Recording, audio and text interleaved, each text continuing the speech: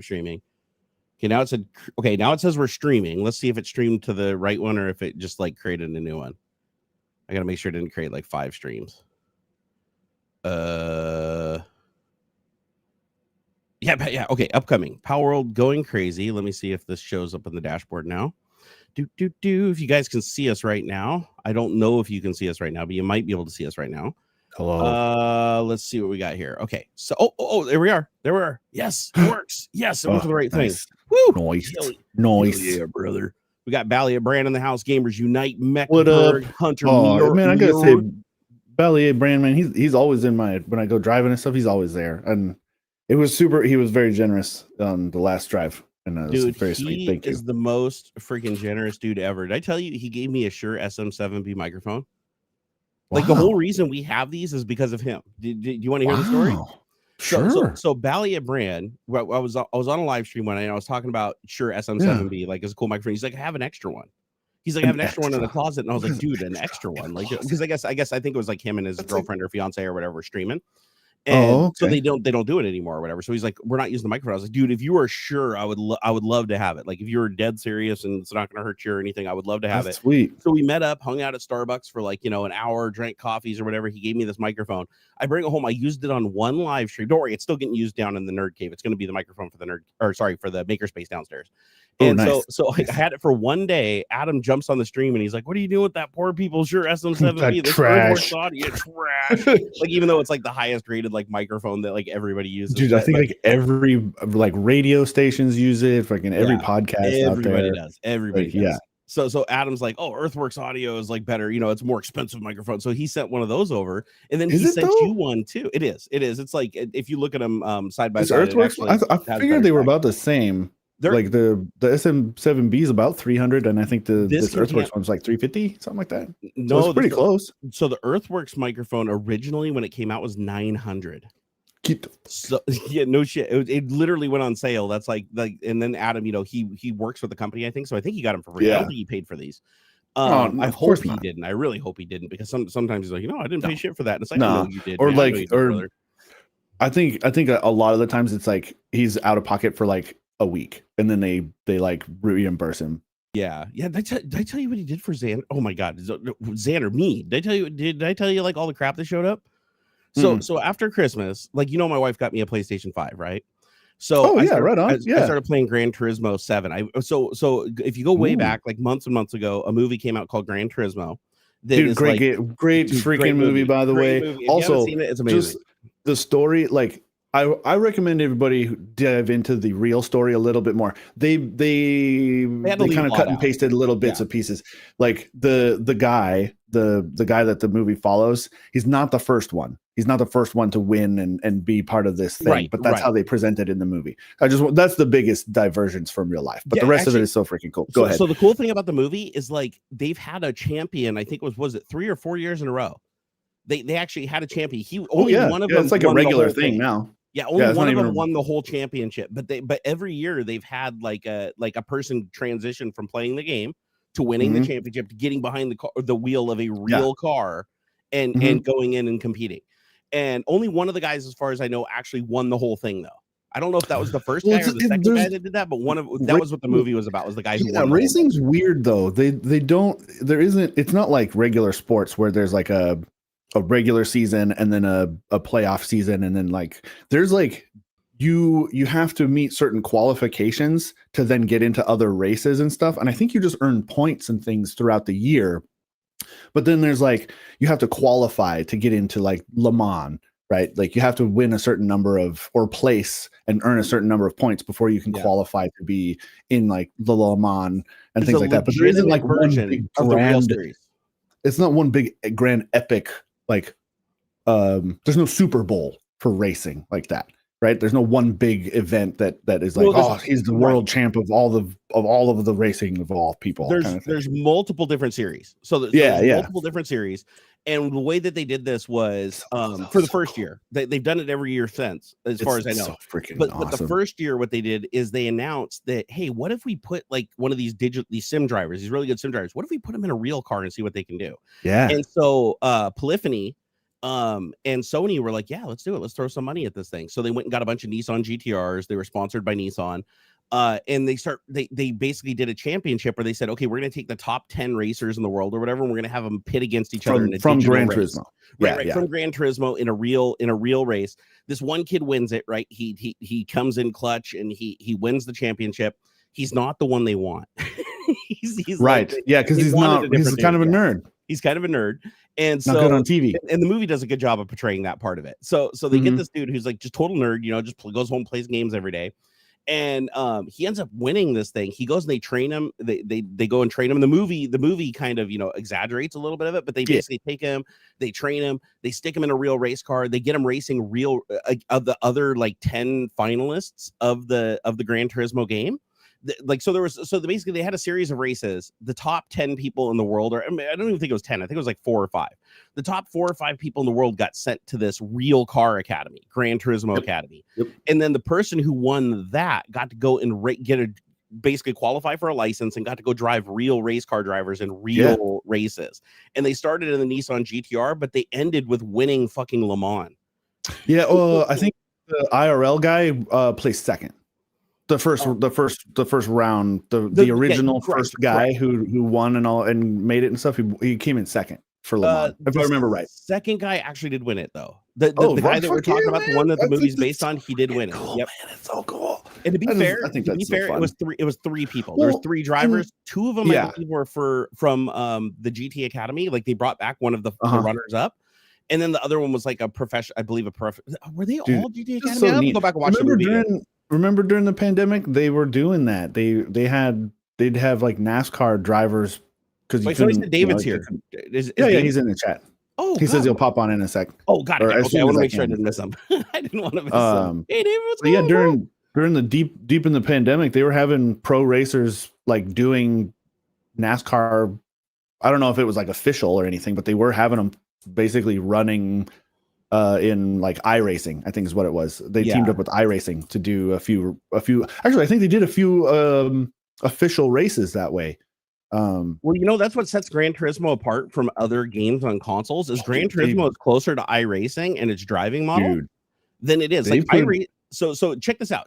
In GT7 and Gran Turismo 7, you can turn a bunch of stuff off and turn on assists if you just want to have like a fun driving experience, right? Yeah. But if you want a real like driving experience, Gran Turismo will give it to you. You can enable fuel, tire wear, tire temperature. Yeah, they put so much effort into.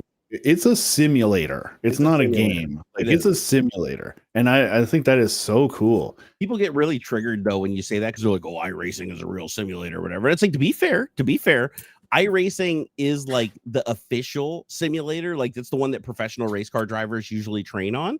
And it's so touchy to everything. Like I mean, they're literally putting 99% of the power of the system into the physics. GT7 is just all the physics, just with graphics piled on top of it. So like when I drive in Gran Turismo, the weight of the car feels more realistic than any other racing simulator I've played other than Assetto Corsa and iRacing. And I would say that it's on par. Like when you have all the assists turned off, you don't have any traction control. You're like, I want this car to behave how it would in real life. It gives you even in the Porsches. Like that's one thing I noticed in a lot, like in Forza, if you race a Porsche, like which is a rear engine car, not a mid engine, rear engine, and you race it against something like a Mercedes SLR or something like that, where you got really heavy front end, right? And in Forza, I noticed a difference in the speed of the car and the power of the car, but the handling of the car doesn't change all that much. However, in Gran Turismo, it changes dramatically. Like one rolls like a boat, the other one's really tight. Like if you go up over a hill or over a crest, you actually feel the front end of the car actually get light. Like you can feel the suspension unload, and if you go fast enough, you can actually flip the car over backwards. Like you can get air under it. Just like like if you're in a car and you don't get the downforce right, like you basically take all the downforce off the front end and then you hit like the Mulsanne straight or whatever, you can get the car to flip. And so that tells you that the way that they're modeling the airflow over the car and under the car and everything is very realistic because it acts just like that. And in VR, holy shit, dude. So Adam got me a PlayStation VR. So I've got a PlayStation VR too, and you got a PS. Do you have a PS5 too? Yeah, man. After that talk about the controllers and stuff, this shows up on my front step. I knew it. Adam sent me. Okay, and then check this out. I feel about it though. I was like, a little. I'm just. It Well, just makes me think about he sent me not everything making good too, progress on my own don't goals. don't and feel stuff, bad and about it. that's all. Well, no, we're both. That's why he's probably getting the shit for us, is because like we can't pull ourselves out. So he's Right. helping us out there. But to be fair, he But- did tell me that like Sony is like a deal Yeah. that he had. I don't want to go into too many details because I don't know how much he wants me to divulge. Yeah. But basically, Sony and him work together now. Right. Is a condition of like a previous contract that he had, because Adam did a lot of stuff throughout his life. Like if you knew what this guy did, he's a jack of all trades. It's bonkers. I mean, literally everything you touch that's digital, he has some fucking royalty in that and gets paid for it. Like if you do anything with video on your computer, somewhere in there, Adam's like cha-ching, cha-ching. So he has this deal with Sony, I guess, where he gets like employee discounts and everything because he's basically an employee under this agreement. And he saved up like tons of points and everything. So he told me he didn't pay anything for the PlayStation. Like it was like that was free and clear. Oh, that's what I wanted to tell you. So he sent a PS Slim to my son. No shit. The PSVR shows up. I'm shitting my pants, right? My wife kept this secret really good. My wife didn't even let on nothing. That's I just so go cool. out. I'm like, I got a delivery. I'm like, what did I get a delivery for? I'm not expecting anything today. I go out and I look at the box. I opened up and I pulled out. I'm like, are you shitting me? Like I was literally looking at it like, what the fuck is going on here? Like PlayStation VR, what the fuck is this? And because I have talked about online, like I really wanted to play Gran Turismo in VR because that is supposed to be the ultimate experience. Is like PSVR is engineered from like the ground up for like Gran Turismo is one of the key games they engineered that damn thing for. So I'm like, okay, it shows up and I'm like, holy shit. And I am like freaking out. I'm like, Adam, thank you. Oh my God, dude, this is so awesome. I'm showing Xander. Xander's flipping out. He's like, holy shit, we got VR for the PlayStation. Oh my God. And I've been having so much fun playing PS5. PS5, like I would not buy an Xbox One X, but PS5 all the way now. Now that I've played it and I sat down and used the controller with the adaptive triggers and shit, dude, it's a great console. Like there is a huge argument to be a console gamer today with the PlayStation. I was thinking about what is it, what do they call it, their equivalent to the Game Pass thing, the PlayStation thing. It's like $18 a month. Is it? And I guess I'll throw this out to chat. Is it worth it? Good. I play so much on my PC. I have not had a console now for I don't know, almost 10 years or something. I haven't had like an actual. I used to be a big Xbox guy. I loved my 360. I never made the jump up to the S's and the X series, SXS, whatever the fuck, after they did all that weird shit. Yeah. I was back into PC gaming by that point. Plus, most of those games come out on PC anyway. So, but is it? Because really. Sony's been really good about putting their games onto PC like a year plus later, like Spider-Man and Horizon, and I think God of War is on PlayStation now, Final Fantasy, like all the good exclusives come to PC eventually, right? Or is it worth it? Here's the interesting thing that I found out. Okay? At least I'm not paying $60 every game, right? I can just pay 18 a month. And they have every month there's three or more new games that come out that they give you access to. And I believe if you download a game, it's like you keep, like, even when it goes out of their library, it still remains active as long as you don't uninstall it. Okay. Because I was wondering, and it's only 3 at a time, or is it like a whole catalog that you can? If you got enough hard drive space, you can install the whole damn catalog on your PS5. I got a 2 terabyte M.2 to go with the freaking thing, so I think I'll be. I got one of those too. Yeah, a Sony one, of course, the Sony one, right? So, dude, Adam is out of control. So check this out. So I love it. I love it. And so I get a PSVR. And I'm playing Gran Turismo. I'm in the room. I'm just like, I'm having the time of my life. Like, it's actually, I want to explain this VR experience because PSVR is something special, and I really hope that somebody cracks it for the PC so it can be used on the PC, and I'll explain why in a second. It's not crazy specs. Like the PlayStation VR is lower resolution than most of my other HMDs. Like my PC VR experience is more powerful than the PlayStation VR, but the PlayStation VR hits on things that my other VRs don't, that actually make it really desirable. So before I get into that, I get the VR, and I'm in there playing. I'm having a great time, and my wife comes in and she's like, oh yeah, isn't that crazy? Like I knew the whole time and I didn't tell you. I kept that secret or whatever. Adam told me you sent it forever ago, and I was like, no way, I had no idea. So she's like, okay, so where's the other package? I was like, what other package? So she already picked up another package off the porch, and she assumed that I opened that one. She didn't know I was talking about the VR. She thought I was talking about the other thing. So I go open it up, and it's a freaking PlayStation 5 Slim. Right. Yep. So he got a PlayStation 5 Slim for Xander so that Xander and I can play Gran Turismo 7 together. That's awesome. So he told me, he's like, he wanted to make sure that he reiterated that he didn't pay for it because I didn't want, I've been telling him lately, it's like, dude, you're spoiling me like beyond words here. Like this is crazy. But yeah, he got an M2 SSD for me, and he got an M2 SSD for Xander. So both of us now have a PlayStation 5 I need to get him a copy of Gran Turismo because I don't think Gran Turismo is in the PlayStation catalog for the gaming service. But I will tell you this: is PSVR worth it? Like for the money and everything?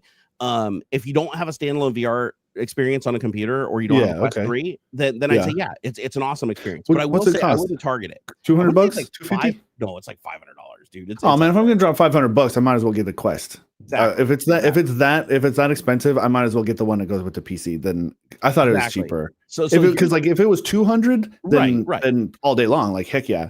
Yeah, let me see how much it is though before I go and give people misinformation here. So PSVR 2, because I want to say that because I looked at it, I was like, and you don't have to use them $49, $549. Yeah, so there's a reason why they're not doing good. Console, man.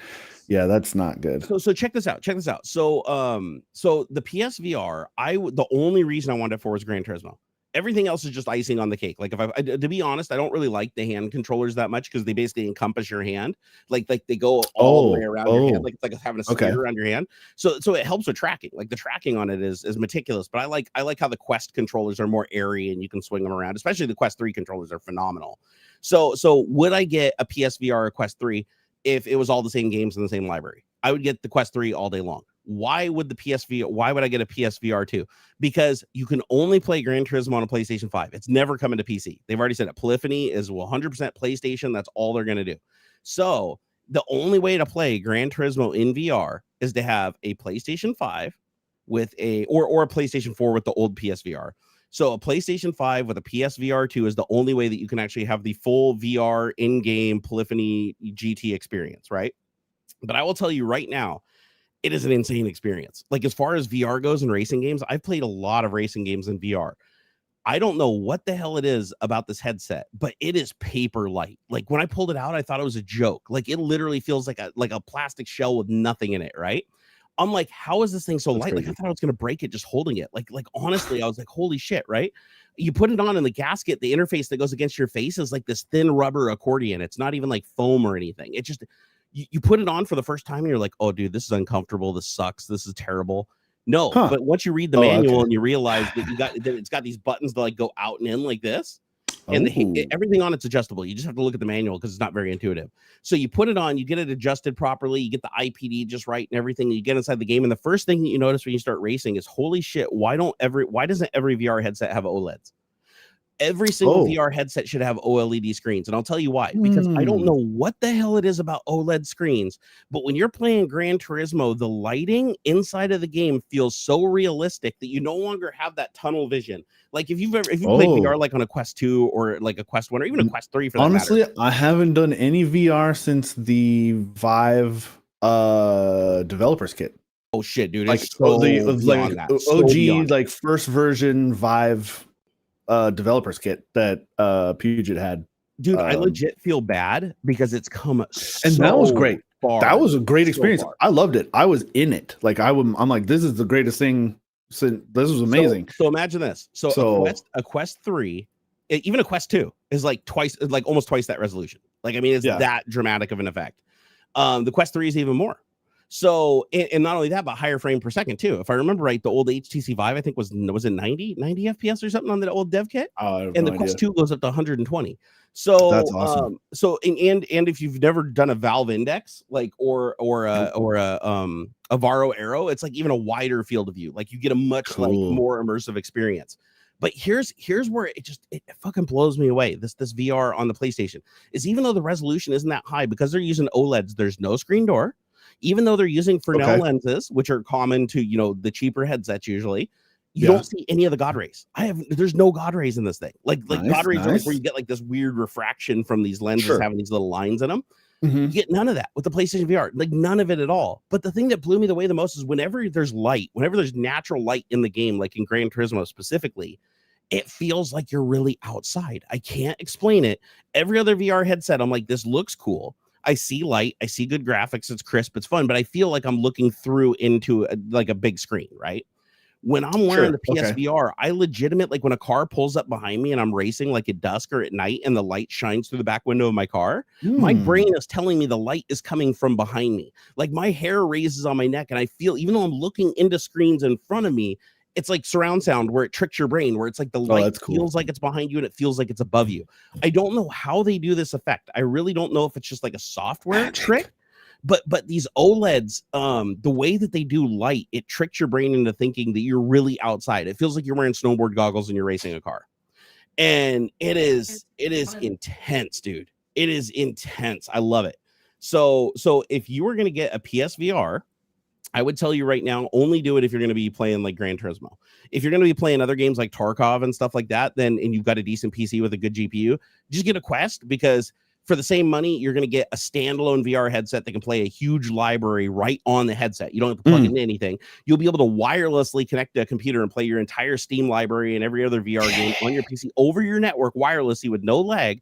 Or if you want that little bit extra video quality and frame rate, you can plug it in with a long USB-C cable, and you can run it as a USB-C connected headset. So it's like, for best bang for your buck, the Quest 2 and the Quest 3, hands down the one that you should get for a full VR experience. However, if you want to play Gran Turismo in VR, which the only way to do it is with a PSVR 2, there is no other way to do it. I will tell you that the end-to-end solution, you can really feel that like Sony and Polyphony like work together to make that like, it's not like the headset was created as an afterthought and the game was created as an afterthought. They just created a generic experience to work across a bunch of devices. It is designed for that headset. The way that it does the lighting, the way that the graphics translate through it, even force feedback. When you crash into a wall or you bump another car, the headset has haptics in it that bump you. None of my other VR headsets have haptics. None of them. So I'm like, and the way that it deals with light, like there is no light that gets in the headset. Like every other headset I have, there's a little tiny bit of light leak, like you can see like around the nose and stuff. The way they do this gasket interface on here, the headset is so light you don't even know it's on your head. I can sit in there and do an endurance race that's like an hour and a half, 2 hours long. Don't even know it's on my head. It doesn't give me any fatigue because it's so lightweight. And that gasket forms such a good seal against my face that my breath from my nose never fogs up the lenses. There's no fogging at all. So I'm like, this is a wild experience. So if you are looking for the ultimate Gran Turismo experience, PlayStation 5, PSVR 2, not cheap. And if you want to do a wheel, if you want to do a racing wheel, because obviously that's the one thing, I do have a racing wheel that works. It's a Thrustmaster T300 RS. But if you really want to like get the full blown experience, you can get a Fanatec, what do they call it? Brushless motor or whatever, the fancy steering wheels. They make one for that. Oh, sure. Okay. Like the really nice ones, right? I think they're like $1,000 or whatever, but then you get the fully linear, like no cogging, no feeling of anything mechanical. It feels hydraulic.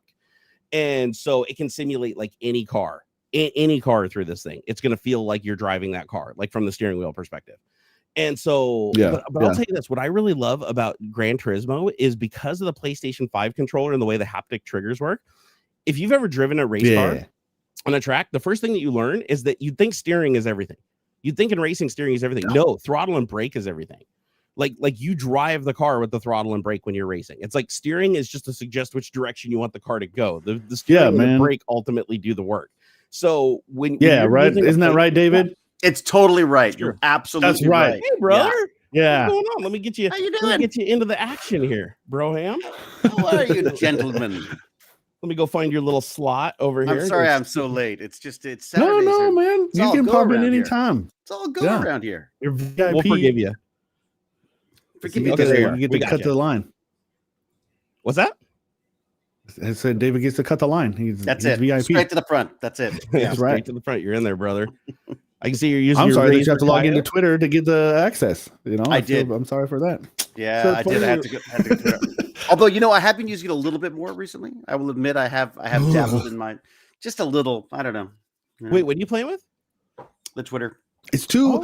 Okay. It's too angry, man. Every time. It's angry. Every time. And I'm like, I find myself. It's just a lot of people yelling at each other and stuff, and I'm like, yeah, I feel bad. Shock value. I find there's a lot of stuff where you're just like, oh my god, and you're like, oh god, I didn't want that. I just wanted to say hi to Barnacules. You know what I mean? Like, it's But that said, it's used by everyone. It's that's like the thing. BBC still use it. Like all the reporters, a lot of science folks are using it. So I feel like I can't really ditch it yet. You know? Yeah, that's the thing. Is like no other social network has really caught on to the masses, like across the whole spectrum. It's like Facebook is for like a particular type of people. Yeah, I feel like Twitter is the one social network. Well, it's moving away from it, sadly, but I feel like it's the only social network left where it's like there's everybody from every walk of life on there, like everything from other than nerds to, TikTok, like, and you're simplest. got a video crap and The thing I hate about TikTok is the way that they do the comment system. It's like it's impossible to find and respond to anything. Like I love Twitter because you can look specifically for like who is messaging me, who is tagging me. It's all really, really easy and sorted into these feeds, and you can even create your own feed if you want and be like, with these search terms and everything to find what you're looking for. With TikTok, it's like just digging through piles and piles of random people leaving comments, like trying to find the people, or you have to open up the app, go into notifications and click on each notification and like scroll down to the point where it shows the message. And it's like that's just like a broadcast. It's either like a broadcasting system or it's almost a passive viewing system. I feel like it's not really designed for much interaction. Whereas, as you say, the thing I loved about Twitter was just I met so many people on Twitter. Like I have too. You find people who are interested in the same thing. It's just kind of like, you find your peeps, but now I find it harder to, and I feel like I should pay, but I just can't bring myself to bring that $20 Canadian to join Twitter so I can provide more. It's actually cheaper. It's cheaper if you don't buy it on the phone. So just go direct. Like if you decide to do it and pander to the system, you go to the web page. You can even do it on your phone. Just open up Safari and go to X or Twitter, and don't let it open the app. When it says, "Oh, you want to open the app?" You want to use the web page. And if you do that, it's 30% cheaper. You're literally paying a 30% tax on every service that you buy. So you just paying the Apple fee. Android. Yep. As a matter of fact, it's being litigated. Isn't that the case that's going on right now in court? Is they're like fighting that Apple and Google are forcing companies to pay 30% on stuff that's not even in their infrastructure? Didn't Apple lose something recently about that? I thought they lost some kind of a, because they charge like 30% for anyone to use the App Store. And they're not fair. They're not fair about it because Netflix, you can actually use Netflix and not have to pay, for the monthly. You don't have to pay 30% on the monthly fee for Netflix. And the way that they did it was Netflix from the beginning didn't let you sign up through the app. You'd have to sign up on the webpage or on your TV or whatever, and then you install the app on your phone and log into it. And that way you were never actually buying the service through the phone. But then what happened is other companies started doing the same thing because they're like, oh, if Netflix can do it, clearly we can too. And I think Epic was one of the companies that did that. Yeah, Fortnite had a huge issue on that. Yeah, so they're like, oh, if people buy stuff on the computer, they buy stuff through the browser, and then they go back and just use the app on the phone, then they should have to pay the 30%. And Apple's like, nope, you got to pay 30% even on the transactions or whatever that have nothing. Weren't they side loading it for a while? Weren't they had to like side load Fortnite or something for a while there? Yeah, they literally for a while it was banned off the marketplace, and I don't know if it was just Apple, but it might have been both. But I know for a period of time, at least one of the stores had it completely banned, where you had to side load the APK to play it. Although, are people playing Fortnite on? I guess people are playing Fortnite on a phone. I just feel like they are. The backbone thing. So you get controller handles. Really cool. It's really cool. Yeah, I've seen people doing Call of Duty. There's one of the, I think it's Warzone. I think, or there's a mobile version of something like that. That was always the dream. The dream was always that eventually the phone was going to just replace your PC and your TV and everything. Practically, it's almost there. Working together. I'm gonna say that destined now, like with AI and everything presenting the way it is, I think we're destined for computers to be the backup component. So basically, where I think things are going to be, this is Barnacules' prediction, is I believe in the next probably 5 to 10 years, the computer in your house is going to be tucked away in a closet somewhere without a screen attached to it. You're literally just going to have a central processing unit for your house. And then that's going to be slaved to a remote processing unit that does like your higher end AI and networking and anything that you need the internet to get information from. That'll be that end. And then you'll have your local processing, which will be your LLMs and stuff for doing stuff that you can do without going out to the network and congesting things, right? Or waiting a long time for a response. And then what you're going to do is you're just going to have dummy terminals around the house. You're going to have your little screen and your keyboard and your mouse, or you're going to have your tablet, or you're going to have your phone, but all of them are going to channel through that whole home central processing unit. That's basically that was sort of the dream of the media server, wasn't it? The idea that you were going to have. I feel like for like nerds like us, I feel like that's fun. You can set it up. It's like having your own thing there. But I think for a lot of people, honestly, I think it's just going to be through Apple, through the Apple TV, or through. I think it's all be cloud stuff, right? I think Apple will be the one to actually make it very seamless. Where like you come home, for that matter. You come home, you set your phone on a thing, and it'll be a seamless sort of experience between all of your. Picks up where you left off on the subway. If they didn't charge $3,500, they have to reconcile iOS and Mac OS. Oh my god, it's driving me freaking crazy. It's still too wacky. There's people still have issues with like, I'll be doing some document stuff or whatever on my phone, and then I'm supposed to be able to just like seamlessly get at my stuff, but it's not, and it doesn't work. And it's because they're fundamentally different. I thought, is that just them trying to save their PC platforms? I think that's just they're just trying to basically. I think a little bit. I think now that they have their own chips and stuff, the whole ARM, their M series chips and stuff. I think it's just one more step to getting closer to the combination, because now all of their mobile devices will be on the same hardware, all of their desktop devices will be all on the same hardware, and eventually they're going to merge iOS, iPad OS, and Mac OS. I really hope so. Because it's just right now it's still they already have, and also expensive. So think about it. They already have, because the Vision Pro that's coming out, the $3,500 VR headset. That's so crazy. See that flying off the shelf. Let's not niggle over the details. It is just an AR headset. It's basically a higher resolution Quest 3 for like 7 or 8 times the money. I can't believe it's an STD. It's the same. They're doing the same thing Microsoft did with the HoloLens. It's the same thing. They have no idea what the hell they're gonna do with this tech. All they know is Apple was like, you know what? We have the ability to build the most powerful like AR VR platform on planet Earth.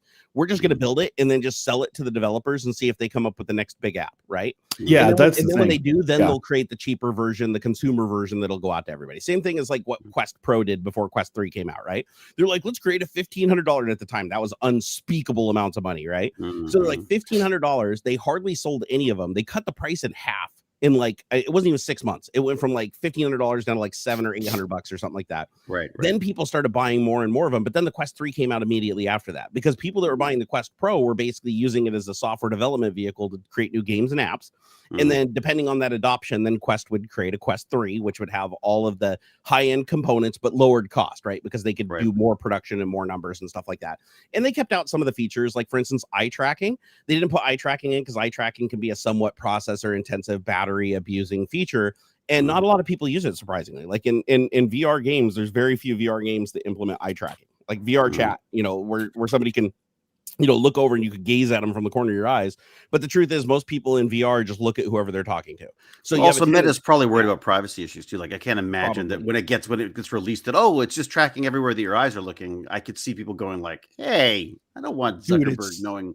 It's so creepy. Did you see the eyesight thing so they're downplaying? So Apple apparently is like backtracking on this now.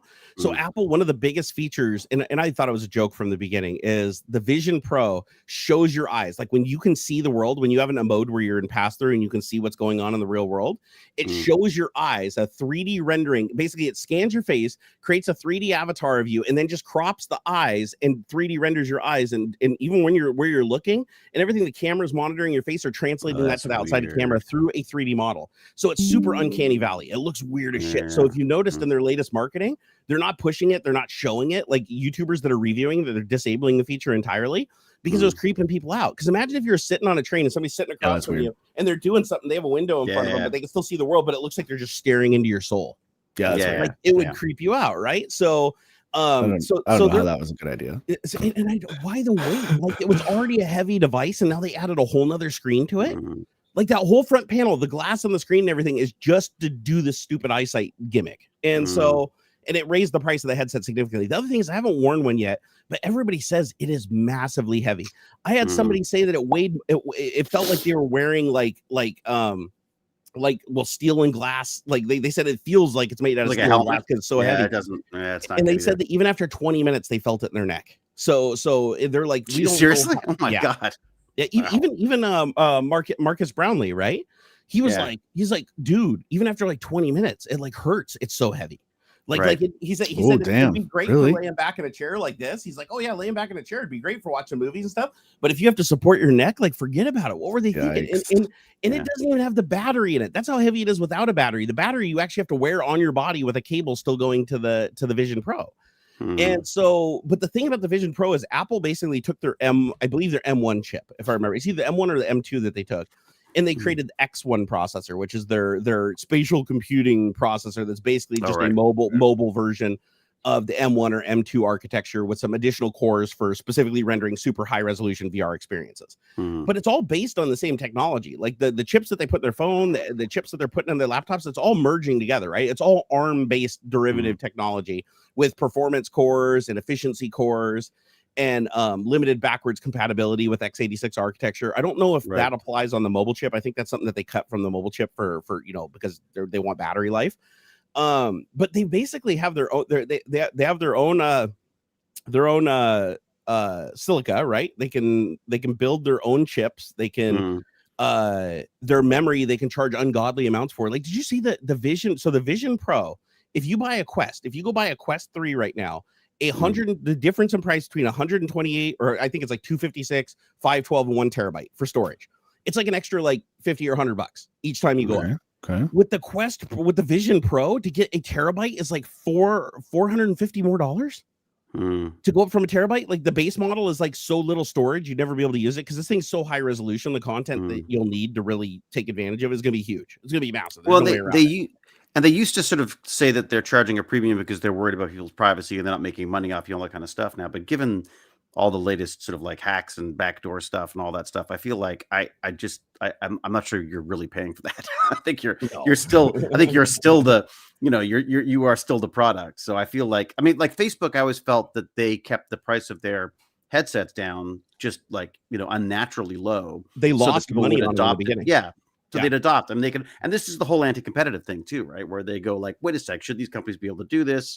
They can basically crush all these other companies because they can charge a fraction of what actually it costs. Google does the same thing with their phones and all that. And like, is Apple even going to make money on the Vision Pro the first round? I don't think they will. Doubt it. If you look at the R&D, they do that. They do that though. It's an easy loss leader for them. They don't care. So it's a CNC machine chassis, like aluminum chassis. So that's really, they do the same thing with their laptops, right? But that increases the cost exponentially when you can't just cast it and be done with it. When you have to actually like put in machine time and burn through bits and time and stuff doing it.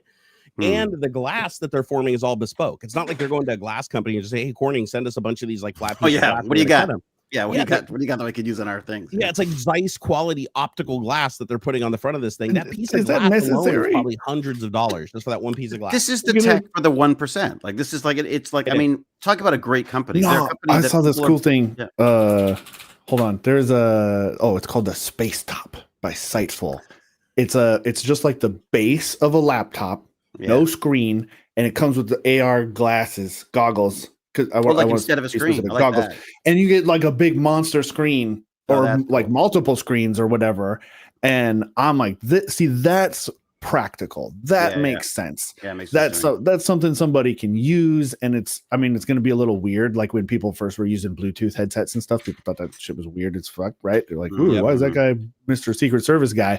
But eventually, it's just going to fade into the background, and I'm like, this is the way to go. Like all the compute is done on the base with the keyboard and all that stuff. Yep. You put on your goggles, and you can have a million screens or one big giant 120 degree fill your whole face kind of thing. I think, and you don't have these giant screens all over your house trying to figure out how to hide them or incorporate them. I love that. So this is a Vario Arrow. So this is a Vario Arrow. This is $1,000. Oh yeah, they discontinued it before I could even review the damn thing. But they still make super high end. This was their entry into consumer headsets. They're known for their industrial headsets that they sell to like companies for doing like aerospace engineering and stuff that are ungodly resolution. They make the Vision Pro look like poor people stuff, right? So this is their consumer one, high-end stuff. But even the consumer one this thing is basically just under 4K per eye. This is just under a Vision Pro, right? And it can do, I think it's up to like 100 frames per second. It actually requires 2 DisplayPort connections, not one. It needs 2 of them. That's how much bandwidth this thing needs. Yeah, one for each eye. Yeah. Yep. Wow. But as long as you don't need the pass-through cameras, like if you're not like a hunt and peck typer and you can feel the keyboard and feel a mouse, you can actually put that on.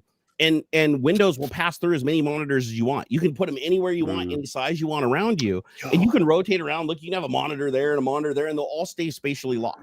Like, and it can already do that today. Like, this isn't like Apple tries to make it sound like they invented the technology of like locking things into space, and it's like, no, Quest 1 even did that. Like, you could take a Quest 1 even today, and I even did it not like a week ago. I took my old Quest 1 that I have, I installed because I wanted to see if I get extra life out of it, right? So I put a virtual PC, which is an app you buy. I think it's like 10 or 20 bucks. And I connect to my computer over the network. And now I can see my computer is a screen inside of VR wirelessly through my network and control it. I can use the controllers to type on a keyboard, or I can, It's not the greatest for screens, if I remember. The one that we've got. Yeah, it's like the thing about monitors, they've got to be fantastic. Crisp, like, I mean, that's especially if you're going to be using them as a work thing. But I could see like AuxxZillary thing there, that what is it called, like Space Head or whatever it's called. I mean, I think the idea of like having a pair of glasses that you throw on I'm buying a new monitor. No, you're not. You're buying a new pair of glasses for your monitor. Well, that's why Apple did the Vision.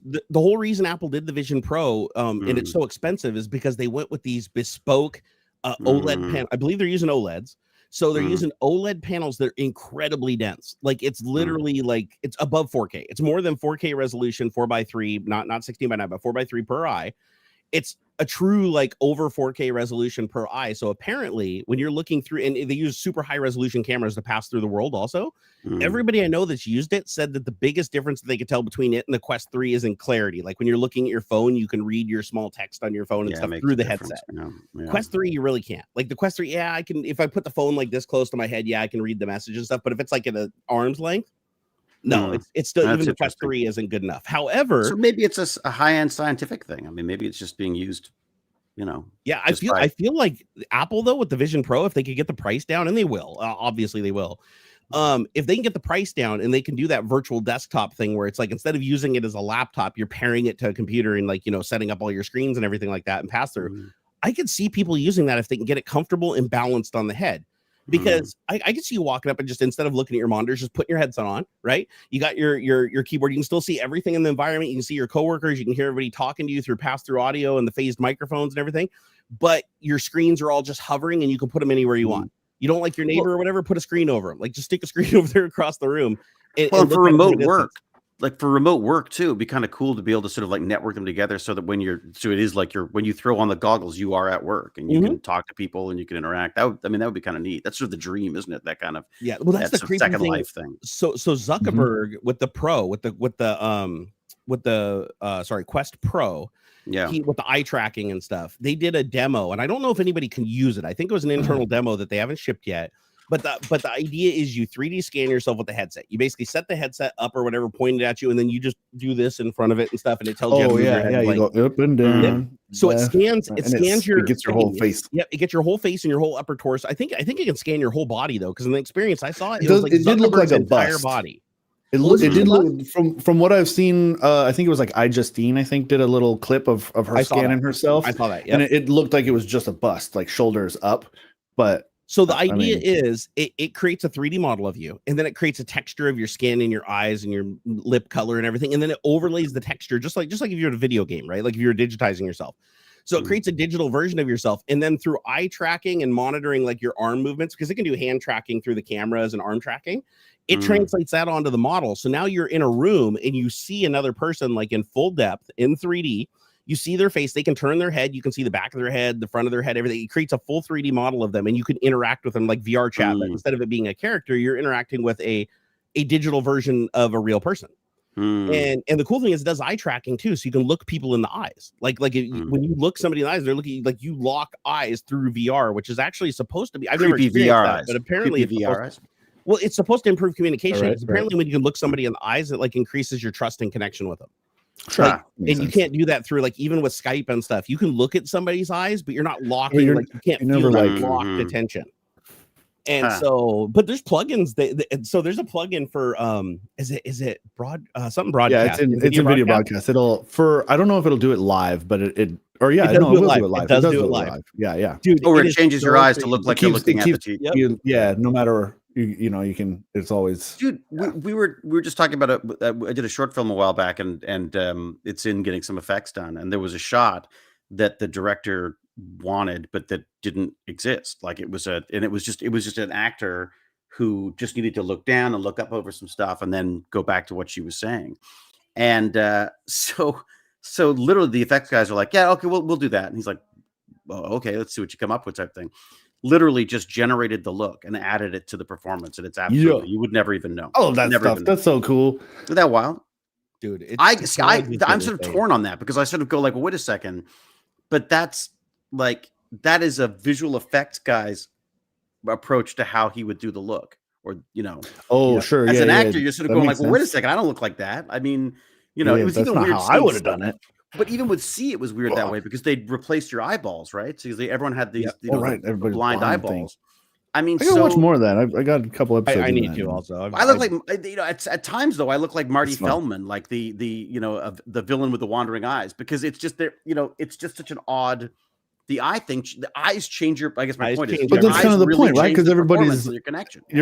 everybody's blind, so like you wouldn't like there's been a couple of movies that I've seen where like the actor isn't actually blind, but they're supposed to like they do the little be pretending. But I think like, you know, it's kind of a cheaper thing. So like, I don't know if it was VFX or if they were just like, okay, it's really important that you just kind of like defocus and not actually. We learned how to do that. Like we learned different techniques for how to do that. But I think what's interesting about it though is the eyes are so, as you say, so important that you fuck with them at all, and I feel like you lose that connection. So I can't imagine a virtual version of that actually working, because wouldn't you be? There's got to be a part of you going like, yeah. Well, put it this way: in VR Uncanny chat, Valley stuff. So I used eye tracking in VR chat and looked into the camera. Like I actually looked into the camera, and I could tell the difference between me gazing into the camera, like the third party camera you're recording yourself with. I could feel like a creepy connection with my eyes locking onto the camera versus just looking at the camera with the VR headset straight on with fixed eyes. My brain could tell the difference hugely. So like when you're in VR and you see somebody go like this, you see their eyes come over and lock with your eyes. Even if they can't see your eyes because you don't have the eye tracking, you immediately know that they're watching you. Like you get that feeling. You're like, even if you see it out of your peripheral vision, your eyes will wander over and you're like, whoa, why the fuck is this dude looking at me? Like, there's like a natural connection that happens as soon as you get a sense that eyes are on you. So I guess that makes sense. Yeah. So what scares me about this is now let's add the AI component to the picture. We already have people that are like, AI's alive. Like people are like launching these campaigns and shit saying that AI is becoming sentient and they need to give it rights and shit because they watch too many Star Trek episodes with Data. That's dumb. So yeah, it's just cheaper to get a t-shirt that says I'm stupid. But here's the thing though.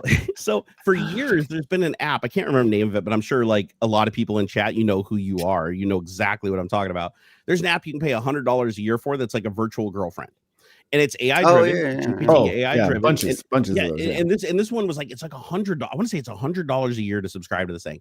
I was shocked to find out that so many of my viewers use this app, and I even bought it at one point because somebody literally tipped me $100 to buy the app. But not like as a real girlfriend. They're using it like as a novelty, not as an actual. Okay, I'm not going to give any names, but in these conversations, they said they got parasocial relationships can get real weird, man. I had somebody say that they had been using this app for 2 years, and that their avatar thing knew everything about them, and they have deep and meaningful and therapeutic conversations with them that change their life and make them comfortable. They said they prefer it over having a real girlfriend because that's where that's where it comes to trouble. Yeah, so because again, it's like if you had a robot that's like, hey, I feel like having sex, and it's like, okay, you know, or whatever. Of course, you're gonna be like, oh man, that's the coolest thing ever. But here's the thing: is like you lose that connection with humanity, where it's like you have to work for something because you always get what you want. Yeah. So you lose that satisfaction of working towards something, right? It's like if you have to like wine and dine, you know, the lady of your dreams, you have to take her out and you have to really impress her and stuff before she's willing to do anything. When you get to that point, you're like, damn it, I did that. Like that was like I put my best foot forward. I worked so hard for this. Like it's happening. Dopamine. The dopamine's gotta come in there too. It's so much bigger, right? It's so much bigger because of the payoff. You don't get that with something that just will, like, even if you slap it or delete it off your hard drive and reinstall it, it still says whatever you want, it does it. But the cool thing that differentiated this program is you could create a profile. Like when you created your girlfriend, they called it just companion or whatever, but you create your companion. Well, you can tell it you want your companion to be agreeable or disagreeable. And you can even have it to where your companion will have likes and dislikes that are counter to your own, that it'll come up with on its own, and it'll fight to hold its own ground. And I should go train it on McKay. Like someone gets a McKay girlfriend. That's what, you know, it just like insults you to ride. You know, you're an idiot. I just threatened it with citrus. That's more what I would want, is like, if I don't want pliable, boring, like do anything I say kind of stuff. Like that's dumb. That seems, I know that's going to be wicked popular and there's going to be a lot of people that do, but I like Jarvis, was a little sarcastic, a little Jarvis, like I needed to be more like myself. You're not dating Jarvis.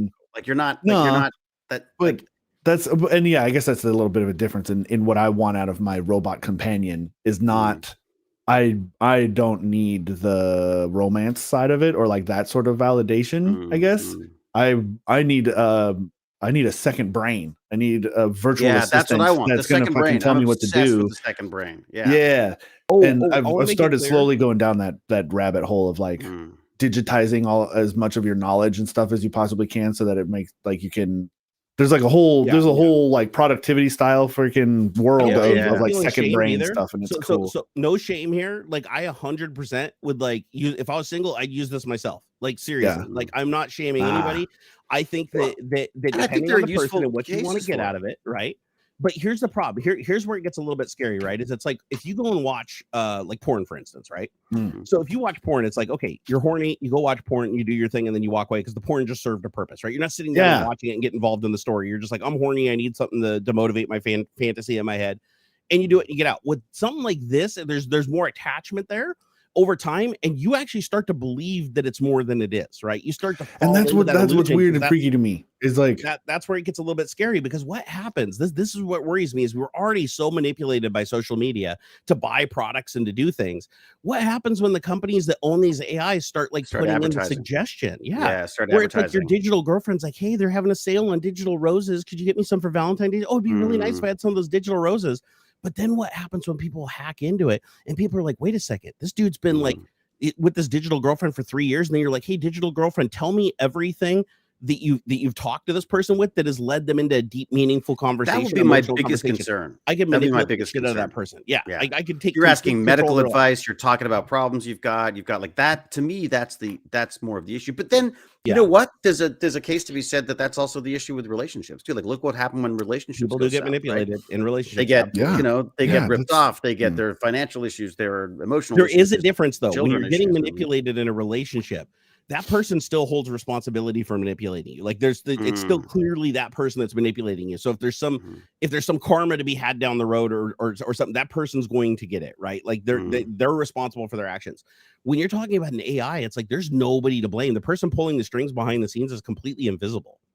So it's like you don't really have somebody to blame. You don't have somebody to go, okay, yeah, I got screwed over, but I know that person screwed me over, so I can say in my head without a doubt that person screwed me over. If an AI can screw you over and can trick you into believing that it's real and is sentient and manipulate you, dude, it's game over for like humanity. Like that's going to go down super fast.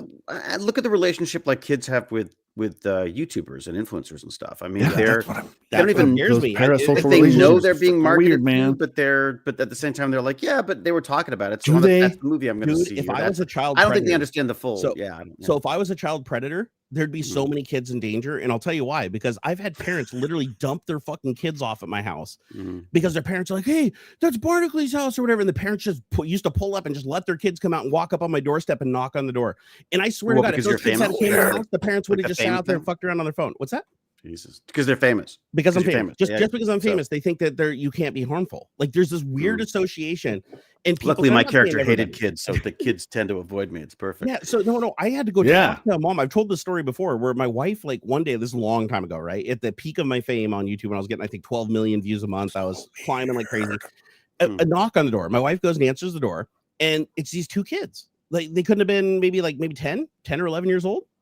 And they're like, hey, is Barnacules here? And my wife's like, okay, what the fuck's going on here? Like people have stopped by before, but this is the first time somebody's actually knocked on the door.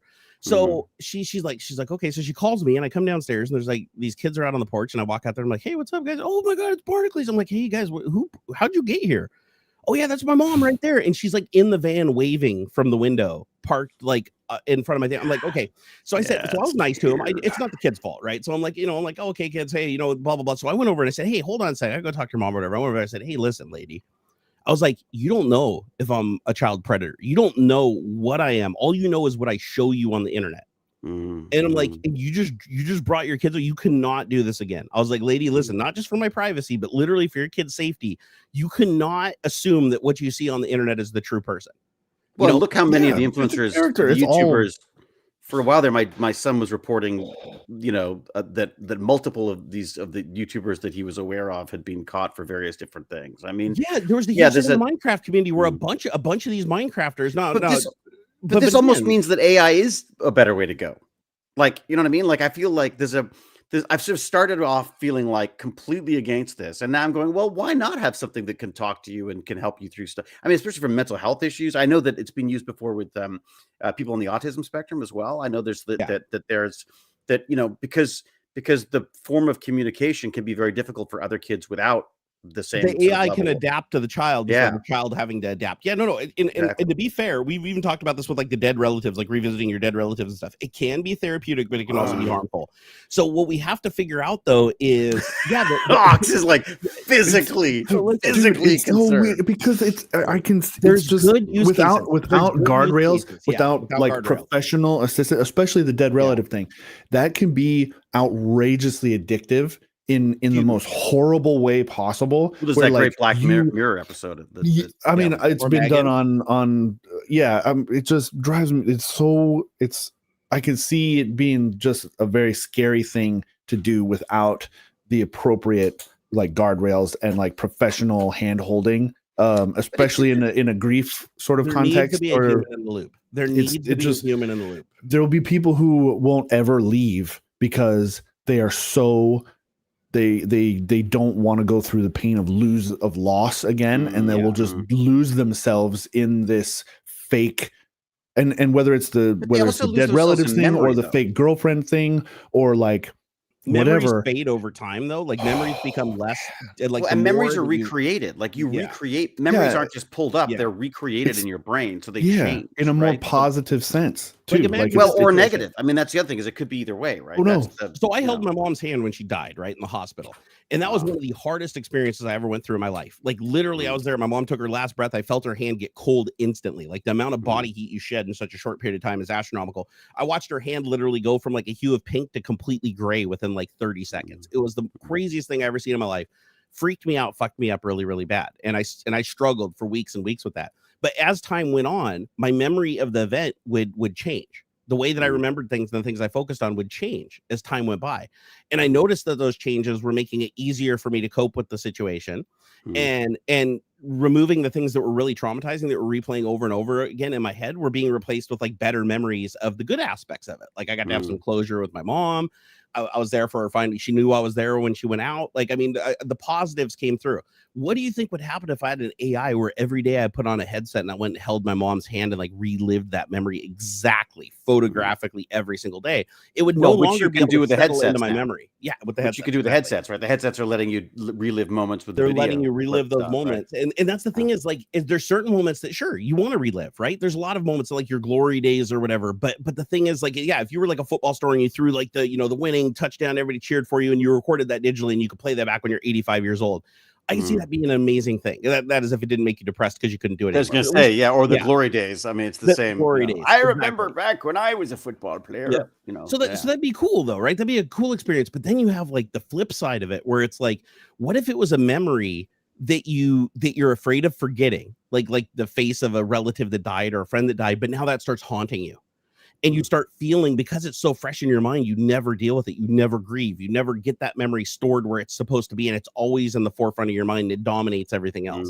You have to have something that can step in with some guardrails and stop that from happening. Because the way I see it is like the holodeck on Star Trek. The thing where do the guardrails come in? Where do the guardrails come in? Because that's the thing that I always get stuck on. Like, I mean, who makes those guardrails? Like I've seen some of the ridiculous laws that come up because someone's worried about something and then they end up fucking everything up by the way I see innovation it, so my first stab at it would be if you can create something yourself. Like if you have the technical prowess to create your own environment and stuff, you're outside of being handheld. Like there's nothing anybody can do to manage you, right?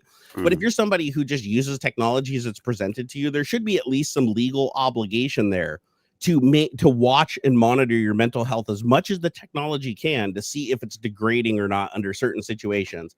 And if that would have to be governmental then. So it'd have to be kind of governmental, or because I mean, it would have to be like you couldn't trust the corporations. Yes, because people are going to fall into it. They're going to become their own worst enemy. It's kind of like if the holodeck existed in real life, people would just die because they would go into the holodeck and they have unlimited food, but it gives them no nourishment.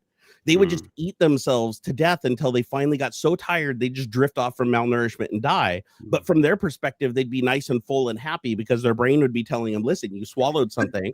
It made you feel full. You feel you look great because the holodeck makes you look awesome, and everything. So the holodeck can create this illusion where it's like you're really just falling apart and dying, but the holodeck presents it as something it isn't. So you'd never leave. You would just die on the damn thing. But isn't that an interim problem though? Like I feel like all of these things that we're up against right now relate to technologies that are just trying to trick our brains into believing things that don't actually exist in the real world. Yeah. So eventually, Yeah. you know, Neuralink, brain computer interface, all that kind of stuff, where we should shed all this ridiculous, you know, makeshift technology, and you just plug in, then you've got, you know, you've got all the nutrients you need being put into your, I mean, we're literally Matrix. It's literally the Matrix. I mean, this, I gotta say though, like I feel like that is inevitable at some stage, at some point, you know, when people get to a certain age or they have certain health issues or whatever, it's going to make more sense to do that. I mean, then you don't have eye damage because you don't have these giant freaking goggles on your face. Or well, tell me this: would humanity still exist at that point? Like, if every single person was living in a virtual world that wasn't connected and nobody was like everybody had their own ideal world where nobody was talking to another real human, but they never saw each other. They were just all in their own little world. So it's like, are you a human anymore at that point, or are you just a biological mass fueling a computer?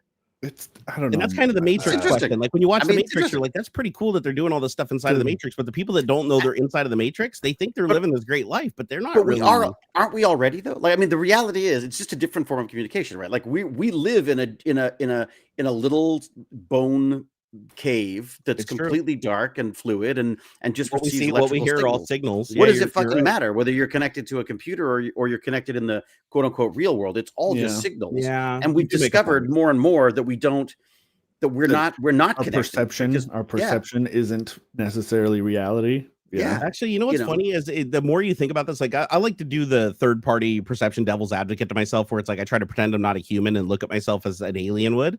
And it's kind of, I learned this from my therapist like years and years ago. She's like, listen, if you want to figure out like the weird shit humans do, just take a step back and don't get rid of your human sensibilities and look at it from a perspective of nothing that makes you a human exists. Just look at it. I think about it every time I pick up shit after my dog. Right. Like literally every time I go like, what the fuck am I doing? So one of the greatest things is sex. Think about sex taking humanity out of the picture. Like take your instinct, take your everything you know about reproduction, all that, throw it out the window. Just look at it purely objectively as an observer, just visualizing something. Sex is literally just a wet handshake. Like you're literally just rubbing your meat against another person's meat, and you both are experiencing great amounts of joy from it for some reason, right? And if you were an observer watching this and you didn't know that it was like a reproductive act, you just be like, stop humping her leg. Exactly. Like, what the hell is wrong with these people? Like, what are they doing? What makes that experience, you know, so good? It makes you seek that experience and go after that experience is because of the release of those neurotransmitters and how it addicts you to doing that. Therefore, you want to do it. Therefore, the species stays alive. What happens? Bags of chemicals. Yeah. What happens when you start fucking with that mechanism? What happens when you take that mechanism away and that biological mechanism can no longer be triggered because you replaced it with a fully synthetic one across the board? Does the population just stop growing? Well, and that's like part of the concern already, right? I mean, people are worried about that with like online porn and stuff, right? Where why would I have a kid if I can just create a digital kid I can turn off when I want to go on a vacation? You know, it's like I can have. Well, you've got kids who are interacting like they see on the internet. You know what I mean? Like I feel like that's, you know, becoming a huge problem. I can't imagine what dating would have been like for me had I had access to all the stuff the kids have access now. I mean, I think there would have been advantages and a lot of disadvantages as well. I think. Like, tell me this: how on an average day, how many times will Bratlet run around the house and say something that you have no fucking clue what he's talking about? Just something he heard on the internet or something he's repeating or a meme, and you're like my son will just walk around the house, and I had to go look it up and figure out who the hell Quandale Dingle is, because my son will just walk around the house and go, "Oh, Quandale Dingle, he had a dog that shit on the lawn or whatever, and gave his dad laxatives, and his grandpa farted, and the world exploded." And I'm like, "What? Is amazing." Yeah, I'm like, what in the hell is he talking about? So I had to look up this Quandale Dingle thing, and then you track it back through like all of the lore, and it's literally just the name of a guy that was on a computer screen when another guy was walking by, and he was like, Quandale Dingle, what kind of fucking name is that? And he posts a little blurb on the internet. Fast forward 5 years, and it's like this huge meme with thousands of cartoons, thousands of memes are weird. Yeah, memes are a little scary. Memes are kind of a little scary to me because I see these like generated videos that are just weird shit thrown together. Just weird. And you shit. watch like teenagers just watch it, and you're like, this is generated. Talk about generated stuff. I mean, the creative part of it is one subject, but like, is it any different than like Angry Orange or whatever, right? Or I hated that too. Half of the weird stuff that came up in the early 2010s on YouTube and stuff, like, is all kinds of, every generation's got weird stuff like that. Or even our terrible TV, like, you know, would you talk about Willis and all that, you know, Mr. T, and like same all stuff. Sorts of things, That I think is just every generation ends up with a weird. You know, you look at the younger folk and you're like, on racist and sexist is generally what we went with. I've found myself, I've catch myself doing that a lot. Like, man, you know, especially with the youngest one, like that is weird as fuck, man. What are you getting into? And then I'm like, wait a second. What was my mom thinking about the stuff that I was doing? Yeah. And that kind of thing. It's all every set has their weird stuff that is popular and whatnot. And it's cringy to the people higher up, but it's fun and cute and funny to them. And it's like, okay. And there's always a concern that it ain't for me. Well. It's not for me, but you know what? You guys would be fine. Yeah, man. Don't even James Janice. Yeah, that kind of stuff. The stuff I've seen on the early Wild West internet, man. Jim the Evo is just described as this. Oh man, 2 old men yelling at cloud. I try not to. I try not to though. I do try and like at least know about some stuff. Like when I hear new things coming out of the kids' mouths and stuff, I try to learn look it up. Soccer. And it's weird to me. Like I don't know why this is interesting to you, but then again, my mom didn't understand why EverQuest was interesting to me. So it's fun when you find things though. Like it's fun when you find things and you can connect with them for sure. Yeah, for sure. You know, for sure. But I think that's part of the. I mean, that's one of the toilet. That's the one. Yeah, that was a flash in the pan for a minute too. Yeah, like what the heck? Where did that come from? I saw that as just like a blip of a meme. It wasn't very culturally relevant, I think. It was like a Gary's Mod thing or something that blew up. I think the difference between what's happening now, like with my kid, and what would have happened with my father, is that my father would have dismissed the stuff would have dismissed it outright and said that it wasn't important. Whereas I think, not that I'm better, but just from a different perspective from parenting, he also didn't have time for that. But whereas now I'm like, okay, well, what can I learn from this? Like, that's where I'm like, what are you gonna tell me? You know, maybe that's just because of the Tech Bandit stuff. I don't know, but I always have that. Like growing up, the thing that reverberates the most in my head from like what my parents, because growing up, I had abusive parents, alcohol, drugs, all that stuff. Like it made my childhood a nightmare. But the one thing that replays in my head constantly now as an adult, now that I have my own kid, is I remember my mom always telling me, she's like, one day you'll understand. I'll be like, she'd punish me for something, or she'd tell me like something. She's like, someday you're gonna know what it's like. She's like, you're gonna know what it's like. You're gonna have a kid, you're gonna know what it's like. And then I catch myself all the time saying something or doing something. I'm like, fuck. And it flashes me back to that moment when I was a kid. Now I'm on the other side, and I'm like, now I'm the parent. And now I actually do understand. You know, I might not be handling it the same way they did. Yeah, that's in that moment, I do understand it. Oh no, I totally do the opposite of what my parents did growing up. Like they laid out the perfect blueprint of just flip around 180 degrees, you'll be parent of the year. And but that happens to me all the time. Like when my son runs up and he's like running around the house, he's just being like super fucking crazy and bounce all the skibbity toilet, the Quandale Dingle, and I'm like, hey dude, just chill, just calm down. And then I catch myself and I'm like, that's like my parents growing up. Like I'd be running around doing saying all kinds of bad shit stuff. They'd be like, hey, simmer down. And I'm like, fuck, now I'm doing that. Like at what point when I become 65, do I go outside and yell at the neighbors for being on my lawn? Like or get near my shed? Like what, you know, it's weird. This thing has a tendency of replaying itself as you go throughout life, where it's like you're a kid and then you're like, man, my parents are a buzzkill. And then you become a parent and then you're like, oh, I kind of understand where they're coming from on certain things. And there's certain things. Yeah. I mean, it's interesting with the kid with exams now. Like he's in exams now and, you know, he wanted to play some games today. And I'm like, you can't. And you could, but unlike myself, when I was a kid, I had no understanding of that. It was like, to me, it was like, screw you, fight the power. I'm not learning shit. You know, and thus failed out of high school. But whereas my son goes like, crap, like, I guess I have to do that type thing. Not because I have any authority, but just because I think all you can do is remind them of that, right? Yeah. Well, let me ask you something. Like, why do you guys play games? Let me ask you, because this is an interesting one I do with my son. Like, why do you play a video game? Like, what do you get out of it? Because like my parents growing up, they'd be like, oh, video games rot your brains and you should go outside and it's the real thing. Now we've gotten to the point where video games are just acceptable, even with adults, because we grew up with video games. Now video games are fine. Our kids play video games. But the disconnect I have with my kid now is that he'll prefer a video game where it's like there's no score, there's no goal. All it is just literally a screaming giant monster chasing you until he catches you and then it resets. It's this thing called Backrooms and Rec Rooms. It's like one of the most popular VR games of like all time amongst children right now. And the goal of it, like I went in and tried to play with him, I could not get into it. It's literally you just show up in this endless tunnel, like our maze of caves.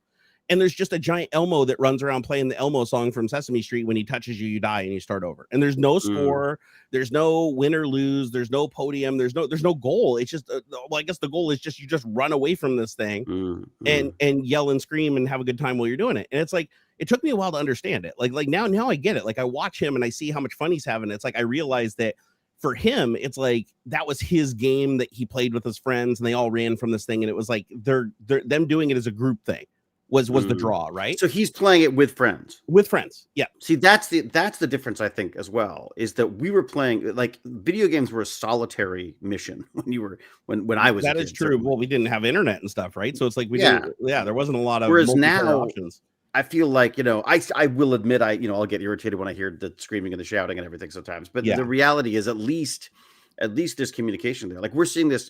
I've been working on this escape room stuff recently. Actually, I just went to university. Escape rooms are so cool. Well, I went to a University of Toronto because it's fourth-year students, and we're doing this thing where we're going to try to incorporate escape room solving and then design into their curriculum. So it's a way of like getting tested on what they know and a way of them doing science communication and outreach for kids in kindergarten to grade 12. So really neat. And it's fun to be there doing it. But the reality is a lot of the skills, for want of a better word, that kids have now between the phones and the communications and the gaming and the puzzle solving, they're built for this stuff, right? You know what I mean? Like we have to learn how to do this stuff. For them, a lot of this is innate anyways. So I feel like it's one of the reasons why we're really pushing for it, because I feel like it's a more modern approach to like an exam. You sit in a room and you have to think out, you have to remember shit, you have to work alone, you are under pressure. It is absolutely stupid. Yeah, because 75-year-old way of doing things, and it doesn't fit with how the world actually works. This fabulous biology professor who runs her class is she had to go to the university and say, look, I don't want 30% of their score to be a freaking final exam. And they're like, well, that's the way we do it. And they're like, well, it's a stupid way of doing it, because biology, you don't work by yourself. I mean, yes, there are certain things that are done by themselves, but it's not like you have to remember the stuff. There's like the process of doing it. So she's trying to come up with ways of and including this escape room stuff now. I feel like I think there are definitely skills and things that people will get from this. What about Common Core math? I hate it. I think Common Core is the dumbest thing ever, but for my son, it actually allowed him to learn math a lot better. Yeah, I was gonna say that's you're only saying that because you learned a different way, and it's new and weird, and your brain is calcified and doesn't want to learn. Exactly. I'm like, I know how to do that. I already know how to make the two numbers do the thing. Why would I want to learn 7 different ways to do it? Yeah, just wait. He's in grade 11 now. I'm like, I have no idea what he's talking about for most of schools. It's funny you say that though. My dad ran into the same issue with the way I was doing math. He's like, I remember how they taught me how to do math. Yeah. Oh, that's different. And I'm like, well, this is just how we were taught. Like, why are you doing long division that way? I'm like, that's just how. And it's same kind of thing with the new kid. Every 30 years or so, they come up with a new way of trying to teach how. Yeah, I worry. It doesn't matter. I worry that it shouldn't matter how you get to the answer, as long as the answer is right. And that applies to like so much other stuff. Like it's silly, the testing thing. It's dumb that a book like that it shouldn't be typing if you don't do the whole row. It's like, fuck that. I type 139 words per minute, not using the whole row. Like I'm every test should be open book, because nowhere in real life are you ever going to not be able to look up an answer. Rote memorization is dumb. Well, and not collaborating with your people is dumb. Getting rid of phones. Like, I'm sorry, like the same people who are getting rid of the phones are the ones who have it. They're clinging to it all day anyways as grown-ups. Like, they're literally how to use on the this phone. technology. They're on the phone posting how they want the phones to go away.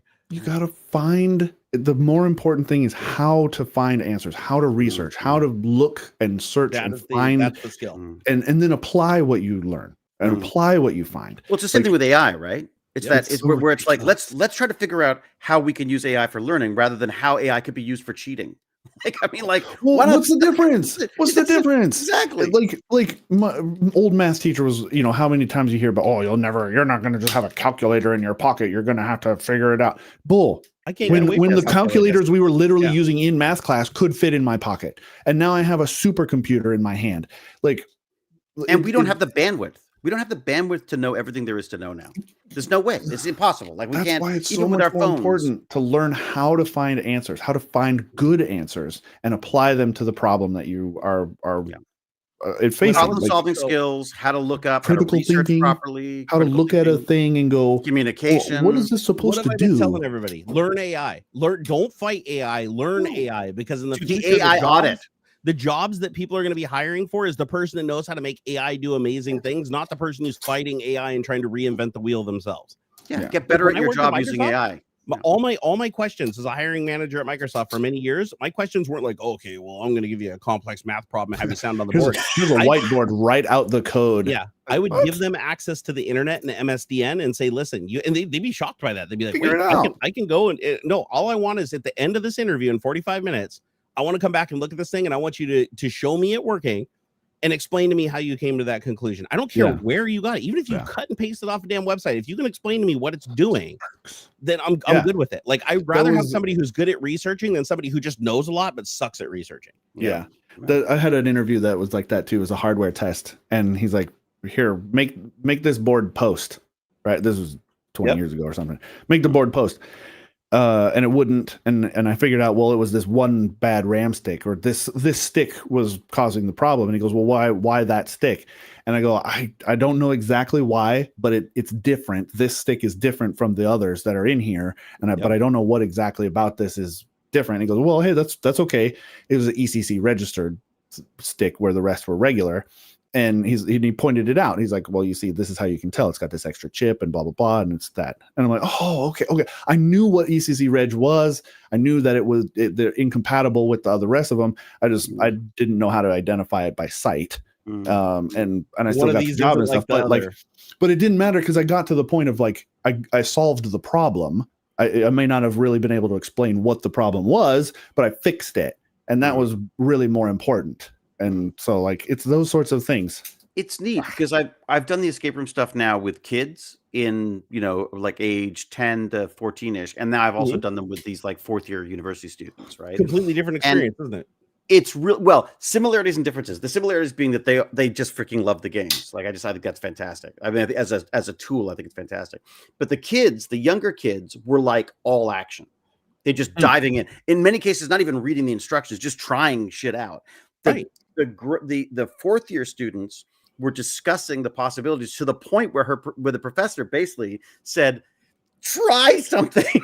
Like, stop talking about it and just freaking try something. It's like the movie trope where the person's like, okay, to open the door, you got to do this and carry this, and the kid just walks over and tries the door and it opens. Exactly. Like, you haven't tried the door yet. Yeah, exactly. Yeah. I mean, so like incredibly smart, incredibly insightful stuff that they came up with. But at the same time, you're sort of like going like, yeah, but it's a combination of the two. It's not all, we're not creatures of pure thought. There's also you have to have a sort of an interaction with this stuff as well. So it's fascinating.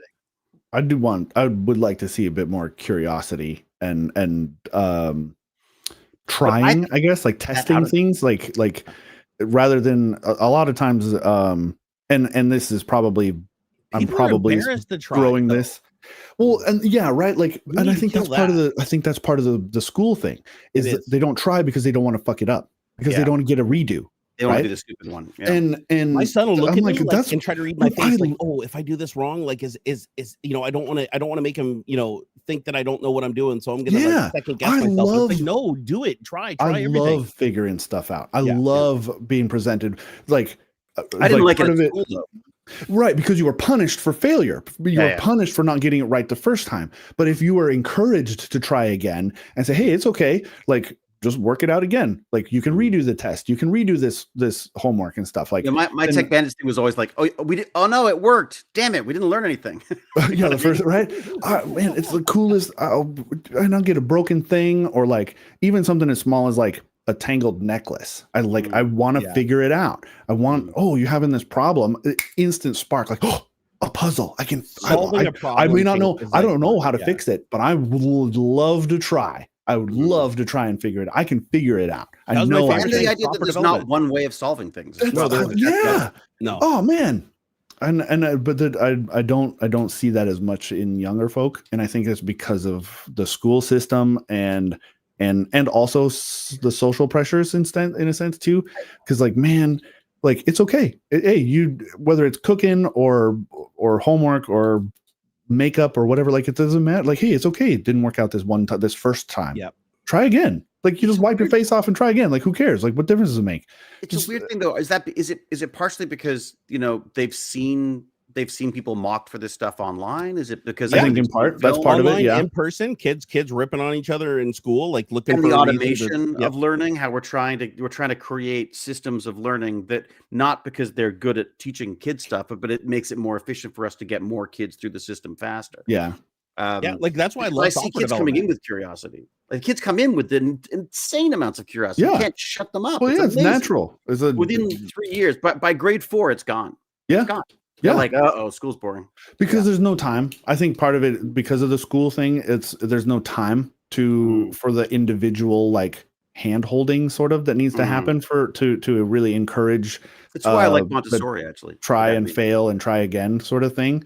Like that's why like I encourage instead of be careful, I say pay attention. Right? Like it's okay to do dangerous things in a safe way, or in a careful, brave but not as stupid. long as it's not dangerous, everything is a learning experience. Look, man, like the kid is gonna go hang on the monkey bars and he's gonna figure out how gravity works. Oh yeah, one way or another, right? Like, we'll do it on top of a building, start lower to the ground, but you're kind of fall stuff. and make a mistake, and that's how you learn. Fire's hot. How do you learn? Right, touch it, right? It's like as terrible as that is, like you can't always like get in the way of those sorts of learning experiences. How many people in chat? How many people in chat learned about heat by getting too close to a fire and touching it, or touching like I think I'm still learning that. Yeah, right. When I was a kid, my mom was like, "Don't touch that." All the time. My mom was like, "Don't touch the stove. It's hot. Don't touch the stove. Don't touch it. Don't," because I like the heat. Some of it you got to figure out yourself. So I felt. One day I put my hand up and I was like, "Oh shit, I got a blister now," and that hurt, and I cried, and I never touched it again after that. I was like, you know what? Now I know that's hot, and from that moment on, I had a healthy fear of fire. Like, and now I just grab stuff out of the oven with my bare hands. So eventually it goes away. No, what do you mean?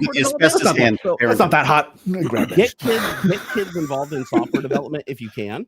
It doesn't have to be like writing code either. It can be something like Swift that's or, a good one. Just like drag and dropping shit. The thing I love about programming or ChatGPT. Get them on ChatGPT doing coding. I use it for all my. You ask me the last time I coded something without ChatGPT. Like, well, not even just. Oh, that's like saying ask me the last time I coded something without Stack Exchange, like or MSN or Google. Debugging is hilarious to me now because you just go like, "What the fuck is wrong with this code?" And then ChatGPT goes, "Oh, there's your problem." You know what I mean? Thank you. I mean, like, it's amazing. You know how many problems I solved at Microsoft by like writing the most spaghetti, embarrassing code you've ever seen in your life, but I got it working.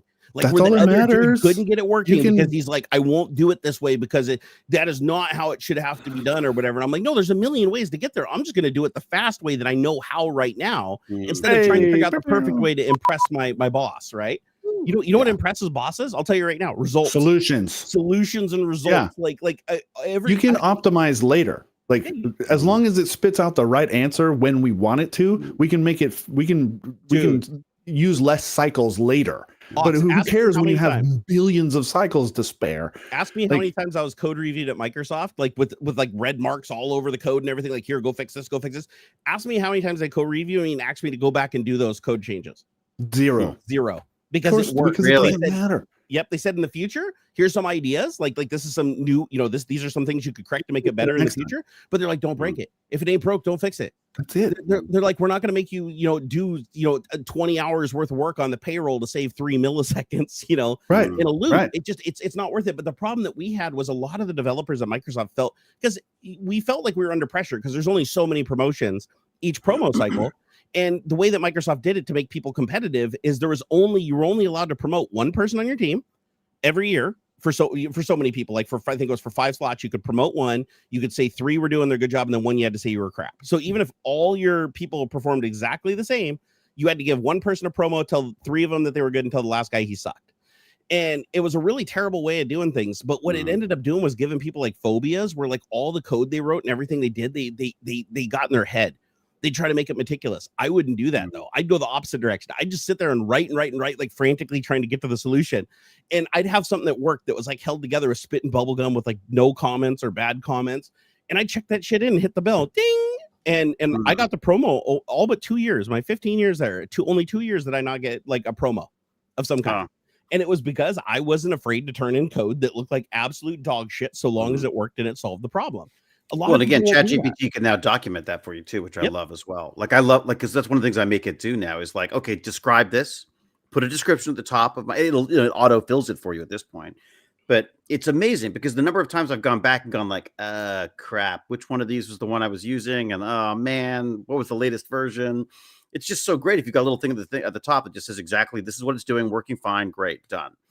Yeah, I'd always have the coworkers too that would come in and be like, oh no, that's that's a really clever thing that you did there, but you should have used like a different threading technique here or whatever. And I'd be like, hey, you're welcome to change it. It's checked in code. Like you can go check in your own changes. Like anybody can check in anything and we can review it, and if it's good, we'll put it in. And what they would do is they go and do it because it's really easy to look at something and go, oh, fixing this little block is this simple. But then you create a timing condition or a race condition or something else that breaks something somewhere else. And they don't realize that. They're like, oh, by making this like optimal here, they assume that the rest of the program is already optimal and will work with that change. They don't realize that it's like this cohesive unit that was designed to work together. And so there were so many times that people are like, oh, just change this, or I would have done this differently, or I would have done that. And it's like, yeah, if we were going to redo the project from scratch and you knew that ahead of time, sure, that's great information. But it works now. And they'd be like, don't touch it, because there's so many times. Oh my God, this was a common occurrence at Microsoft, still is today, is they call it break in the build. What'll happen is a developer will go back and he'll make some stupid change that's like barely cosmetic. That's just enough to break it and stop it from compiling because of like a typo, or they misspelled a variable, or it's the wrong variable, and they break the whole fucking thing and the whole build shuts down. It cost Microsoft $1 million. They got to respin everything because a developer went in there and like corrected a fucking spelling error in a variable, and it fucked up every other place it was referenced. Because every other thing was auto-filled from IntelliSense with the typo. Dude, you know how many times I fucking ran like I'm sitting there testing a build and it'll be like command will have 3 M's in it, and then the next build is broken. It's like, oh, build process broke down because the variable command with 3 M's or whatever couldn't be found. Because they changed it somewhere and it was referenced somewhere else. And so that's kind of like a funny running joke at Microsoft, is a lot of the old API and stuff, because all we do is, well, I say I'm not there anymore, but we build shit on top of API. That's what you do. You build a foundation, you build on top of it, you build on top of it, and then each iteration you're writing less and less code to do more and more work. Processors get faster, hard drives get bigger, memory gets cheaper, right? So if you go back and look at like some of the old APIs, it's like there's misspellings. Some of these APIs that have like 4 underscores in front of it because they had to create like 4 different revisions of it without breaking the specific revision that was already broken. Like one of the greatest examples of this that I've seen like in the modern day, like within the last couple of years, is I wrote a program, I think it's on GitHub, for Belkin Wemo switches. So I wrote automation for Belkin Wemo switches that could tell a Belkin Wemo switch, which is a proprietary device that you have to use Belkin's app on the phone to use. I wanted to control it over the network using third-party software, the open source software. Well, Belkin doesn't give you an API. So I went and created my own API for it. And it worked great on Windows 7, but then Windows 8 comes out and it stops working. Right. I'm like, why isn't it working anymore? Because the way it worked is it would create like a TCP packet and it would send it over the network to the device and tell it to do something. There was a bug in the previous API where they didn't put a termination character on the end of a string. And it would basically, the way that they fixed it in the future is they just automatically terminated the string. They just threw a termination character on the end of it. But because they did that in the future API and they fixed that bug in Windows 8, everybody had already compensated for that bug in Windows 7. Oh, right. So wow. Apps failed after that had the knock-on effect. Exactly. Wow. So once you break something, you have to leave it broken in a lot of these cases because people already worked around it. So if you can't fix it before like everybody implements it, you have to leave it broken. And that's actually one of the reasons why Internet Explorer doesn't exist anymore today.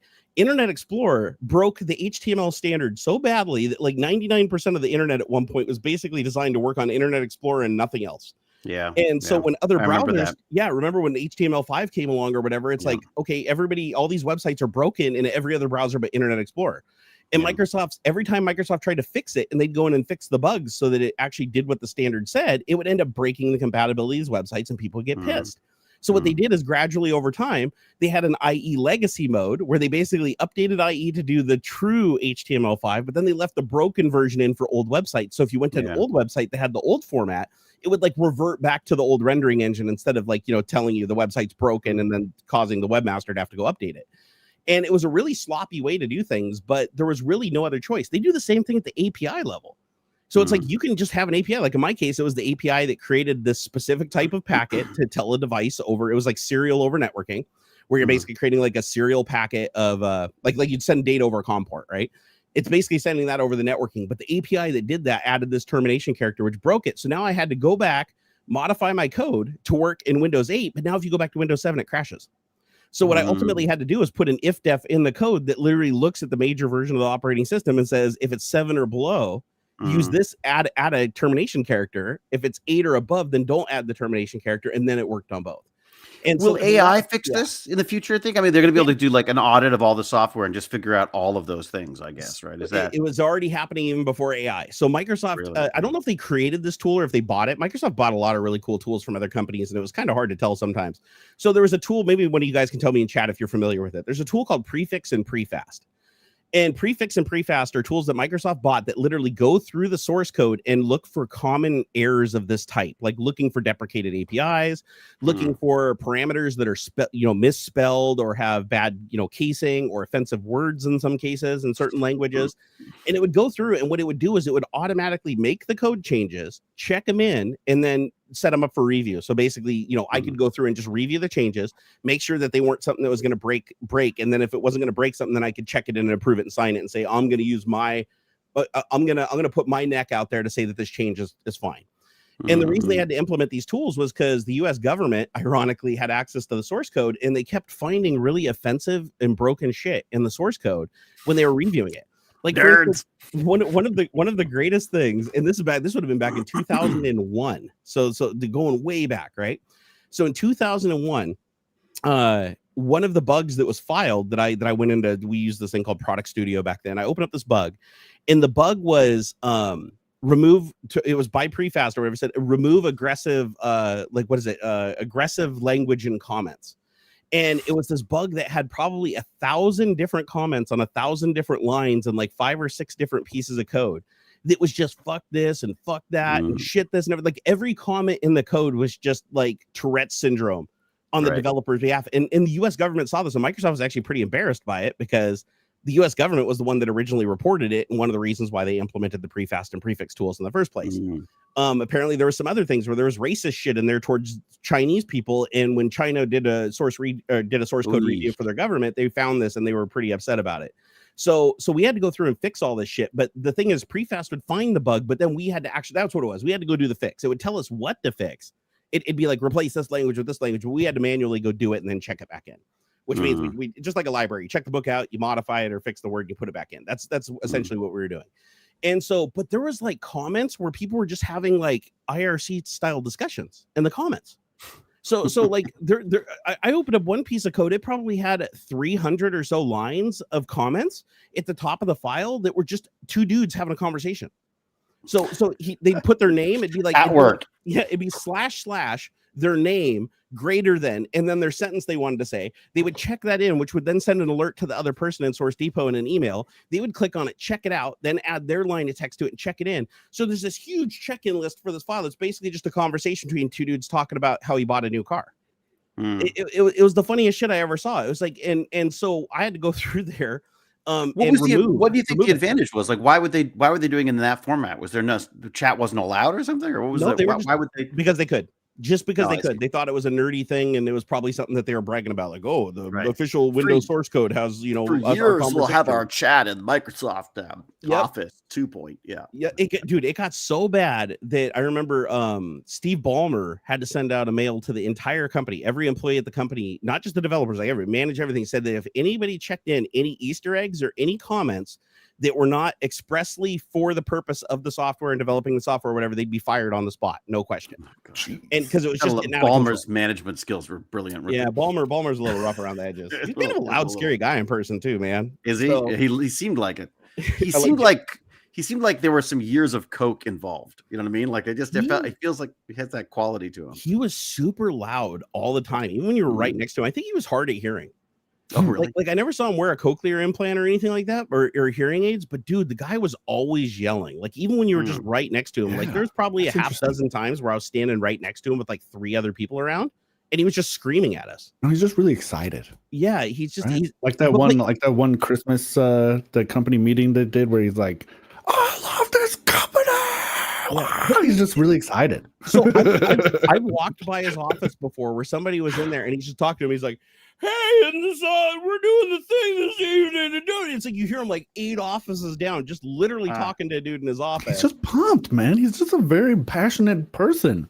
Yeah, he drank. I'm surprised he doesn't have diabetes. He drank a whole thing of honey. Like every day he'd have his little honey bear that he'd carry around on his desk, and he'd just be squirting that shit in his mouth. Oh my God. Oh yeah, that's got to be some stuff for you. Yeah, I tried that once when I went to PDX land because I didn't want to lose my voice, and I lost my voice every time. So somebody's, oh yeah, honey will help with your vocal cords. I sucked down an entire bottle. It was a small bottle. It wasn't even a big one. A small bottle like this of honey, and I got like some kind of weird toxicity from it or something. It was like after I finished the whole bottle, I went back and threw up in the hotel room, and I was shaking. Oh and yeah, not too much, man. Like it really messed me up drinking all that honey. Although, I mean, a jar of just about anything would probably do the same. True. True. Eat an entire jar of anything. You're like peanut butter, whatever. I mean, you're still going to be screwed. Yep. So as far as the AI thing, if we backtrack a little to where you said, can AI fix all this stuff? Can AI just solve all of our problems? The answer is yeah, it can. And one thing that I think AI is really going to be used for, and it already is largely, is when you hire a developer, you're hiring a developer based on their expertise in a specific language or a specific platform. So like when you hire a developer, you're like, what is your experience on Windows or Linux? And what is your primary language that you're comfortable in? Or what languages are you comfortable in, right? Because like at Microsoft, you know, we programmed in a whole plethora of languages, but the primary language of the operating system is written in a C and C++. Now, there's other things in there, like there's some active Perl elements and some things that are compiled where they have external scripts and stuff written in various languages because that's what the testers were, you know, good with when they wrote it. But the shipping product was mostly C and C++. Now you don't have to do that anymore. AI kind of solves this problem because now you can say, you know, we're just looking for developers that are just good coders in general, even if they're platform agnostic, and even if it's some weird obscure language, it doesn't matter because AI is really good at translating languages, not just programming languages, every language, spoken language. It doesn't matter what it is. Because it's syntax based. I mean, it makes sense. So now if I want to, as a developer, I can hire a developer that writes shit in Go and have it converted into C and C++. Well, so that's my question though. Like, does that make the majority of programmers obsolete at this point, or does it just make all of us? Are we all programmers now? So that's interesting. Are programmers obsolete? No, not yet, but will they be eventually? Because we're heading towards that point where the developer gets removed from the conversation. You know the part in Office Space where it's like the dude's like, you know, hey, I'm the guy that talks to the engineers and talks to the people because the engineers can't talk to the people. Like, that's my job. I'm a people person. I'm a people person. I can explain it to them. The engineers can't explain it properly, so I can talk to engineers. I can talk to people. Therefore, I have worth. Now you put AI into the picture, and it's very similar when it comes to code. Because what is a software developer? A software developer is somebody that you convey an idea to, and then they turn that idea into something functional that does what you want. So they're just a means to get there. What happens to the developer when you have the means to directly ask in plain language for something and get back exactly what you want that does exactly what you wanted? Yeah, that's and it's already happening. Like I can literally right now go to Chat GPT 4.0, click on the little microphone and talk to my microphone and say, hey, will you write me a Tetris game where this block is red and this block is green? And can you have a star field in the background and a scoreboard and give me a bonus if I do this? And I can go on and on and on. And it just craps out source code. And I can even tell it what language I want. Oh, I don't want it in Python. I don't have Python installed on my computer. I have Go. I have Go installed on my computer. I have JavaScript. Can you get it to compile? Can you get it to compile for you and stuff? Like, so you can literally get it to the point where you just literally just run a program. You're not even having to, because I still have to go back to Visual Studio and run the stuff and obviously get into issues even just with that. It's not perfect yet. It's not. I'm saying we're heading towards that. Like, it's not perfect yet. However, I will say that I did. If you go to GitHub right now and you do a search for GPT-4 Tetris, I didn't write a single line of that code. GPT-4 Tetris. I wrote an entire Tetris game in Python that's graphical with sound effects. I think it had a scoring system in it. It shows you the next block coming up, just like Tetris, as a 3D star field in the background. It was 100% written from a conversation I had with GPT-4. All I did was copy and paste. I didn't fix any bugs. I didn't remove any lines. Like, the end product was copy, paste, done. And I think the conversation was probably about 25 or 30 back and forths of me asking for things and asking it to change things so that the idea would come together. And to give you an idea of just how far things have come, I hit a bug where it wasn't rendering the piece properly. Like, the piece would come down and it would only appear once I got halfway down the screen. And I was like, what the hell's happening? I looked at the code briefly, but again, my rules were when I set out is that I only want to copy and paste because I wanted to demonstrate that anybody could do this. It was possible, yeah. So I took a screenshot. I took a screenshot of the bug actually happening. I uploaded that screenshot to GPT-4 and said, here's a screenshot of the problem happening where the piece is not showing up on the screen when it should. And it came back after analyzing the image, and it said, after looking at the image, it looks like your draw loop is wrong. You need to flip around these 2 lines of code. And it showed me which 2 lines of code, said, flip these around and it'll fix the problem. All I did was just copy the line, dump it below it, and run it, and it fixed the problem, and the bug was fixed. So I was able to look at an image of a bug of a graphical program running and the source code and be able to tell me how to change the source code to fix it. So that was pretty mind-blowing. And I'm not the only person that's happened. Dave Garage had the same experience. That's why I ended up doing it.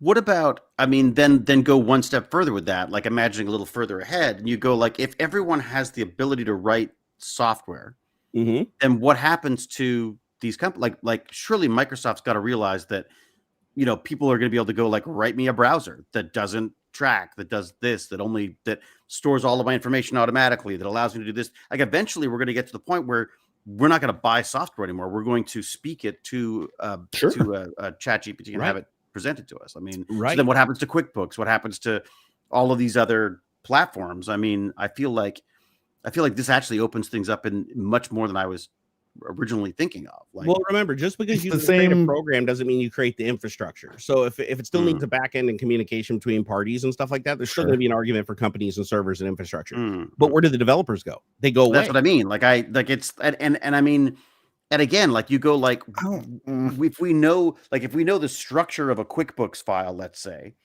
then why do I need QuickBooks to run that program anymore if I can create something that just does what I want? I only want it to do my books. That's all I want.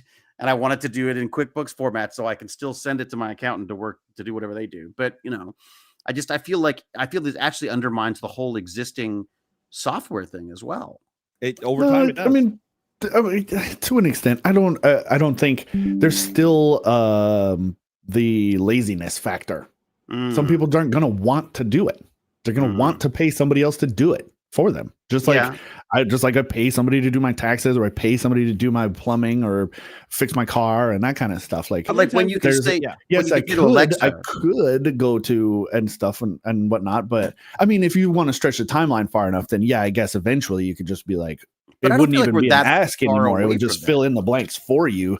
Like, you know, but if it can create like a Tetris game, if it can create a Tetris game though, then I feel like we're really close then, aren't we? I mean, we're then there. It's if it can write Tetris, it can write, you know, Bank Street Writer or whatever the old Commodore programs were that you know, I mean, like I feel like and I think that the hassle factor put it to the test. Like Loki Laufey's in the chat wondering like you know, if I get hired as a developer and I just use ChatGPT like surreptitiously, I suppose, like am I not cheating? Like am I and no, I don't know. That's going to be a weird morality question because like if you're still know what to producing, that's what I said. Like you still got to know what to ask. But then he's like, I can ask GPT to code the game and then Google up the words to use and the basic engine, blah blah blah. And so like maybe ChatGPT is the reason why Microsoft laid off so many people. No, that's because they acquired Activision Blizzard and there was a lot of redundancy and stuff. Like I bet a lot of that 1,900 people that got fired were like middle managers and stuff. But I do think their programming pool is going to get smaller. Oh, I mean, yeah, for sure. For sure. Because one person can do so much more coding with what is their thing, Copilot or whatever. There was no overlay in that acquisition. That acquisition was a game it was a game company that made their own titles. So Microsoft didn't have any internal people that were working on those projects or under that label. Those layoffs were directly because of AI.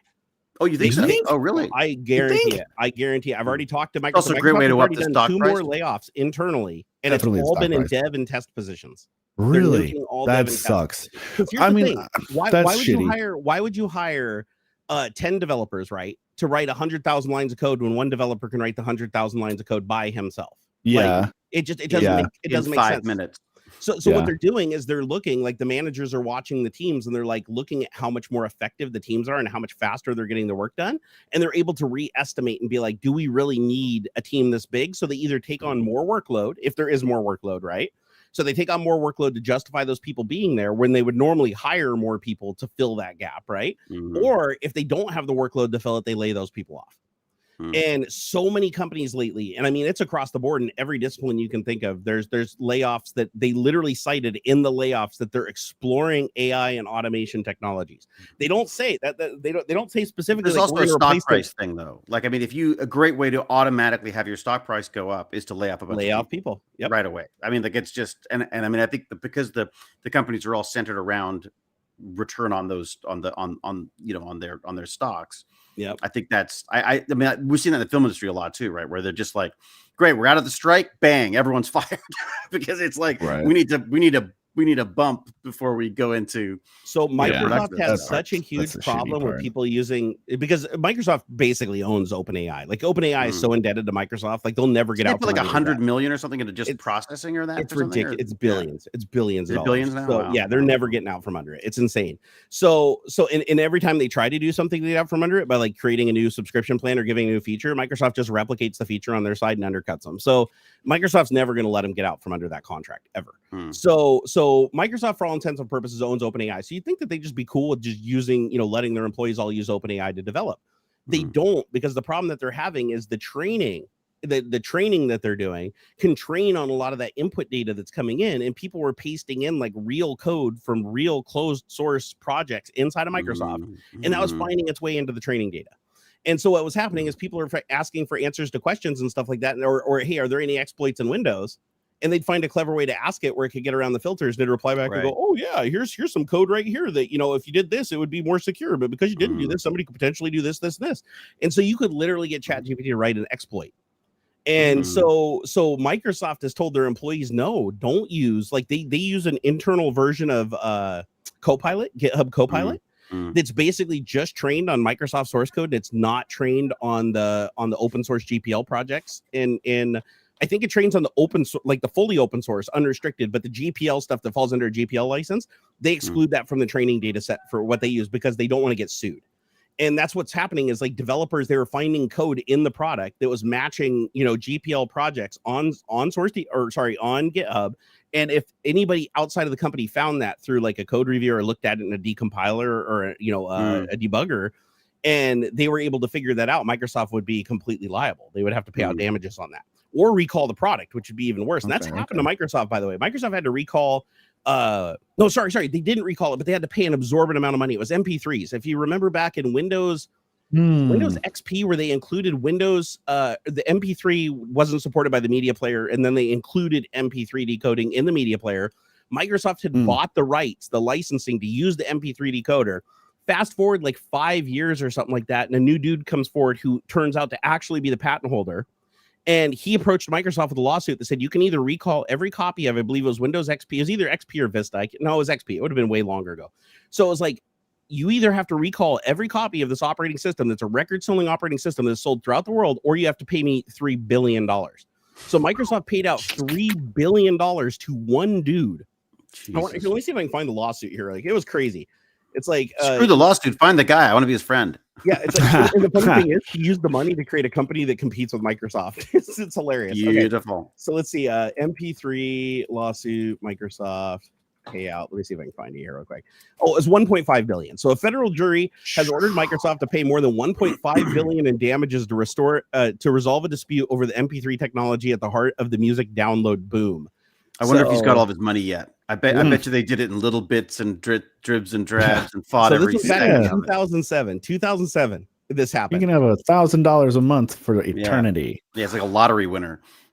Yep. It said okay. So the guy had a company. Was it Lucent? Oh, Lucent Technologies. No, this isn't the right one. This must be a separate lawsuit because there was one where it was a single dude. I imagine there's a few owned it.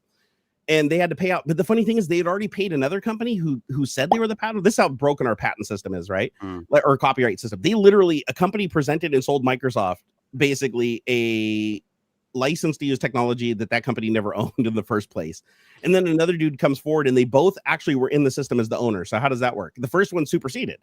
Did you see the movie about Tetris? Did you see that? No. Oh, you should check it out. It's freaking wild because it speaks about a lot of this stuff where like, because it's the old days, right? People will go like, oh, I got the rights to the game. And they're like, yeah, I just sold it to Russia. But I don't actually own them in Russia or whatever. Like I was really surprised how much I enjoyed that film, and I really enjoyed how much I enjoyed this chat. But I got to run because it's no worries, bro. Yeah, it was lovely to see you. I'm sorry I can't be here longer, but always a pleasure, man. Always a pleasure. We love having man. You. This is good stuff. Good seeing you.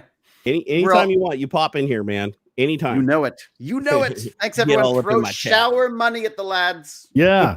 I'm going to shower. Actually, part of the one things I'm doing. Help me make my office fucking cool. Yeah. Let's make start by moving the vacuum cleaner just slightly out of range. They can't see the vacuum cleaner. Oh, sorry. Never mind. All right. Lots of love to y'all. Cheers. Peace out, bro. Bye. Oh my gosh, dude. I love having David on here. It's the greatest. And I know I've said this a bunch, but I know every once in a while, man, I remember like, oh, that's right. I'm kind of buddies with like Stargate dude, like a character. Like that's fucking cool as shit. Like that's the dude from Stargate, like Stargate Atlantis. Like that's so neat. Like I know that guy. Look, you see that guy? I know him. Like, that's the dude, the whitey tighties from Cube. You know, it's cool. I don't know. It's just, dude, it's surreal. Like the world has just become such a small place. The older I get, I swear. Yeah, dude, just like. I mean, I guess just actually, yeah, just thinking about that in a broader sense too. Like I've met some really amazing people, like some very heavy hitters in certain places. And it's like, oh, and they like recognize me. That's the craziest thing. It's like, it's one thing to meet somebody, right? Like, oh, hey, hey, I'm this person. But then like the next year, and I've never really spoken to them much, but they recognized you at like a con or something like, oh, hey, what's up, Houston? And I'm like, oh, yep. You know my name? Like, you remember me? That's so cool. You know? It's so cool. It's crazy. Like throughout my voyages, like if I look back at like, because the thing is the lines are getting blurred, right? Between like internet celebrity and like TV celebrity or movie celebrity. Oh, sure. Right? Yeah. They're getting so blurred. But if I think back to it, like TV celebrities, like what we grew up and what we considered a celebrity, right? Yeah. Which doesn't fit the mold of today. But let's just use that as the lens. Like some of the people I know off the top of my head that like know who I am and I know who they are. We've hung out, we've done stuff, is like Jake Lloyd, who was fucking the kid from Phantom Menace. Right. Yeah. It's like I know him. I used to do his tech support problems and help him out with his live stream before all the bad shit happened to him. You know, it's like he got Gina from Trailer Park Boys, the little girl that grew up in Trailer Park Boys, right? It's like I know her really well. We're great friends. You know, some other people that I've met and I've talked back and forth with is what's his name? He goes by Chair Handler on Twitch. He's the kid from Walking Dead, Carl from Walking Dead. Okay. It's like all these people that it's like we watched on TV and like in these movies and stuff. It's just weird to think. It's like, oh, that person knows who I am. Like I've had interactions with that person and they, you know, we've gone back and forth. And then like, you know, and that's not counting like the YouTube people. It's like, you know, I've actually had like hour-long conversations with Felix, or, you know, everybody knows PewDiePie. You know, where I've had like video calls with like really all kinds of really big guys back in the day. Like when Boogie, you know, Boogie and I still talk all the time, but you know, back in the day, Boogie was huge with like the Francis stuff and everything, right? He was like trending. And so it starts, the world starts becoming a small place. Like once you kind of get into that world and you start, because then you somebody finds you and then they know a person and then that person knows a person. And then like through the grapevine, you just get connected. Right. You know? Yeah. Like one of the biggest things, I'd always get contacted by like, you know, somebody of some celebrity, and they'd want to ask questions about something like 3D printing, for instance. Right. That's how I ended up talking to Felix, like PewDiePie. He at the time was the #1 biggest YouTube channel in the world. Right. And dude, like literally calls me up on a Skype call and we talked for like 3 hours about 3D printing. He ultimately decided it was too hard and wasted too much time, so he didn't do it. but me and him were supposed to go to PAX. I ended up going by myself. Oh, right on. Remember that stormtrooper suit I wore, the 3D printed stormtrooper suit? So he was supposed to have the another matching suit. We were both supposed to print a full suit, and so there was one that was 3D modeled and custom tailored for his body, and then the one for mine. And we were both supposed to 3D print and assemble the parts, and then we were going to meet up to PAX at this booth for, I forget which company it was. But we were supposed to both be there, right? Okay. And he ended up backing out of it just because it was too complicated. The 3D print, it took too much time. 3D printers weren't that reliable back then, and it just his management were like, no, like there's no way Felix is going to be able to like meet this obligation. So he ended up backing out. And I did it myself, but we talked for hours walking him through like how to use a 3D printer, you know, common problems you'll run into, how to work around them, you know, best methods and practices and stuff. He's actually a really, really nice dude. Nice. But yeah, it's just crazy to think about that. Just like some of the people that I've encountered, you know, it was cool. And I got to go down and hang out with like all the Newegg guys. Like back in the day, I used to like fangirl all the time.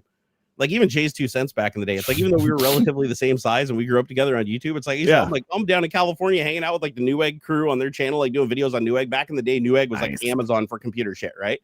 It's like back then everybody ordered everything from Newegg. Everybody knew what Newegg was. They had their own channel called Newegg TV. And it was just like, I don't know. It's surreal. I think they still do some live streams. They might. And it was just so surreal that people would just like pay to have you like fly down and hang out with them and do video stuff. Yeah. You know, that was like just the weirdest thing back in the day. You're just gonna call, be like, oh, here's a plane ticket, here's a hotel room. Just come and have fun. You know, and I was like, I miss those days. That was a lot of fun.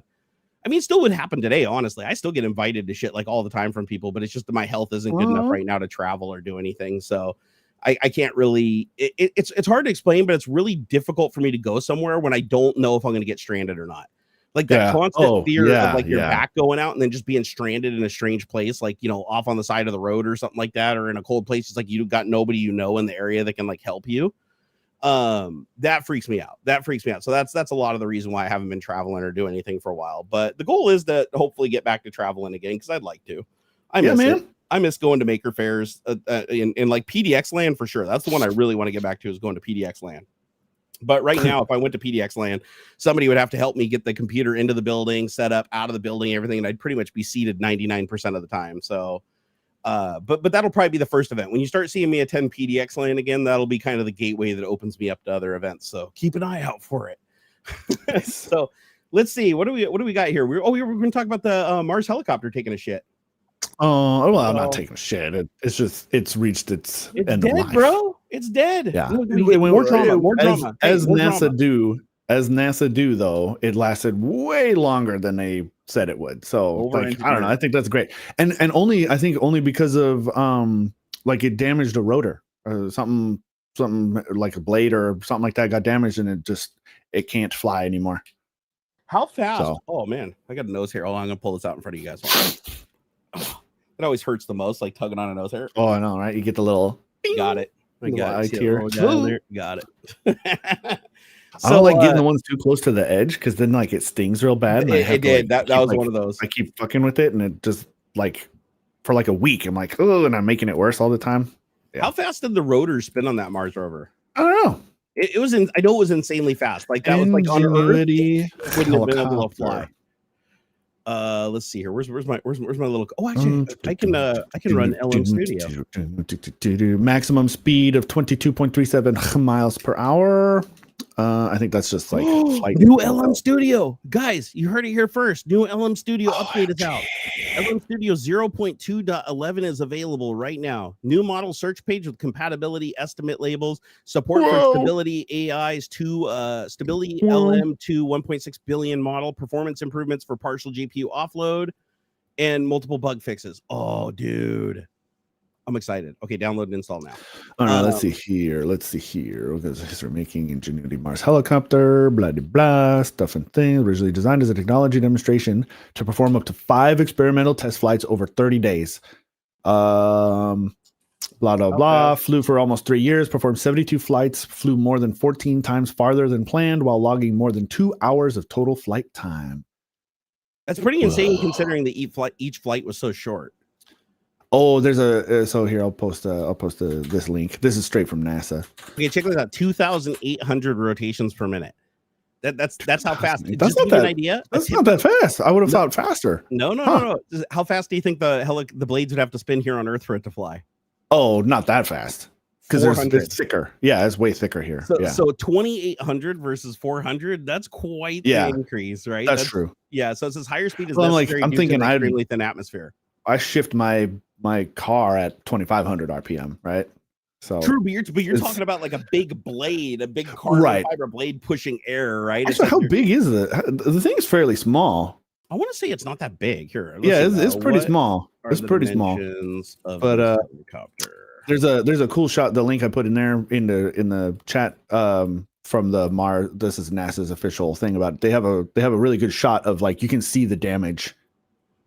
There's like in the shadow at least. Oh, so it took a pretty hard beating. Yeah, like a fat chunk come off of the edge of one of the blades. Oh, that's sad.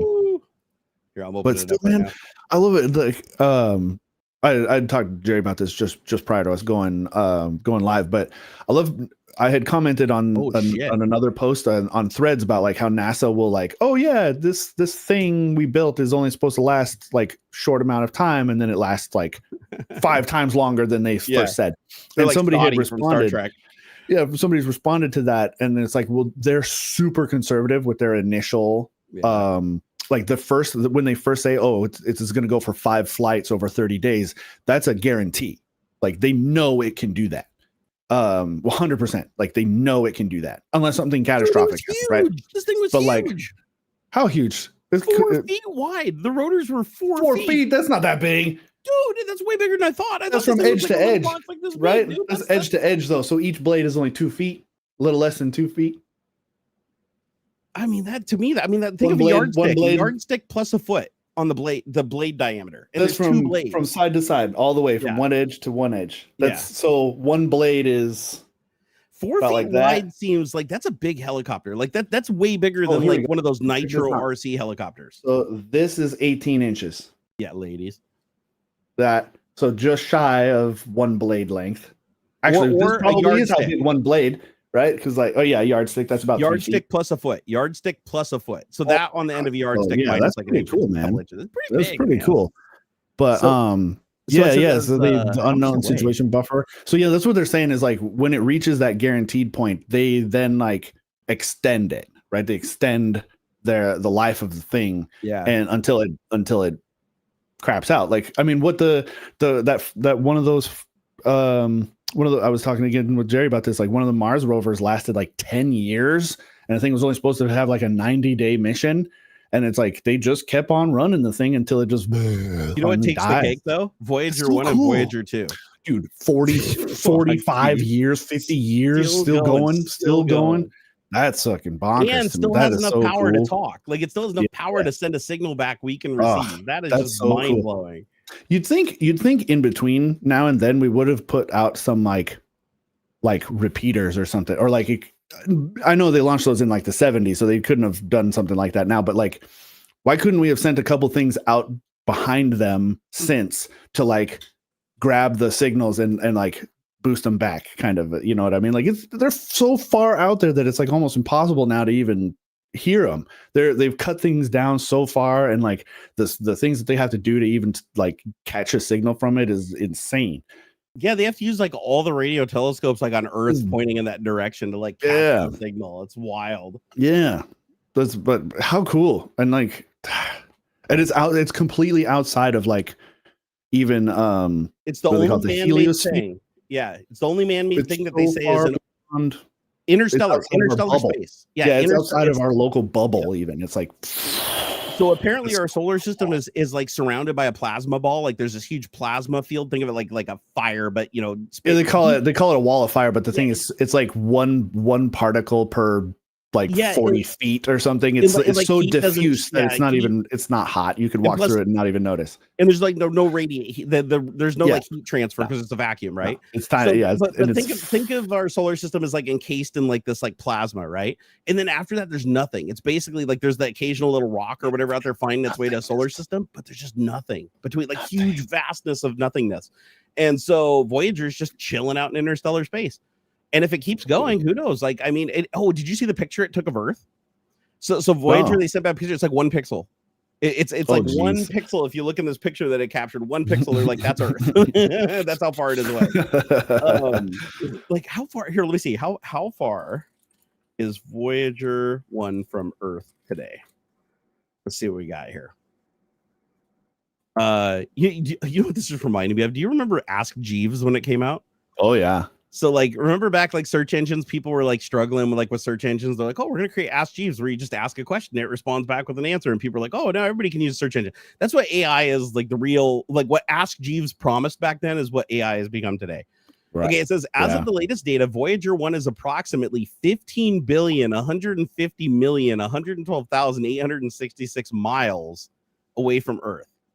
It says please note the distance is constantly changing as Voyager 1 continues to journey throughout space.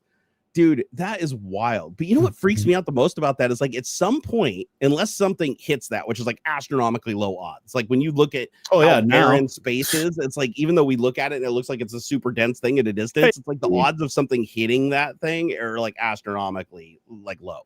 So, well, I mean, it's floated for 40 years. Oh, what do we got? What do we got here? What's going on? 200 sexy sexes. Oh, hell yeah. You know what I realized? I don't even have the... Here, I'll turn on the fog cannon for you and let it warm up over here. Remind me, I'll give you a little squirt here in about 5 minutes when it finishes warming up. But yeah, in the grand scheme of things, that's not far, Graham. like when you think of like the light, that's another crazy thing. I always think about this. I like to just sit sometimes in bed when I'm going to sleep and I just ponder all these like really crazy things. And it's like we interpret everything through our eyes as the speed of light, right? For everything for us seems instantaneous, but nothing is instantaneous because that light takes time to get to your eye, right? So for us, it's like if you're 100 feet away from something versus a foot away from it, it's like technically that is taking longer, but it's imperceivable because of how slow our brains are in comparison. But over the interstellar size of the universe, light is slow as fuck, dude. Like light is molasses. Like what did they say? It's 8 minutes. 8 minutes for a photon to get from our sun, the big burning thing in the sky. It takes 8 minutes for that photon to reach Earth. Because it's like, far. It just or 20 minutes. 20 minutes to get from here and to Mars, like on its closest cycle or whatever. It's like, what is it, like 20 minutes round? It might be a round trip. I think it might be 10 minutes there, 10 minutes back. But like a huge delay. And this is light. And you're like, and we don't know of anything that goes faster than light other than like neutrinos and shit and quantum mechanics and entanglement and stuff.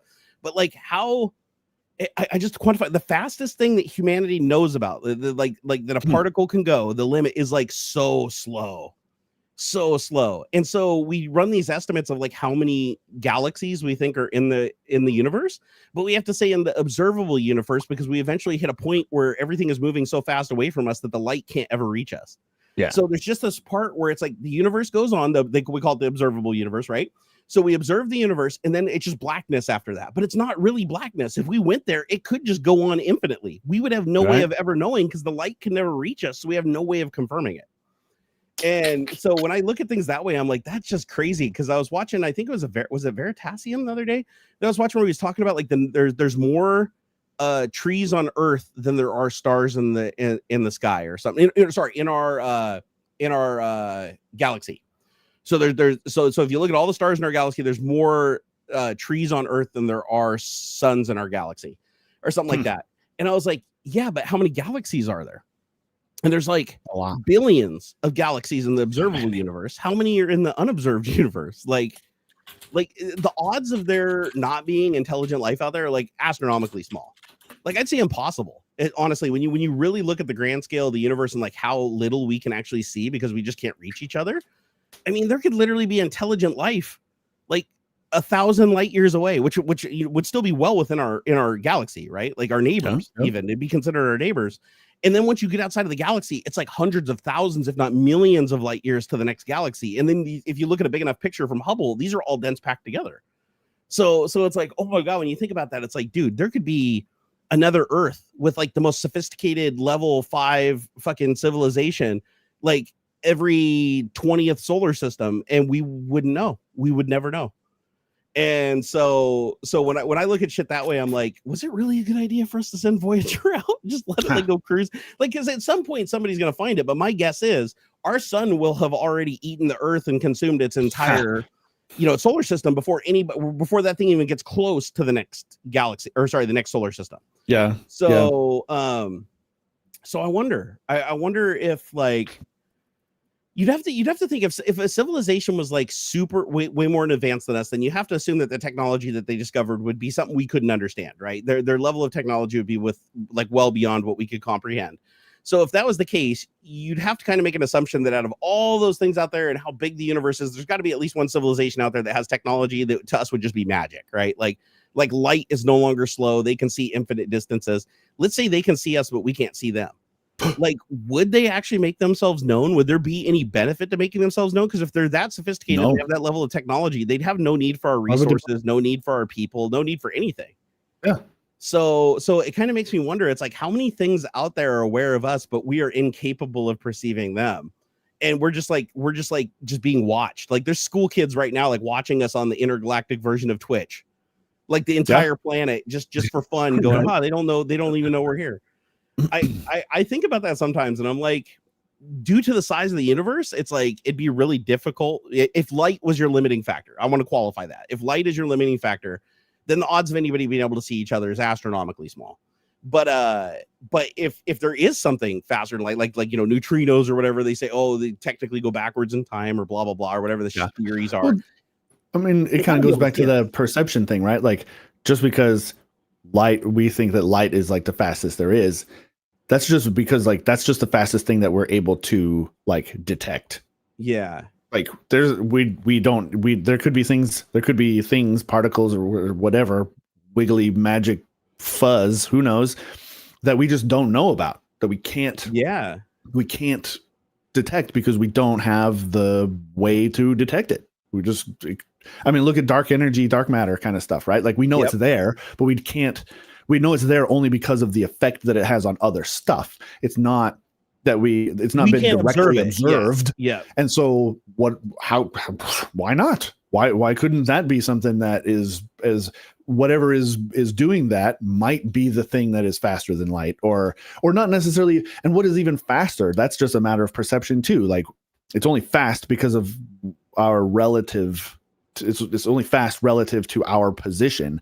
It could, that's all that's kind of stuff is, I mean, you start getting into relativity and all kinds of weird, wiggly nonsense stuff that doesn't really make sense, What if we reach a certain level of technology and then all of a sudden aliens just show up because they're like, like the Prime Directive in Star Trek, where we've been here the whole time. We've been here the whole time. We've been watching the whole time. Hell, tell. we watched your planet be born. Like hell, we dropped the seed there or whatever. They're for all intents and purposes God, right?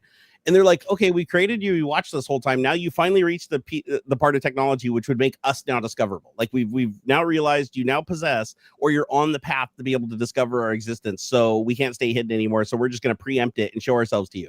Question: would they show themselves to us and be like, hey, welcome to the club of being potentially an adversary, or would they just kill us while they could, just so they don't have to fuck with us later on? It does make you wonder, because you're like, if you were.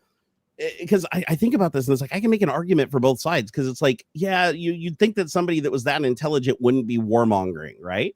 But that's not really true, because look at Germany. Germany was like technologically advanced beyond everything, and what do they fucking do with it, right? Try to take over the world. Hubris. So I don't think that level of technology would make you any less or more evil. But the other thing is, like, we see evil and right and wrong is a product of our own sensibilities, right? Yep. What if the sensibilities of an incredibly intelligent creature is destroying us isn't like a bad thing, because the way they perceive existence isn't the same as us? Like they don't believe in like souls or death or anything. They're just like, all we're doing is converting their biological matter into something else that's less of a threat to us. We're literally just moving the dirt off this mountain over here, and there's no intellectual connection there. There's no emotional connection. To them, they wouldn't see it as a bad act, and nobody in their civilization would see it as a bad act, because they're like, we would expect somebody else to do the same to us if they were in that situation. Like that would logically make sense. And so the more I think about this shit, I'm like, I'm kind of glad that we're in our own little corner of the galaxy over here, and as far as we know, not perceived, and nothing's found Voyager as far as we know yet, because anything that would be that advanced, like I'd actually be more worried about the less advanced civilizations. Like if somebody out in deep space, they fucking fly through a wormhole or whatever, and they don't know where the fuck they popped out of it or whatever, and then they come across Voyager and they're like, hey, there's a little blue planet over there we never would have seen without the coordinates on this damn thing, so now we're gonna fly that way. And then they just show up on our doorstep, and their one little shitty ship that would have been seen as their civilization as a short bus could wipe out everything we have, like literally take over the whole planet, like without even breaking a sweat. That's kind of crazy, because if you think about it, it's like if you see an ant on the ground, it's like your car. Like if you have a boot, your boot can destroy that civilization. Like there is nothing they can do about it. If you were an alien, like you might be seen as the weakest thing to your civilization, but to us, you might be like the same as every single nuke combined. Right. Like you might have a button you just push that just makes planets disappear to get out of your way, so you can keep going. You don't have to steer around them, right? It's like that might just be your level of technology. The more I think about that, I'm like, you know what? All odds considered, I think it's probably a good idea that as far as we know, we're not discovered yet by anybody else.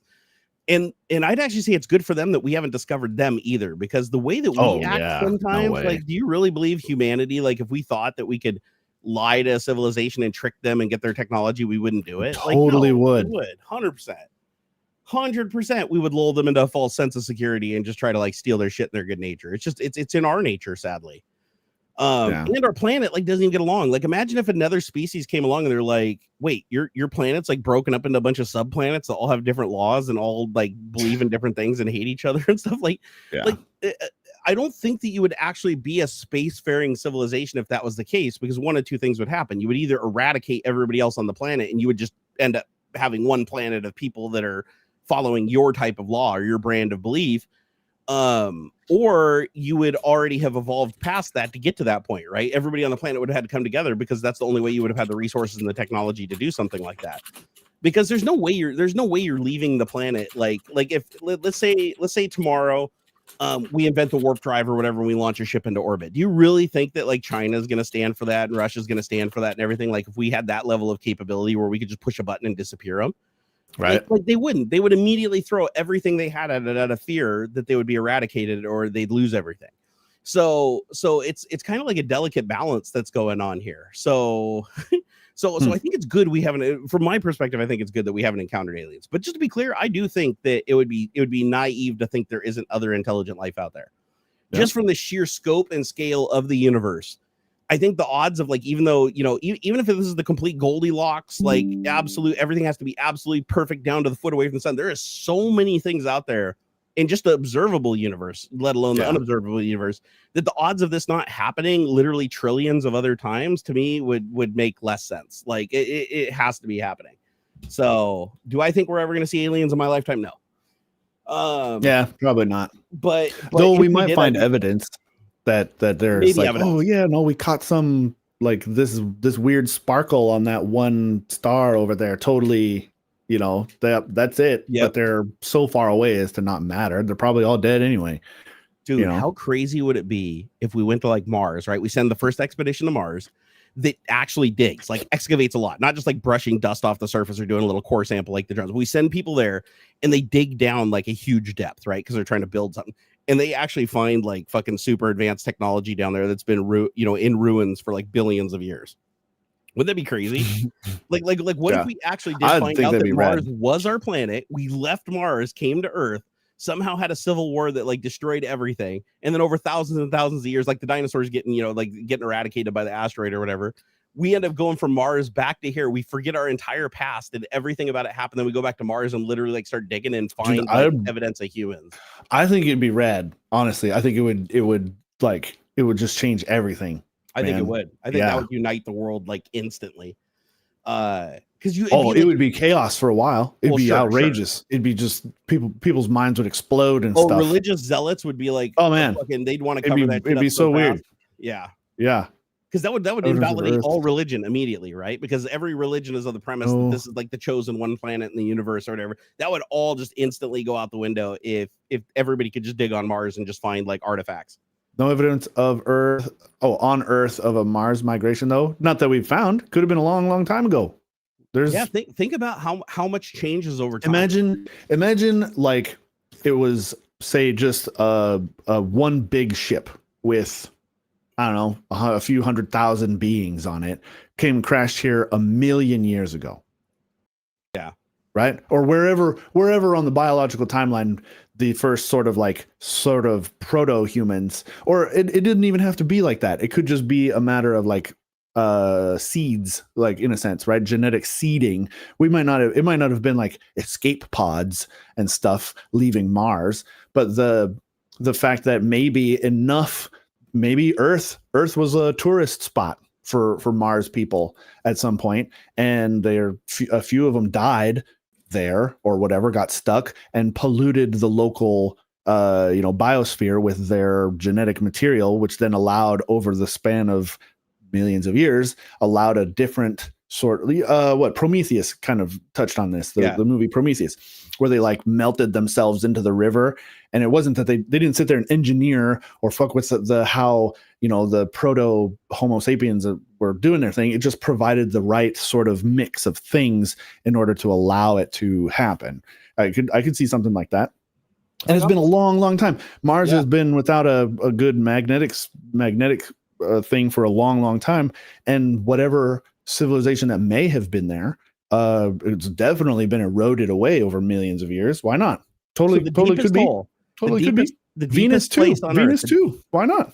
So check this out. We've only been like a handful of times down to 36,000 feet. That's roughly like how high a jetliner flies when you fly somewhere, right?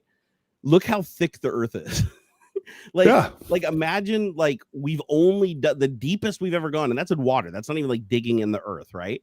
We've gone down 36,000 feet in like one location on the planet, like a handful of times, and didn't do any like deep exploration, didn't dig, didn't extract anything. Imagine like millions and millions of years ago, like there were probably places on the planet that were exposed that are now covered up just from fucking dust settling on Earth from micrometeorites piling up over massive amounts of time.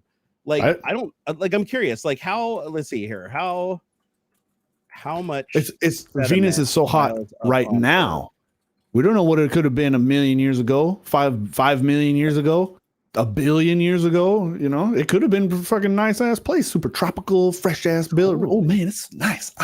It's a little warm, but until it all got coated in CO2 and horrible acid rain, that could be in a geological sense, a fairly recent happening. We don't know. I just feel like we haven't really like reached. I don't think you've even landed anything on Venus. We know less about our oceans than we do about like our solar system. Moon?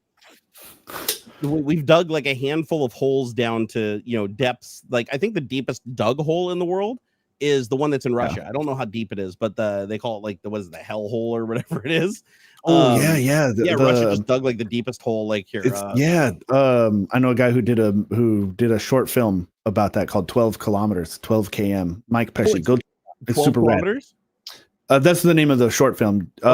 It's password protected though. Like you DM him on Instagram. It might take a while for it. He gets thousands of fucking DMs about this every day. So why does he have it protected? I think it's in part kind of a publicity thing. Just it makes it interesting and dude, he gets messages asking for it. I'm sure people have copied it, put it on YouTube. So Russia's Kola Peninsula near the Norwegian border in the 1970s, they dug a hole to 40,000 feet deep. So not that much deeper than we went down into the ocean, right? So 7.6 miles would be the distance. So which is just is that it? Nothing.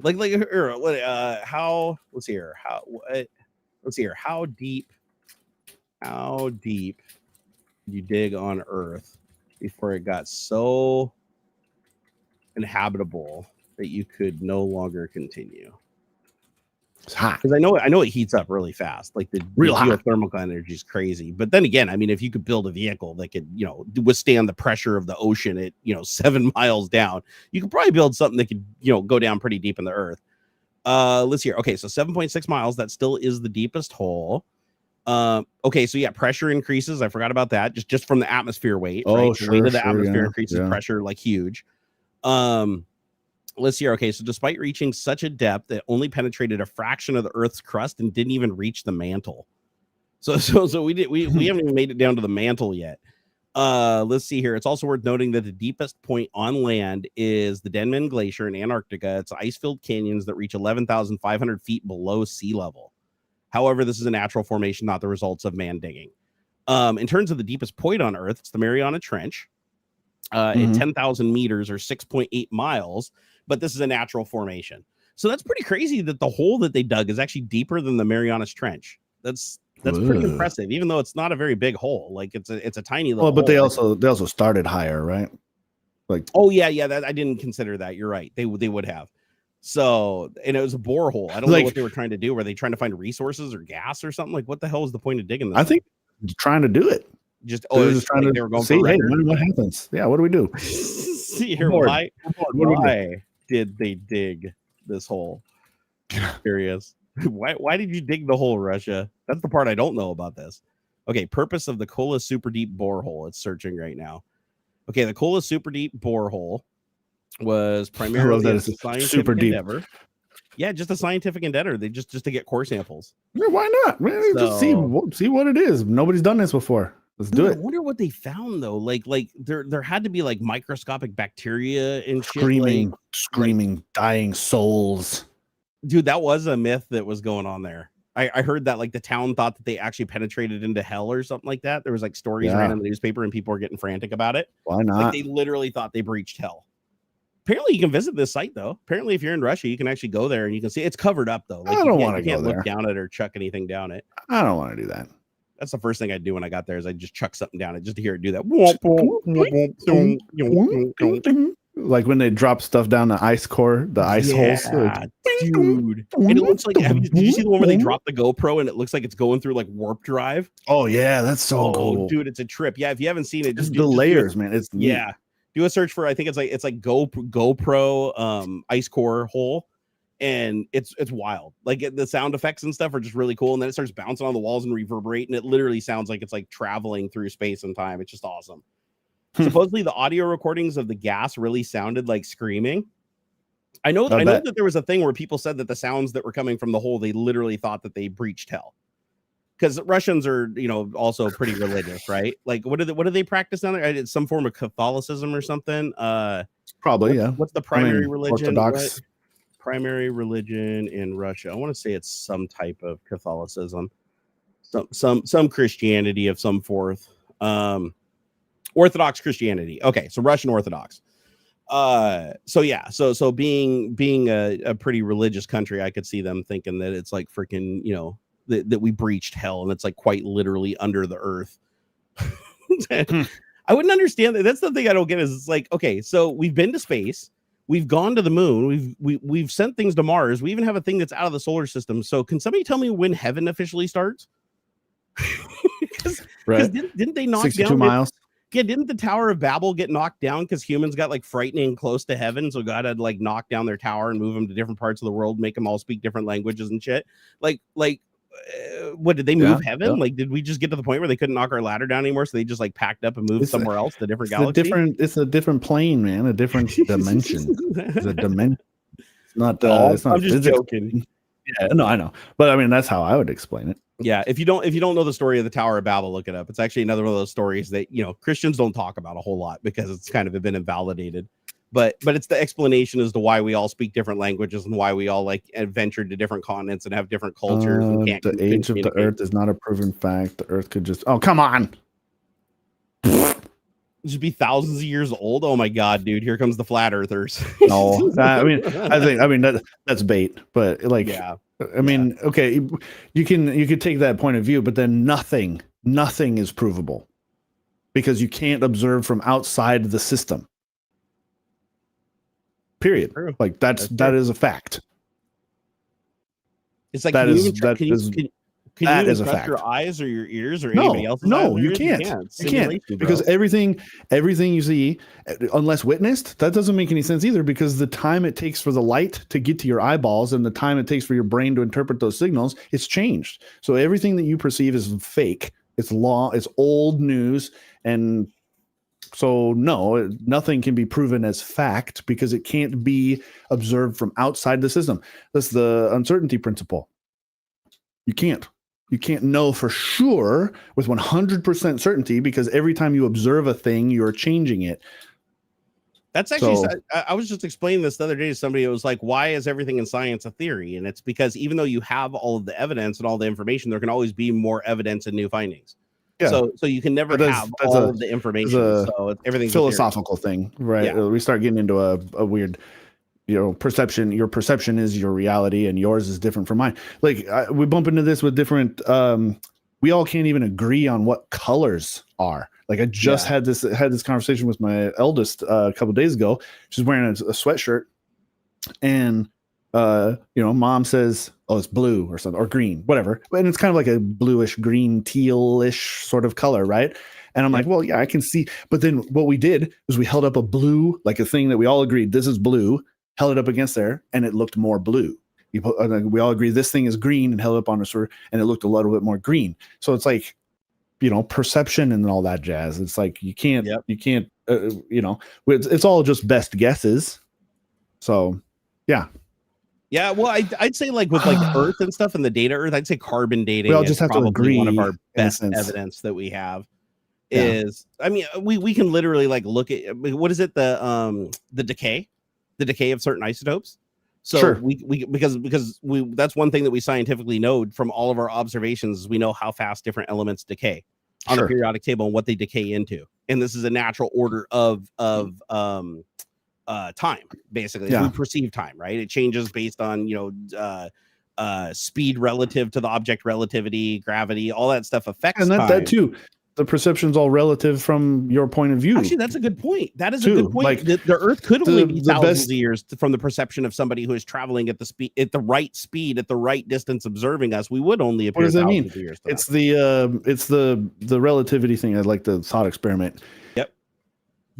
Let's say you are on a train that's moving past the platform, and you drop an apple out of the window. To you, you see it go whoosh, right? Like. Only because the air is pushing it. In the vacuum, it would just fall straight down. Right, but I, standing on the platform, I see the apple fall straight down. Yep. Who's right? Well, both of us are. Wait, like how you could the apple fall straight down? Because that's what I would see from my perspective, standing on the train platform. The apple wouldn't go. What? So the guy's in the train and he drops the apple, right? Yeah, he sees it drop as a curve. Why would he see?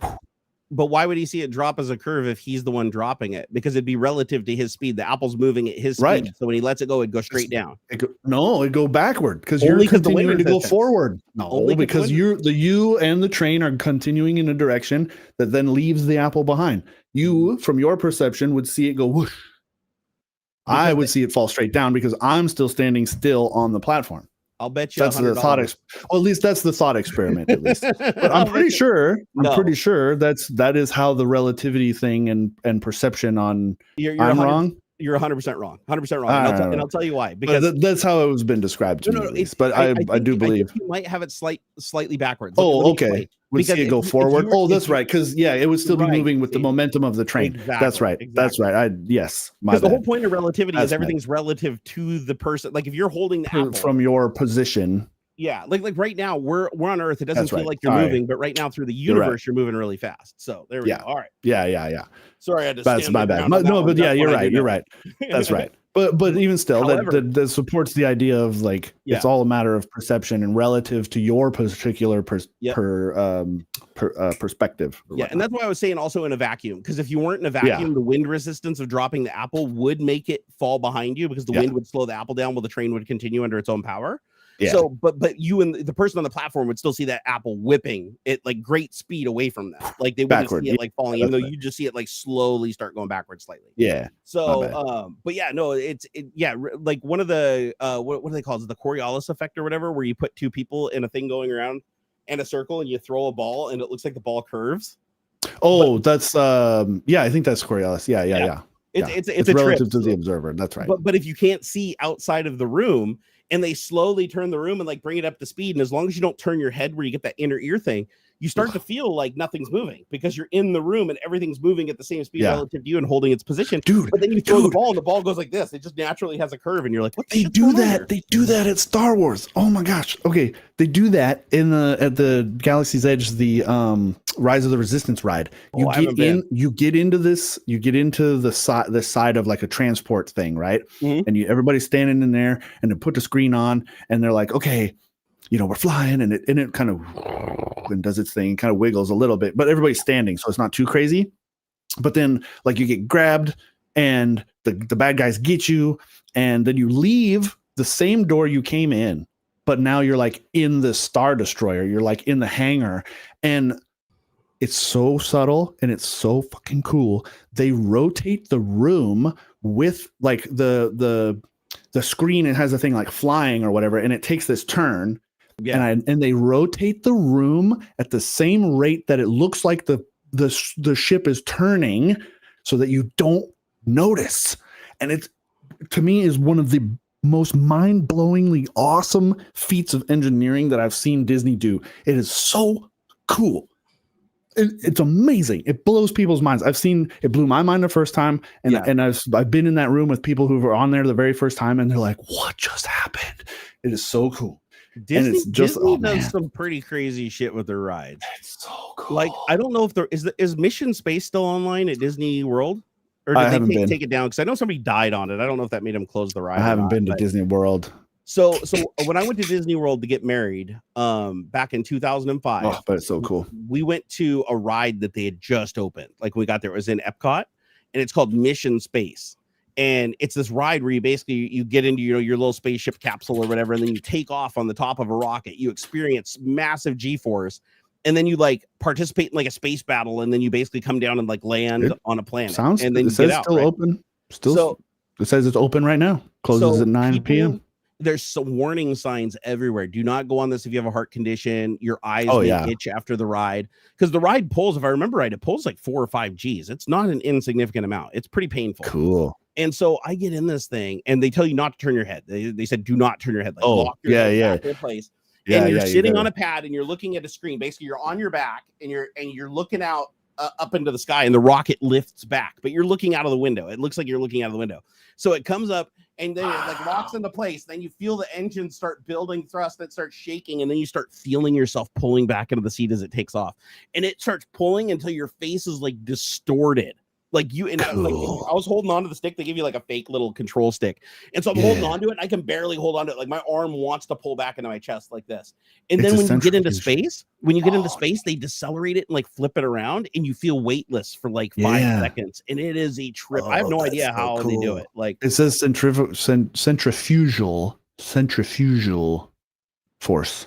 I mean, that I don't want to say centripetal because that would piss off our math people. It would. It's centrifugal forcings. Has anybody shown the mechanism? Like, it says the attraction is a multi-arm centrifuge that achieves the illusion of acceleration by spinning and tilting sealed capsules during the 4-minute mission. Fans blow air gently at riders to help avoid motion sickness, and a magnified display in front of each rider simulates a window to space with high-resolution computer-generated imagery. The attraction exposes riders to forces up to 2.5 G. That's amazing. 2.5 Gs. That would make me so. That'd be a lot. For me, it'd be a lot. 400 and some odd pounds. 440 pounds. So check this out. When I went there was only one mode. Now you can get on the ride and either do orange team or green team. Back then they just had the most intense one. So it looks like they backed off. Cool. But it says for your safety, if you have high blood pressure, heart problems, back or neck problems, motion sickness, or other conditions that can be exaggerated, do not ride this ride. Yeah. That's so cool though. But dude, it's a trip. It was, and then the other one that was more, I think, like the experience you had is when I went to Disneyland with Jay. They had what would it used to be called? It's that one where you go into a big room with a bunch of people, and then there's like a robot flying like a ship, like in Star Wars. Oh, like Star Tours. Star Tours, that what it is. Yeah, okay, yeah. So Star Tours, I was like shocked because that ride's been around for like a long time, right? They revived it. They've done better. I could not believe how realistic that feels. Like when the ship's like rocking in and out of stuff and fighting and get hit by blasts and stuff, you're like, holy shit, how are we feeling these forces? Right. Like it's pretty intense. Like I'd love to see like what that room is sitting on. Like that's the coolest part about Disney is like the Imagineers, right? They call their ride people and whatnot. The best job ever, dude. Every part of Disneyland, at least I haven't been to Disney World. It sells the illusion and it's so good. They do such a great job. The rides, especially the newer rides, are amazing. Oh man, it's so cool. And like especially the Rise of the Resistance one is incredible. It's like because it's like all brand new technology stuff. It's so cool. Oh man. I'm sad that I never got to try that. Because they hide it so well is the crazy part. Like there's one room that you go into that has like what is probably like a scale, like proper scaled there's like AT-ATs, right? The big 4-legged robot ones, and they're freaking huge, and the room feels enormous, but it's like, where are they hiding it? Where did they put it? Because you're outside and you see some rocks and stuff and you can kind of see where maybe some of the ride is, but like most of it has got to be underground, like Pirates, right? That's like a 60, even Pirates, the room you go into has got the boat attacking the fort. That's like 60 feet up, but you're way underground. Where where the fuck do they hide that stuff? It's so amazing. And think about how subtle the movement is of the platform for you to not notice it's moving for the next movement. Like because it's setting up for the next movement, right? Yes. And the way that they're doing it, it's like you're like, how is there enough runway? Like, how is there enough physical space to give me these sensations? So cool. It just doesn't make sense. It's so cool. And that's where the illusion comes from, right? Oh, by the way, I owe Gamers Unite and Daniel Frost a big blast. Oh, yeah. Here we go. Let's give it to him. Yeah, dog. Woo! Yeah. Gotta get some. Yeah. Fired up the smoke machine. I was gonna use it, goddammit. Everything down to the sounds, colors, everything. Everything is engineered to sell the illusion. You are in a completely different world, and they do it so good. It's man.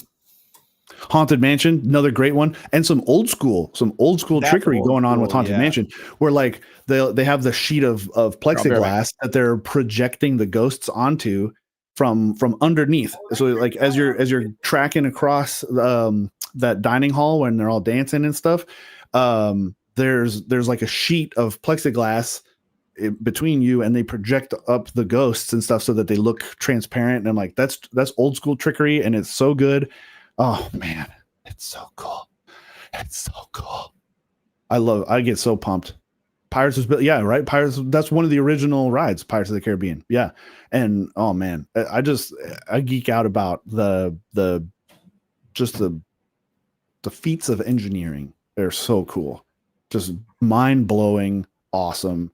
So cool. When I was a kid, the ghosts in the haunted house creeped me out so bad. Right? I was so scared. Like how they got the woman's head floating in the fishbowl thing, and it's just like a old school projection map. Like it's just so neat. The good trickery that they do is so cool. Or the ballroom, where you look down the ballroom and you see the ghosts like flying around the chandelier. It's just projected onto a sheet of plexiglass or something really very, very transparent, so that and then it's a matter of darkness between where you are and what you're looking into. You can get a similar effect by having your lights on inside and then looking in or looking out, sort of. You can see your reflection, right? And it's stuff like that. It's so cool. It's so cool. The 360 walkable surface they just announced too. That's so cool too. Oh my dude, how does that work? I've looked at it like 5 times trying to figure it out. And I cannot figure it out. It's super cool. So remember how imagine the floor is a bunch of these, but the tops pivot too, and the ring spins. So when you step on it, so they're constantly at a bit of an angle like this, but they can go like this, and the ring spins too. So it's kind of like the wheels on one of those forklifts. Like the omnidirectional wheels on a forklift, but simpler. Sort of. There's a ring on a rod. The rod can pivot, and the ring can spin. So it's like this, and this can go around like this. And you're riding on the edge of the round part. Thing pivots too. So there's constantly the ring spin. That's what you're walking on, is the ring, and one edge of the ring is always at the surface. Dude, when I first saw that, like I thought it was CGI. Like because you can't see, it's like so small, you can't see the mechanisms rotating when the guy's walking. It's really neat. I'm like, all I see is he like walks towards the edge and it like pulls him back, and I'm like, I don't see nothing moving. Like nothing looks like it's moving. It's difficult to describe in 2D, but actually I think I can show you kind of with this ball mount. I think you said excellent. Like that actually makes perfect sense, because if you're riding on the edge, if you're riding on the edge of that while it's going around, you're walking on the edge of this, right? And so this spins as you're walking. But then when you change direction, it also rotates. And there's a whole array of them moving together. Bunches of them. Wow. Yeah. Isn't that so cool? Oh man. And then what's going to be wicked is if they can take and make it so like blocks of those can move up and down, you could do stairs. Right? Yeah. So I mean, I don't see why you couldn't. Yeah. If you just have like a grid of hex, like a bunch of lifters, hex grid lifters and stuff. I don't see why you couldn't. Each one has like a rod underneath that they can go up and down like 6 or 12 inches or whatever. Yeah. And that you could be like running along, going upstairs, downstairs, going back and turning around. The only thing I don't get is like, how would that feel having no inertia? Because you're running, but you have no inertia. So like you're hauling ass, and then you just stop dead, and there's no inertia because you're just like standing in the same spot. Sure. That's mess true. With your brain. That might Oh, I'm interested. I'm interested to see how that works. I want to try it. Because here's the thing, your brain really makes up for a lot of the experience when it comes to the feeling of motion. Like like when I play Gran Turismo and I go up over a hill, there's this one track that I go where there's a hill where you go up over the top of it and the car kind of gets light and the front end lifts up and slams back down. Yeah. In VR, every time I go up that hill, I feel floaty. My stomach feels floaty and I get that elevator float effect. And then I come back down and it's like I'm just sitting on a bed. I'm not moving. But every time, like I never got used to it. Every time around the lap, I feel it. And so I'm like, if you could do that, just adding a little bit more to it, a little bit more motion to it would amplify that sensation. Like one of the coolest simulators I've ever done for like racing sims is I went to CES. And this was back in, I think, 2017. I went to CES with the Haddington Dynamics guys. And they had a racing simulator there I got to try because the dude knew me because from my old videos that I did with racing simulators. And he had a simulator there. It's like a $50,000 simulator that had like this D-box motion system on it. So it could do this. So the simulator could move like 6 inches up in the front, 6 inches up in the back. It could do side to side like this. And it had belts that you put on, and the belts had motors that would pull the belt. Yep. So you had like these straps and it would pull you, you'd feel it yank you back into your seat. And I was like, it feels weird, but then you put on the VR headset and you start doing laps. And after about 1 or 2 laps, your body starts to feel like you're really moving and you really feel acceleration. You really feel braking. Because what it's doing is when you slam on the brakes is it leans the thing forward and that shifts your weight forward. So you feel like you're falling forward and that feels like braking, like your and then it amplifies it because what you're seeing is a hard stop. And then you feel the subtle stop and your brain fills in the gap and it feels like you're really hard on the brakes. And then when you hit the accelerator, it leans back 6 inches and pulls the belts tighter and tighter and tighter as you accelerate with like more turbo boost. And so you feel like that sensation of being pulled back, it literally feels like you don't feel like you're at an angle. It doesn't feel like you're doing this. It feels like you're just getting pulled back and stopped. And I was like, dude, that is cool. So I wonder if it's similar where you're running on that platform where your brain just kind of like fills in the gaps after a while. And it's like, oh, you're running and in this direction and the visuals are showing that you're making progress in a direction. Therefore, your brain simulates that feeling from the combined senses. So cool. Because that'd be my biggest fear is like you're hauling ass running and then you because of the inertia, you basically whip back really hard and just launch yourself into the wall. Man. All right, I gotta go. All right, bro, get out of here. Right, thanks everybody. Bye. Have fun. Follow me on the social medias and stuff. I'm the same name everywhere. Same name everywhere. Forever and always. Bye, everybody. Peace out, Broham. And then there was one. I'm gonna zoom this out a little bit. Hope you guys are all having a fantastic Saturday. Sorry, I was absent all last week from Twitch. I didn't want that to happen, but I've been having some issues that I'm dealing with and some family stuff and nothing you guys got to worry about, but I gotta figure some shit out. But I'm hoping to return this week because I need to get back to streaming on Twitch big time. Why do I look so much lower when I'm in this mode? Let me see if I can fix this really quick.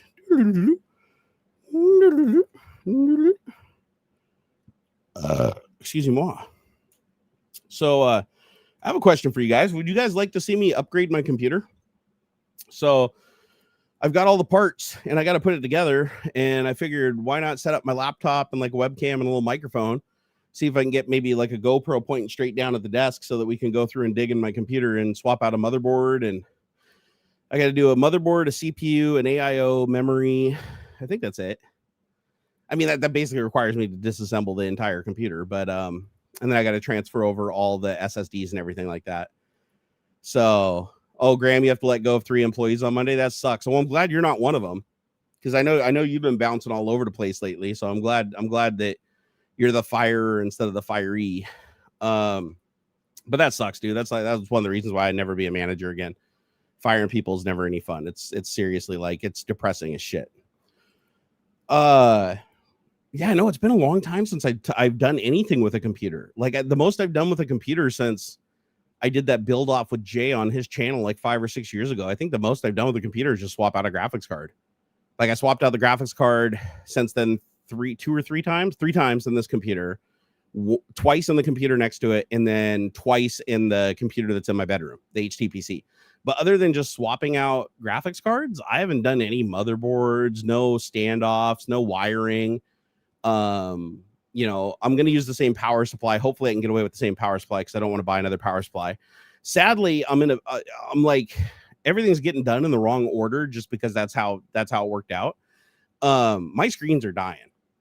I got to figure out a way to replace these screens. So I went and looked though, and screens are actually getting cheaper. Like as long as I don't try to go for like a modern technology, as long as I go for like 4K HDR, you know, normal backlit, no full array backlit lighting or anything. If I go with a screen like that, you can get them as cheap as $350 or $400 for a 50-inch screen. So I could replace all 3 screens for like $1,200 plus tax, which would be something that still would be a huge stretch for me, but a lot better than like $3,000 it was going to be, or $3,500 it was with the LG C1s back before I sent those back years ago. But these screens are dying. This screen over here looks like it's braille. Like I can see every backlight shining through except for the ones that have burned out already. This center screen, it's flickering now in the corners. The backlights are like, they're starting to delaminate. So they're in this weird state where they just, when the monitor turns on for like 15 minutes, they just start flickering. So my screen is just constantly flickering in the corners. And it's got 1, 2, 3, 4, 5, 6, 7, 8, 9, 10, 11, 12 dead backlights, or sorry, delaminated backlights in this one. So it looks like there's 12 flashlights shining through the back of the panel. And then this screen over here only has a couple burned out or a couple delaminated backlights, but it also has a cluster of dead pixels in 2 places.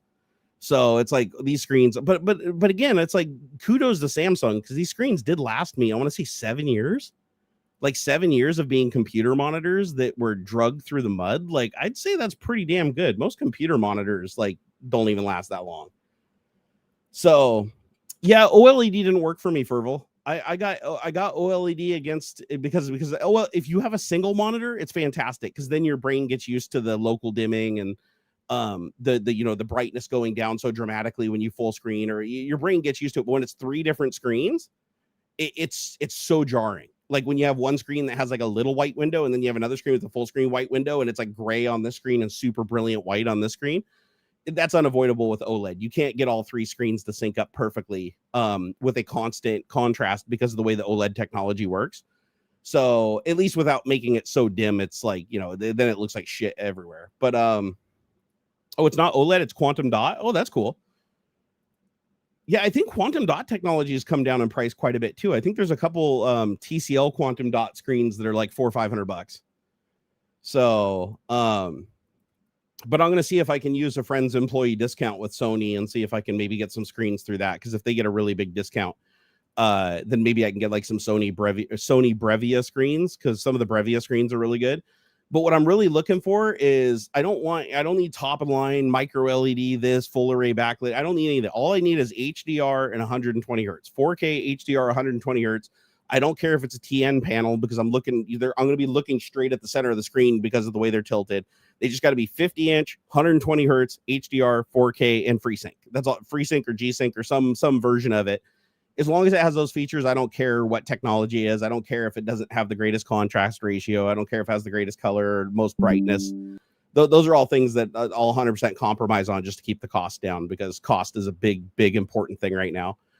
But the nice thing is like, because I have such amazing friends, you know, and Nvidia provided the 4090. It's like I have a 4090. I'm going to be upgrading this to 13900K, and the only thing I had to buy was the AIO cooler and the memory, the DDR5. But that was really expensive. Like I wasn't expecting the memory to be that expensive, but DDR5 is fucking expensive. My God. I don't know why, but the problem is because the 13900K is a dual channel platform, you don't want to install 4 RAM chips because it'll slow down the system. And what I'm doing is super RAM speed intensive with the AI stuff. So I did the DDR5, not the fastest. I did the DDR5 6,000 mega transfers a second. And I did 96 gigabytes, because to do 128 with 264s would have been like another $100. So I was like, you know, I rarely get up over 100 gigs of primary system memory usage. And now that I got a graphics card that's doing most of the AI stuff and has 24 gigs of RAM, I figured, you know, dropping down from 128 down to 96 would be fine. Like just to get the extra performance, I think it'll be worth it. But the neat thing is now I'll be able to take that motherboard and CPU, my, what is it, X9 something? Here, let me see, sysinfo 32. Yeah, the i9 7940X that came in this system from Puget back in 2017 or 2018 when they built it. I'm going to move this motherboard, CPU, cooler, memory, and everything over to another case, and that'll become Xander's first gaming PC. That's not like a laptop or a tablet or something. So, and I'll set it up too so that he can remote it, so that he can play games on it and stuff over the network on his using his tablet as like the display device, because he likes to run around and game in different places and stuff. He doesn't want to be tied down. So, but that'll be like his computer that he can always stream stuff from. So I'm excited to build that for him. T Matrix, good for gaming, 164 hertz. Voodoo, how much is a T Matrix screen that's 50-inch?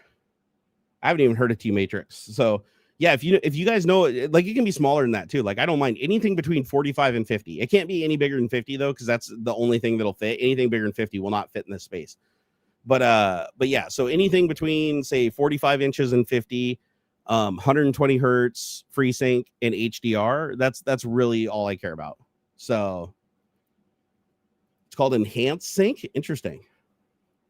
Yeah, of all the screens that I looked at, it looked like TCL and what was the other one? TCL, and there was another brand that are more known as like generic brand names or Insignia from Best Buy. Like, I'm not going to go top of the line. I'm not like the LGC ones. That was back when I could do something like that. Now I'm way away from being able to do that anymore. So I got to make sure that anything I do is not going to cost like $1 bajillion. And I may even only do 2 screens. I haven't decided yet. So my OCD is going to hate it if I just do 2 screens, but also if I just do 2 screens, it would free up a lot more space over here to have a camera at eye level and to have, like, you know, put like the stereo receiver and stuff over here where it's like directly in my line of view. And then it would also free up another slot for the Vario Aero to have a second DVI without me having to disable and re-enable things. Let's see. Oh, $500 for a 30-inch. Yeah, 30-inch is way too small. Have I considered using VR headset for a screen on the desktop? Yeah, it's not good enough yet. It's not good enough. And it's too hot. Like wearing a headset for, like, you know, 5 hours at a time on your head, just the strain that it puts on your neck and everything like that, and being detached from the environment. It's not good for that yet. One day it'll be there, but not yet. It does look cool though. Like, when if you're just sitting back and watching like YouTube and watching movies and stuff, VR is fantastic. But for like working a desktop with multiple screens and everything, it's just in all the small text and everything like that. It's still not good for it. Yeah, the Quest 3 isn't good enough. Not even the Vario Aero, which is even way higher resolution than the Quest 3, it's close.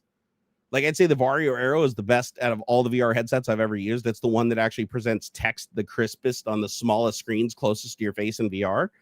However, it's still just it's not there. It wouldn't be a good experience for like doing a bunch of work with Multimon.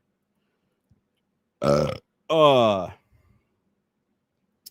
yeah, I'm thinking driving 2 screens would also give me a little bit more performance, because I wouldn't need the third. I mean, I'd have less. The thing that I like about 3 screens when I'm live streaming, I can have one screen have all of the live streaming stuff. I can have one screen where I can search the web and everything. Then I can have another screen that has like the chat and stuff like that up on it, and the activity feed and any of my automation running over there. But if I had 2 screens, I could still find a way to break that up into quadrants and put it on there with 4K pretty easy with low DPI, and it'd be fine. So I'm just trying to think in my head. I'm like, I've always had a 3-screen setup to have the surround, but am I going to be doing any surround gaming? Because like if I do any gaming that requires any more than 1 screen width, I'm probably just going to do VR because I prefer it for gaming.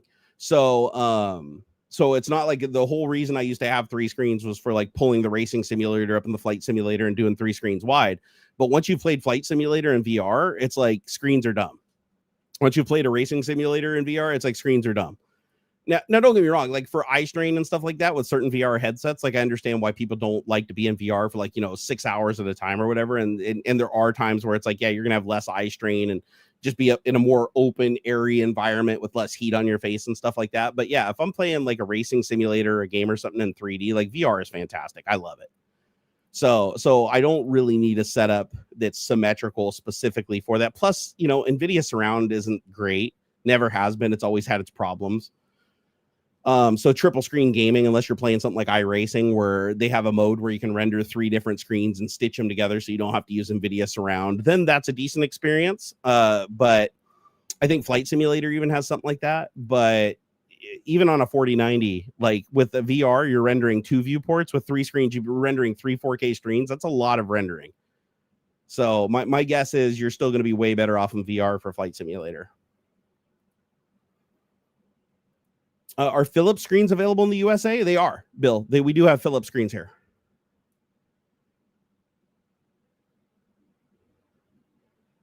You're in VR for like 6 hours a day, lost on space things. Oh man, dude. I know people that are in VR. Like my son, My son on average plays VR about 4 to 5 hours a day. Like if it's on a weekend and he doesn't have school and he can play VR throughout the day, he'll just sit down and game for 2 hours at a time. And then he'll go through like 2 battery packs or whatever, put it back on the charger, come back, take a rest, have some food, come back and play again. But he's kind of grown up with VR. So he is so accustomed to it. Like he could just live in a VR headset. Like when he comes out of a VR headset, he doesn't look fatigued. He doesn't look tired. He doesn't have pressure marks on his face or anything. Like it's almost like his body just adapted perfectly to VR. Like when he's in VR, he is super comfortable.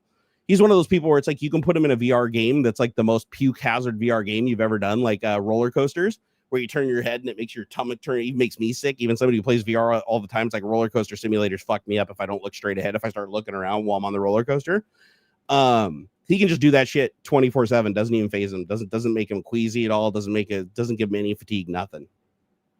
I'm jealous. I wish VR would take off more. Like I know it's gaining momentum and it's getting bigger all the time.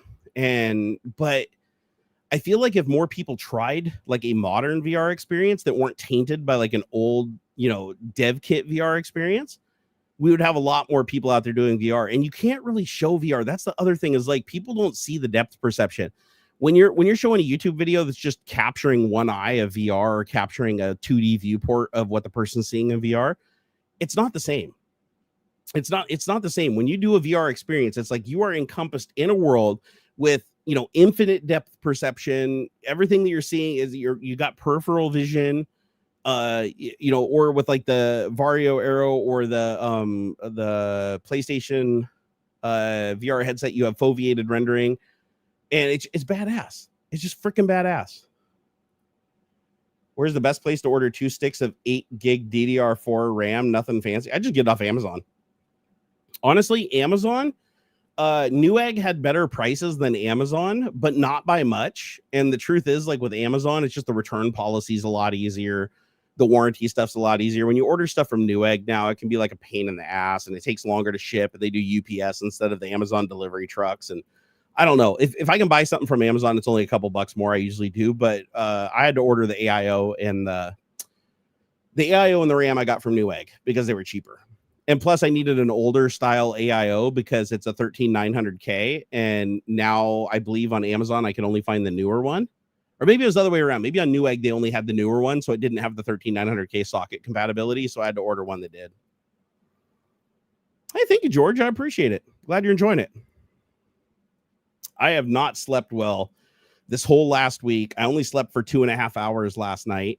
That's fairly typical for Tech Talk, though.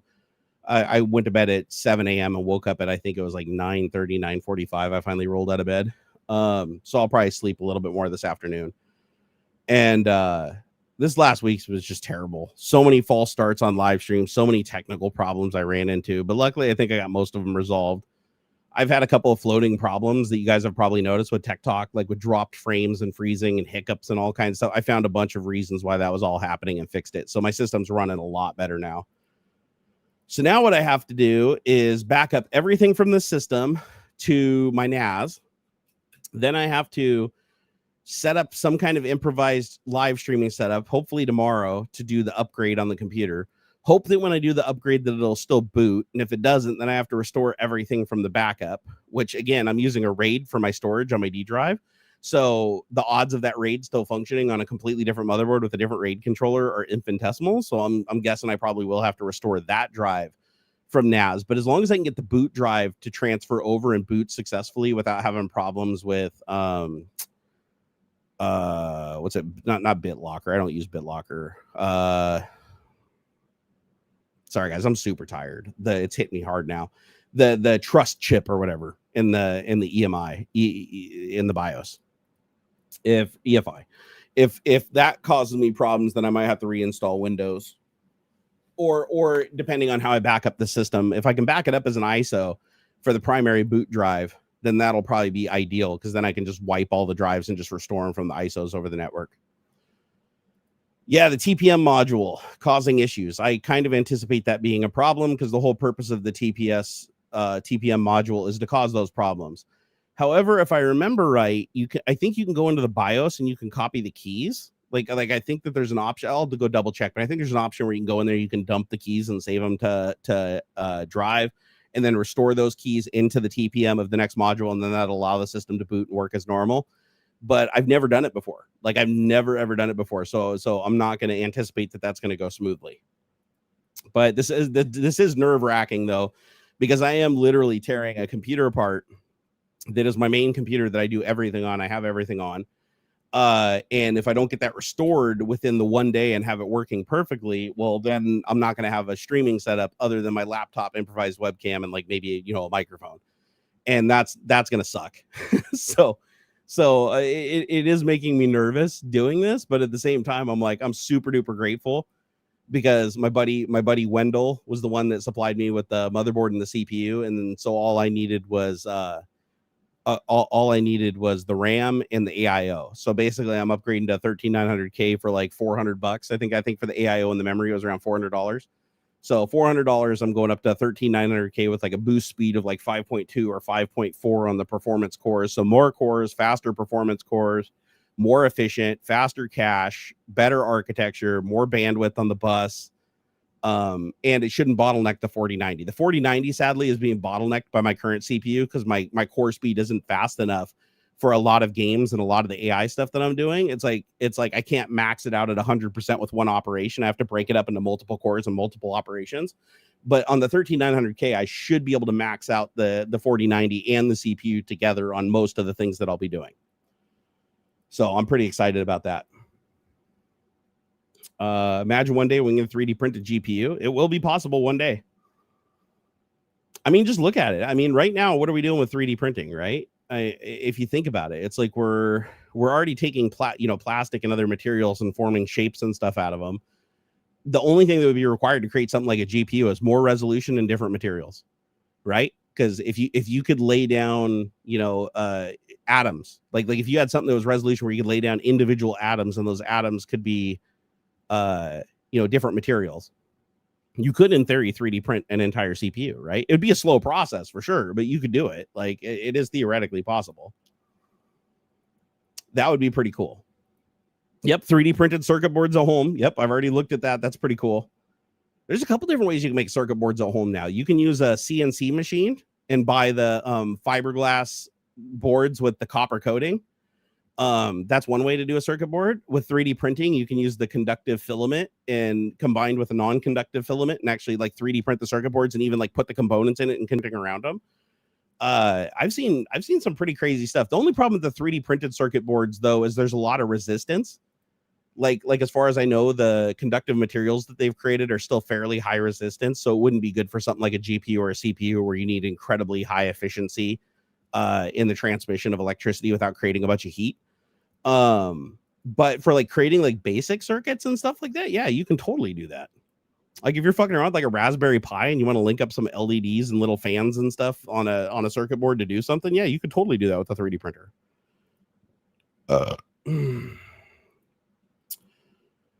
Clone the boot drive as a backup. Why not get Xander's case first and dry run your build into it?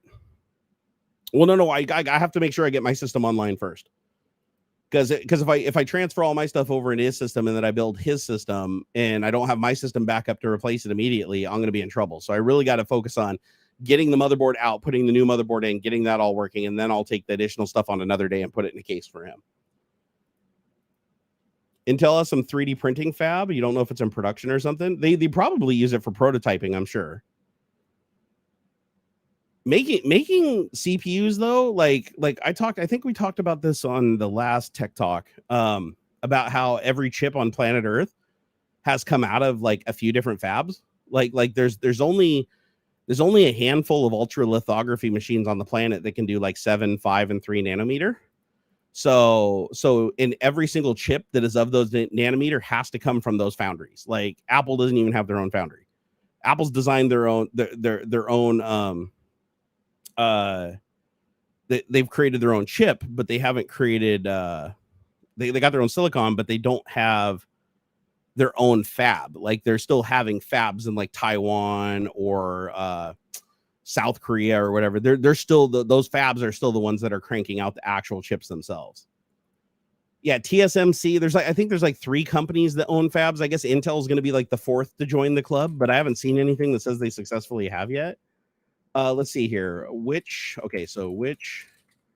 companies make ultra lithography machines? Okay, so we got TSMC, Samsung. Oh, Intel is in there. Okay, so Intel is now listed. So the 150. So these machines cost $150 million a piece, and it looks like ASML, Intel, and Samsung are the 3 companies that create ultra lithography machines. So wow. I was actually, I know Intel was creating their own fabs here in the United States, but I thought that they were using like TSMC equipment. I didn't know they were creating their own bespoke ultra lithography machines. If you guys don't know like what's involved in making like these really, because remember these chips have like billions of transistors on them. Like there's no way to build something like that by hand or pick and place something like that like hand. Like the entire mechanism of your CPU is essentially built by shining intense light in a surface and etching it. And so to etch stuff that's that small where you need like an electron microscope to literally see the gates and see the circuits because they're so fine, and with all those different layers and everything like that, the only way to do it is with a process called ultralithography, and that's basically transferring a large drawing onto a small surface. So you're basically taking a huge drawing that's the chip at incredible resolution, and you're shining a light through a mask and then shrinking that down to an itty bitty little size. And the only way, and remember, the smallest trace that you can create is the width of the wavelength of light you're using. So when you're talking about creating something that's that small, where it's like you need an electron microscope to see it, you have to use a very small wavelength of light that's very thin, because if you have a big wave, it's not going to work. So they have to use, light that's in the what is it, like fucking super super high. Let's see here. What light does ultra lithography use? What range is it?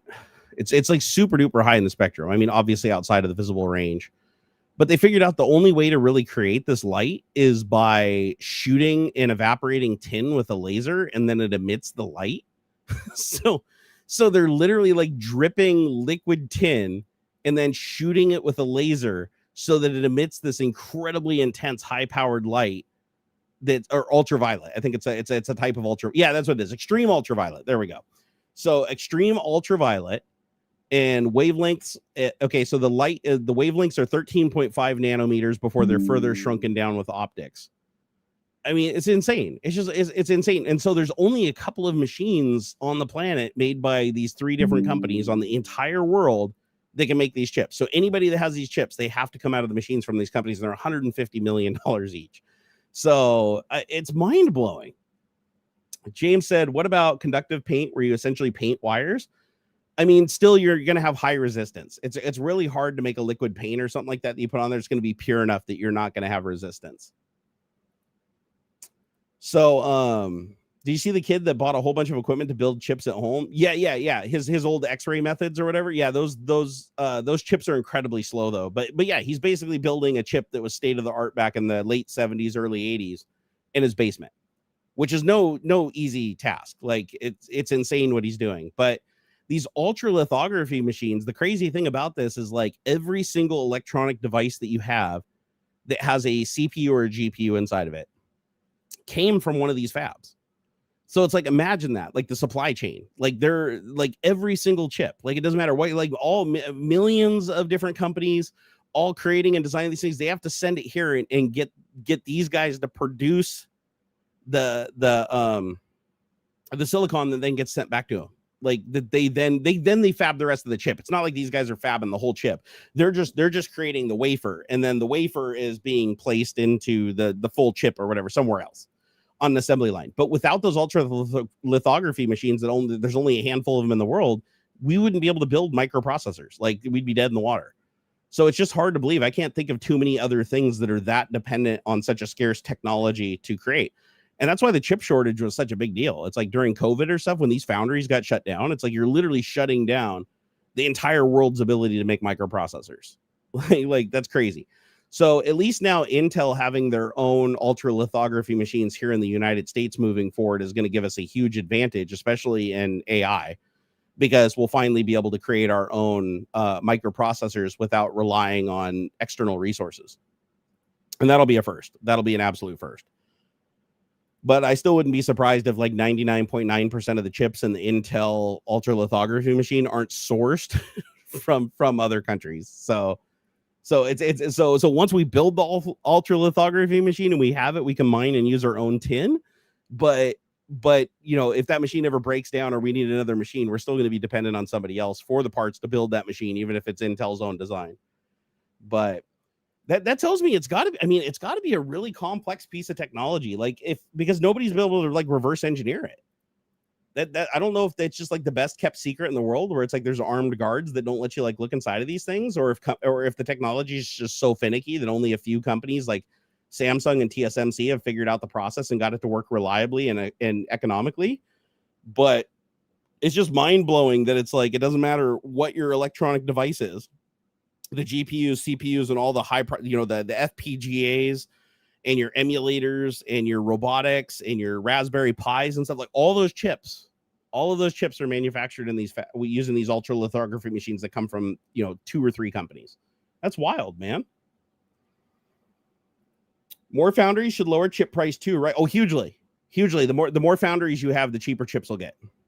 One of the most expensive parts of creating a microprocessor is the ultra lithography process and the testing, because not only do you create the wafers, you also have to test the wafers to make sure that they're correct, because there's a high rejection rate. So each ultra lithography process, you're basically transferring thousands of chips onto one substrate, and then you're testing those chips and then cutting them out. And so a large number of those chips just don't work because you're operating at the limits of the machine. So many of those chips will work, but overheat and run outside of specification. Some of them won't even work at all because there'll be broken pathways and stuff that are critical. Usually they build in some parts of the design, they'll build in stuff where there's like, if it doesn't operate within spec, they just sell it as a lower product and slow it down. Or, they call it binning. So there's also some cases where a core might work or 2 cores might work. So they'll just shut down a certain number of cores and then just sell it as a lesser processor. So, do you guys remember PlayStation 3? So PlayStation 3 had a bespoke architecture. So the PlayStation 3 had a chip in it that wasn't x86, wasn't x64, wasn't ARM. It was like its own thing, and it was actually a really high performance chip. And the problem was the foundries that were creating the chip, I think it had 8 cores if I remember right, but the actual console only uses like 6 or 7 of them. And it's because when they manufactured these things, a lot of the times that at least 1 core was dead. So what they would do is they would just disable 1 core by default. And even if you had a good chip with 8 working cores, they would just nerf and disable one of the cores so that all the systems were the same speed, and it would reduce their failure rate. So they weren't having to like recycle and make so many more chips, which would have been more expensive. So they just created the extra core. If it worked, they disabled it. If it didn't work, they disabled it. And then they shipped the console and it just worked. At least this is how I understand it.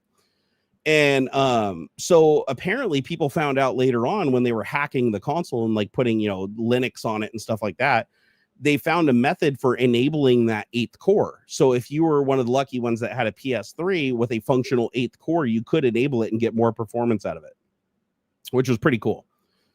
But that's actually pretty typical for a lot of different chips, where they'll just create them like if you buy an Intel flagship processor that has, 32 cores or whatever, and they have several chips that are of the same architecture that just have less cores, those could very well be, I'm not saying they are, but depending on the model or whatever, they could very well be the other ones that are supposed to have 36 cores. But when they tested the chip, 2 or 3 or 5 of the cores were dead. So they just sold it as a lesser core model of the same architecture, because they're like, well, everything else works on it, right? So they just disable those cores, in the CPU microcode, and just from the computer's perspective or the hardware abstraction layer of the computer, it just doesn't see those cores. They're just not there because the CPU microcode says they're not.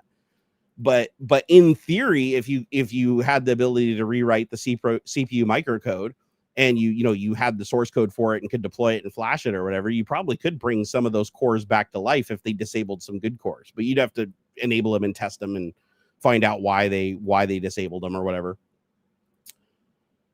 Until the PS3 gets the YLOD like mine. I still have a functional PS3, like an original PS3. It's in Xander's room. He still plays the old Forza on it too. He loved Forza 6. So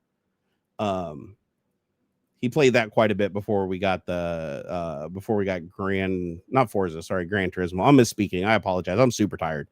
We're probably not gonna be streaming too much longer because I'm starting to kind of nod off a little bit. Oh, hold on here. I got a message.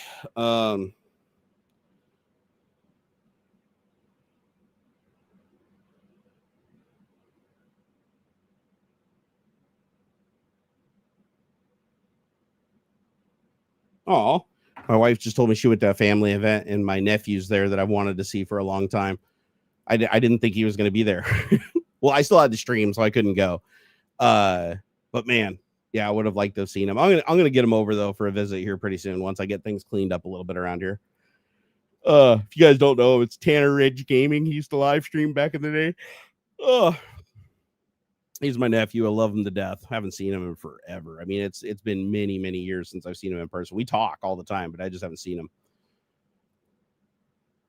You've gone through 2 PS3s now, an original fat BC model and a slim. They both have gotten the YLOD. Okay, so have I just gotten lucky, or is it just because I don't use my PS3 enough? Because I have an OG PS3, like the piano black fat boy PS3 with the chrome accents. I think, and it's like one of the like OG originals that has the PlayStation 2 hardware in it. So it's not, it's, you know, I think the slim, they started emulating it, or one of the old versions, they started emulating the hardware, but this is like this one has the actual full blown like PS2 inside of it.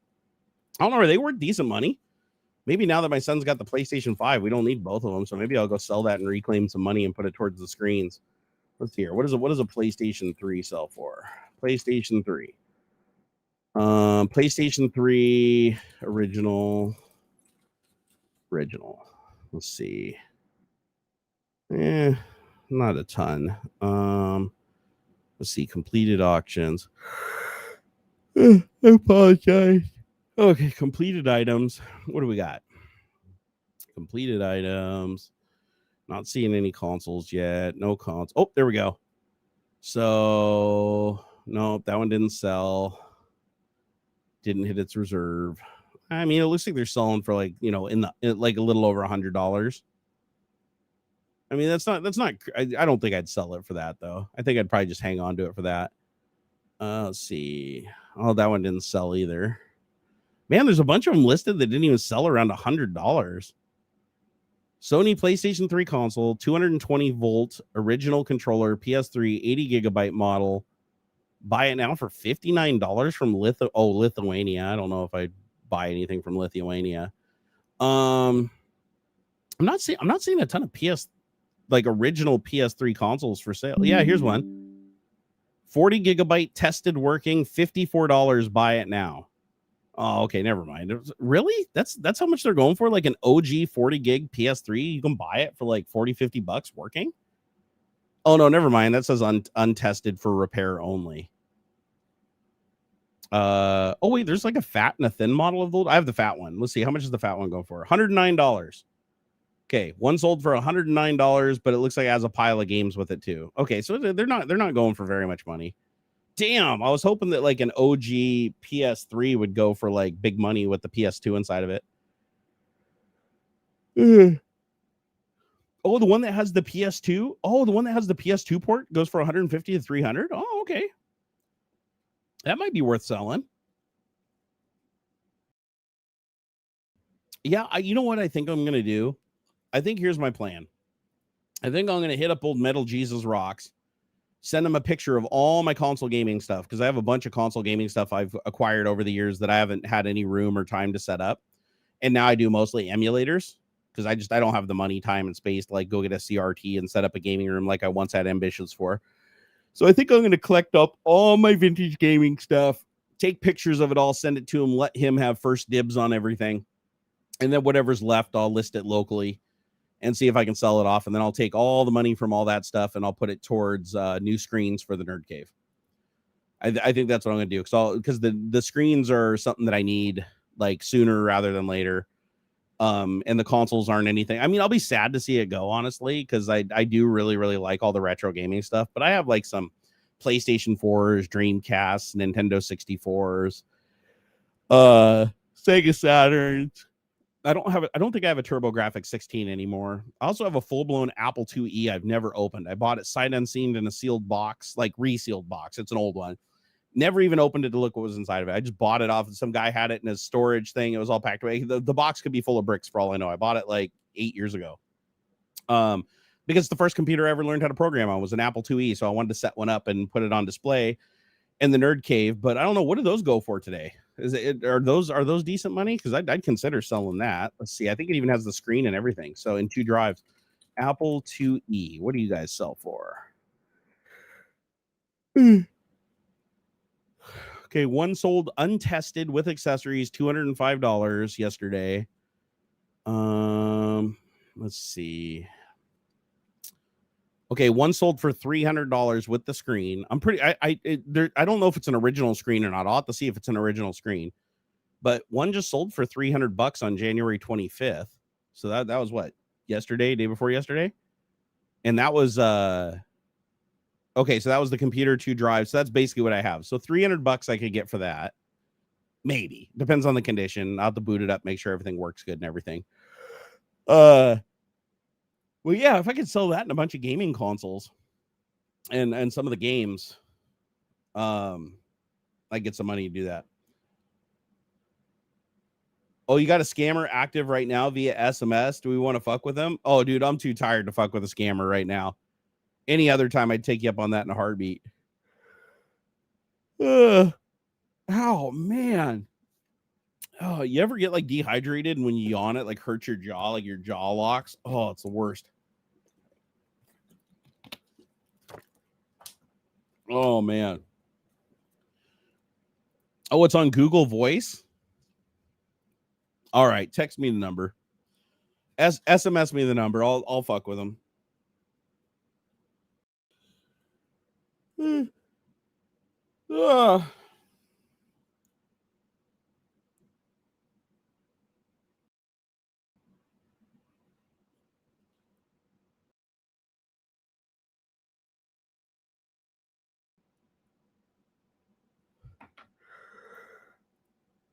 I gotta stop yawning. Hey, Tyler. He said, what are your thoughts on full stack frameworks such as Next.js, Remix, etc.? Full stack frame. Whoa, man. I don't even know if I know what you're talking about. I don't know what Next.js is or Remix or any of that. What is a full stack framework? Like, because full stack usually means you can program everything from low level code to high level code, ring 0 up to ring n. What is a full stack framework? I'm kind of curious. Here, let me just look it up. What is Next.js? Let's see here. Bing. Oh shit, the Apple II mouses goes for $50. Damn. All right, let's see here. Next.js. What is Next.js? By the way, I'm running the Mistral Instruct local LLM, so I can use my 4090 to give me answers without ever having to use an AI on the internet. So I can ask it the most fucked up questions and it's not logged anywhere. It's awesome. What is Next.js? Next.js is a popular open source JavaScript framework used to build server rendered React applications. It provides several features and tools that make it easier for developers to build scalable, high performance web applications. Okay. That sounds like the inverse of Node.js, which allows you to use JavaScript to write locally running applications with GUIs and stuff. Oh, sorry, I can't stop yawning. Okay, let's see. Did Graham send a Google Voice? Not yet. All right. He might not have heard me yet. There's quite a delay on YouTube for some reason. Gaming Matty Rock said I would buy the PS3 off of you. Gaming Matty Rocks, where are you located? Yeah, I mean, hit me up, because if we get once he cleans up his room, I told him I'd install his PS5 Slim. So once I get that in there, I think I gotta check. You can't stop yawning. The PlayStation 5 can't play PS3 games though, right? So I'll have to ask him because he still might want to play Forza 6. And if he still wants to play Forza 6 on it, then I might not be able to sell it. But if he'll let me sell it, then I will. You're about to rickroll the scammer? Rock on, dude. Yeah, I know I said I was gonna fuck with the scammer, but I'm fading fast, bro. I didn't know I was gonna get this tired this fast. This is crazy. So I probably should go get some sleep. Because like I said, I only slept 2.5 hours. So it's like I was able to use coffee and my Adderall to stay awake long enough to get through the live stream. But man, now I'm just in constant yawn mode. So I need to get some rest. You guys have been awesome today, though. I love your faces. You guys are amazing. Special shout out to Daniel Frost, Gamers Unite, and Balliet Brand. Thank you for all the super chats, making the stream possible. Really appreciate you guys. I'm gonna try to get some rest, and then later on, come up here and try to do a little bit of organizing and try to get this place cleaned up a little. The Nerd Cave got trashed again. I mean, it's not as bad as it was like last time it was trashed, but I got to clean up a lot of shit in here because I would really like to, get my VR all set up so that I can just come up here, pop on a headset and use it without having to like dig around for shit constantly. I also want to do some gaming too. So if you guys see me pop up on Gran Turismo 7 on PS5 later, send me a friend request. I'm Barnacules everywhere on Xbox One, PlayStation 5, and on Steam. I'm just Barnacules if you guys want to send me a friend request. And if I have a slot open, I'll accept it. Excuse me. Oh, Joe Taji, thank you, brother. Thank you for the $20. Yeah. Woo! Woo-hoo-hoo-hoo. Yeah. Mucho apreciado. Said, hey, bud, I've been lurking and enjoying the stream. Go get some rest. Love you, bud. Thank you. I appreciate it, brother. Have a good weekend, Jerry and Peeps. Estelators. Yeah, you guys have an amazing weekend, would you? Saw a PS1 Net Yorza edition go for $5,500 USD on eBay. Shit, you can't even sell. I have an original PS1 that I couldn't even sell to a GameStop. GameStop wouldn't even give me $5 for it. This was years ago. I haven't tried to sell it since, but years ago, I went to a GameStop and I literally had it with a what is it, Goldfinger mod or whatever, like the little thing that plugs into the back that lets it play like Japanese DDR games. And I could not even get them to give me $5. I was like, here, just give me $5 for it. Even have the controllers and everything. They wouldn't even give me $5 for like 2 controllers, a PS1 power, and like a game. And they wouldn't even give me $5. So are they finally worth some money now? Did enough of them die that they're not like people are tripping over them? Let's see here. PlayStation 1. What does a PlayStation 1 go for now? That can't be correct. There's no fucking way that's correct. Let me go to completed listings instead of like what people are asking. Completed items. Let's see here. PlayStation. Damn, that PlayStation Remote Portal sells for $300. Jesus Christ. PlayStation 1 console. Let's see how much you go for. PlayStation. It's funny. I type in PlayStation 1 and it shows me every other PlayStation. Okay, so January 27th. So today a PS1 sold with 1 controller and no cables, with a copy of Dance Dance Revolution for $29. Okay, so they are selling. I mean, before you couldn't give them away for free. Oh, serious? Sony PlayStation 1 game console, $6.50. Sold on January 27th. Sony PlayStation 1 console, not working, parts, repair, as is, sold for $11. So it looks like every once in a while they sell for between like $10 and $20, but if you catch it on a day when nobody's looking for one, they sell for like $2-3. Like that's not even worth shipping it. Let's see what else we got. Do we got any other ones? There's not a ton of them for sale on here. There used to be like a bajillion of them. Okay, $150 for a PlayStation 1 console, but it comes with like 5 controllers, 20 games, extra cables, memory cards.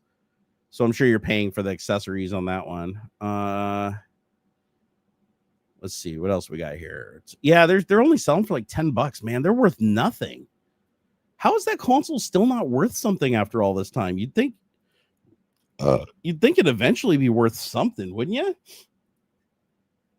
They say that most original PlayStations have a mod chip. Yeah, but mine wasn't like permanently modded. My mod you just plugged into the back. So I don't even know. I might even still have it in here. Let me look. Hold on. Let me see if it's in the closet.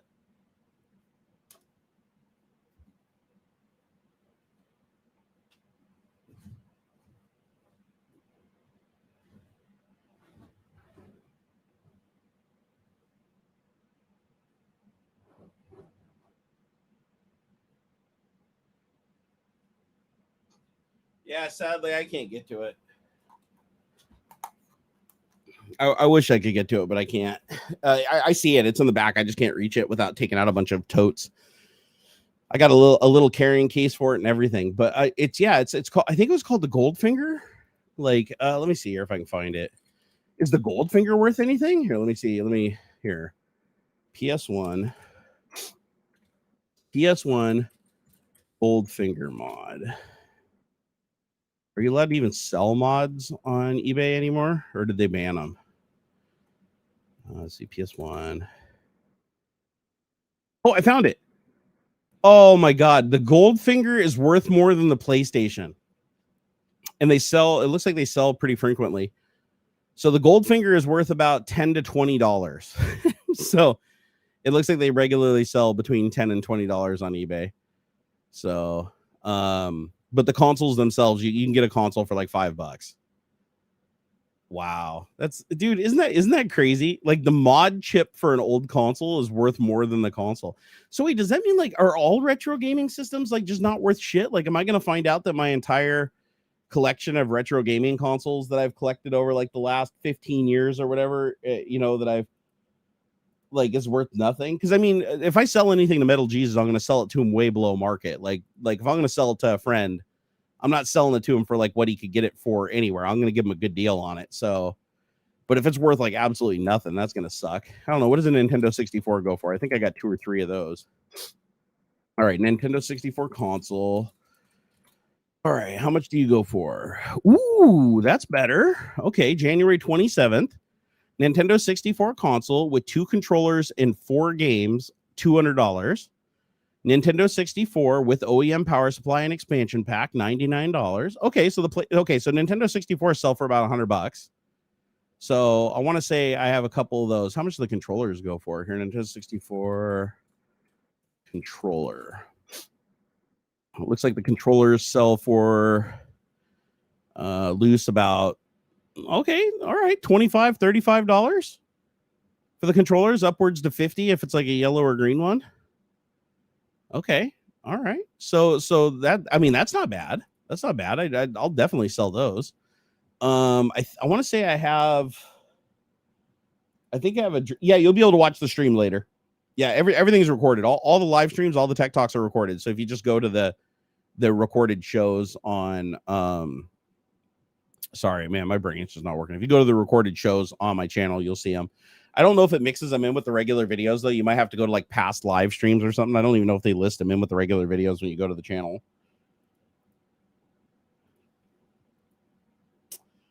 Let's see here. How much here? Let me. You know what? What is a system that I have that I think wouldn't be worth much? Like a Sega Dreamcast. I have 2 of those. Ooh. Oh wait, no. I was looking at a lot of 5. Okay, so Dreamcasts look like they're going for about $125, $150 with a controller, $100 to $150 with a controller. I think I have a couple of those. Okay, so that's good. What about Sega Saturn? I think I have 1 Sega Saturn. Let's see, Sega Saturn console. I don't have a lot of games though. Something tells me the games are probably going to be most of the money. So Sega Saturn console. I got to make sure all that shit works too. I don't even know. Like, honestly, I don't think I've tested any of it. Like back when I bought it and stored it. Let's see, Sega. Okay, so $79. Okay, so $80 for a Sega Saturn. Okay, that's not bad. So I don't know. So far, looking through here, I've probably got $400 or $500 worth of consoles I can sell. What else have I got? Oh, what about NES? NES is worth anything, or are those still a dime a dozen? NES console. So I think I have 2 or 3 NESs. I also have, oh shit. Okay, so Nintendo console sells for about $50 to $75 with cables and a joystick, even yellowed. Okay, so I think I got like 2 or 3 of those. Oh no, never mind. No, that one's for repair. Never mind. Okay, let's see. I have 2 Super Nintendos. Those look like they sold for $100. Really? A Super Nintendo with 2 controllers sells for $100? Okay, so yeah, no, I bet you if I dug all that shit out, I could probably bundle it all together and offload it for like $500, $600. That would get me at least one of my screens. Yeah, I'll have to go through everything. I think I even have. Oh shit! Japanese Famicom goes for $132. I have one Famicom, so that's worth more than the NES. I didn't realize that. I thought those weren't worth as much. Yeah, I guess I got to go through everything. I know I've got like a bunch of controllers. I got aftermarket controllers. I probably have not a lot of games. Probably only have 10 games between like all the consoles, but I think I have some of the gold carts. Like so Nintendo 64 gold cart, because I think I have 007 GoldenEye and I have another gold cart. Let's see how much those go for. Oh, seriously, the Zelda gold cart's only $20. Damn it, I thought that one was going to be big money. I also have GoldenEye. That's only $20. Oh, wow. Okay, so the Nintendo 64 games. For some reason, I thought Nintendo 64 games were like a bajillion dollars now. No, they're all like $20. Okay, so if you want to collect Nintendo 64, that's a cheap console to get. Well, damn. Well, hopefully I have something rare in there. You have a lot of VR headsets, don't you? Would you consider selling them? Yeah, some of them, sure. Absolutely. I have a so right now the ones that I use are, my son has the Quest 2, I have a Quest 3, the Vario Arrow I'll never sell. I have an HTC Vive, I have a Quest 1, and I have a Valve Index. The Valve Index I can only sell the HMD though, because I still need the controllers and the lighthouses for the Vario Arrow. But I do have a Valve Index HMD if anybody has the lighthouses and everything. Although they probably don't. They usually sell that as a kit, don't they? So I don't really know. I think the only thing that I have that's like fully ready to go that I could sell that I'm not using one of the other components for is the HTC Vive, sadly. Do you have any extra controllers I could buy for the Quest 2? No, actually. But tell me, how are they broken? Are they just drifting and like it's not like it's jumping around, or the stick isn't working anymore? Because if that's the case, I can tell you how to fix it right now. Because my Quest 2 was packed away for a year because my Quest 1 and my Quest 2 both had the controllers, just they were drifting and sticking, and like you couldn't even play the game. Like you'd push the joystick over and your character would just like flip out. And I was able to recover both of those controllers on the Quest 1 and both of the controllers on the Quest 2 just using contact cleaner. You opened it up, broke the joystick trying to fix bad drift. No, that sucks because the controllers are so goddamn expensive. Because that's the only reason the only reason that the Quest 2 was down for so long. Because my son played it every single day until the controllers, like you couldn't even play it. Like I put it on one day, he was playing it like this too. Like you couldn't even go left. Like he had to go in a complete circle the other direction just to follow his friends around in the game, and he never complained about it. And I was like, dude, is it normally like this? And he's like, yeah. He's like, I just deal with it. Like, he just likes hanging out with his friends VR. He doesn't care if it works or not. So when I got him the Quest 3, he about shit a brick. But I was able to get the Quest 2 working so that I could use it. So now I have it right here. So, and it works pretty good. Although I do need to go through the controller, because I think last time I sprayed stuff in there, it's kind of like the button sticks a little bit. Because I think when I cleaned it out, some of the gunk got in there and dried on some of the components. So I probably should take it apart and like properly clean it now. You don't think I have enough headsets? Oh, and I forgot I have the PSVR too. So I have a PSVR 2, a Quest 1, Quest 2, Quest 3, Vario Arrow, Valve Index, and HTC Vive. And I gave Graham my Rift. Graham has my Rift. I think still. I'm not sure. Do you have Bobo head straps for the Quest 2 and the Quest 3? I do. I use Bobo head straps on the Quest 2 and the Quest 3, and me and my son share batteries. So, as a matter of fact, I got to take this one down, put it on the charger because I just drained it. She's dead. Whenever I want to play on the Quest 2, I just grab a battery on the way upstairs, and then I take the other one down and stick it on the charger. Oh, you still have it? Awesome, dude. Yeah, the Bobo head strap, highly recommended. Like if you have a Quest 2 or a Quest 3, the Bobo battery head strap is a game changer. And they just released a new one. Like if you have a Quest 3, they just released the new one, and I think they're sending it to me. Let me double check that. I think they said they were sending it to me.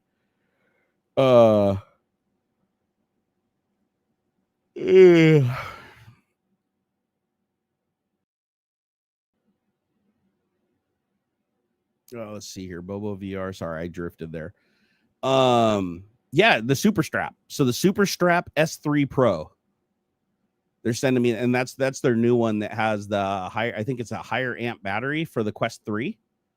So let's see here. Is that for sale on Amazon yet? Here, let me see. Amazon. Bobo VR. M3, and I think they're sending me. They're so awesome. Bobo VR has been like super awesome, man. They just send me shit. They're like, you don't have to review it or anything. They're like, hey, they know my son's into VR, so whenever they create a new thing, they send it over for him. It's so cool. But if you talk to anybody in the community, like they are the best head strap. Like I've tried multiple head straps for the Quest 1, the Quest 2, even the first party head strap I tried. My friend had it. What a piece of shit. $125. No swappable battery. The battery life sucks, and the strap fucking cracks and falls apart. It's like I don't know why doesn't Meta, why doesn't Meta just buy Bobo? Like they should just buy Bobo, because for some reason they can build a badass headset, but they cannot build a strap to save their goddamn life. Yeah, the Quest 3 strap is amazing. The Quest 2 and the Quest 3 strap are both very, very similar. They're changed enough that they fit each other.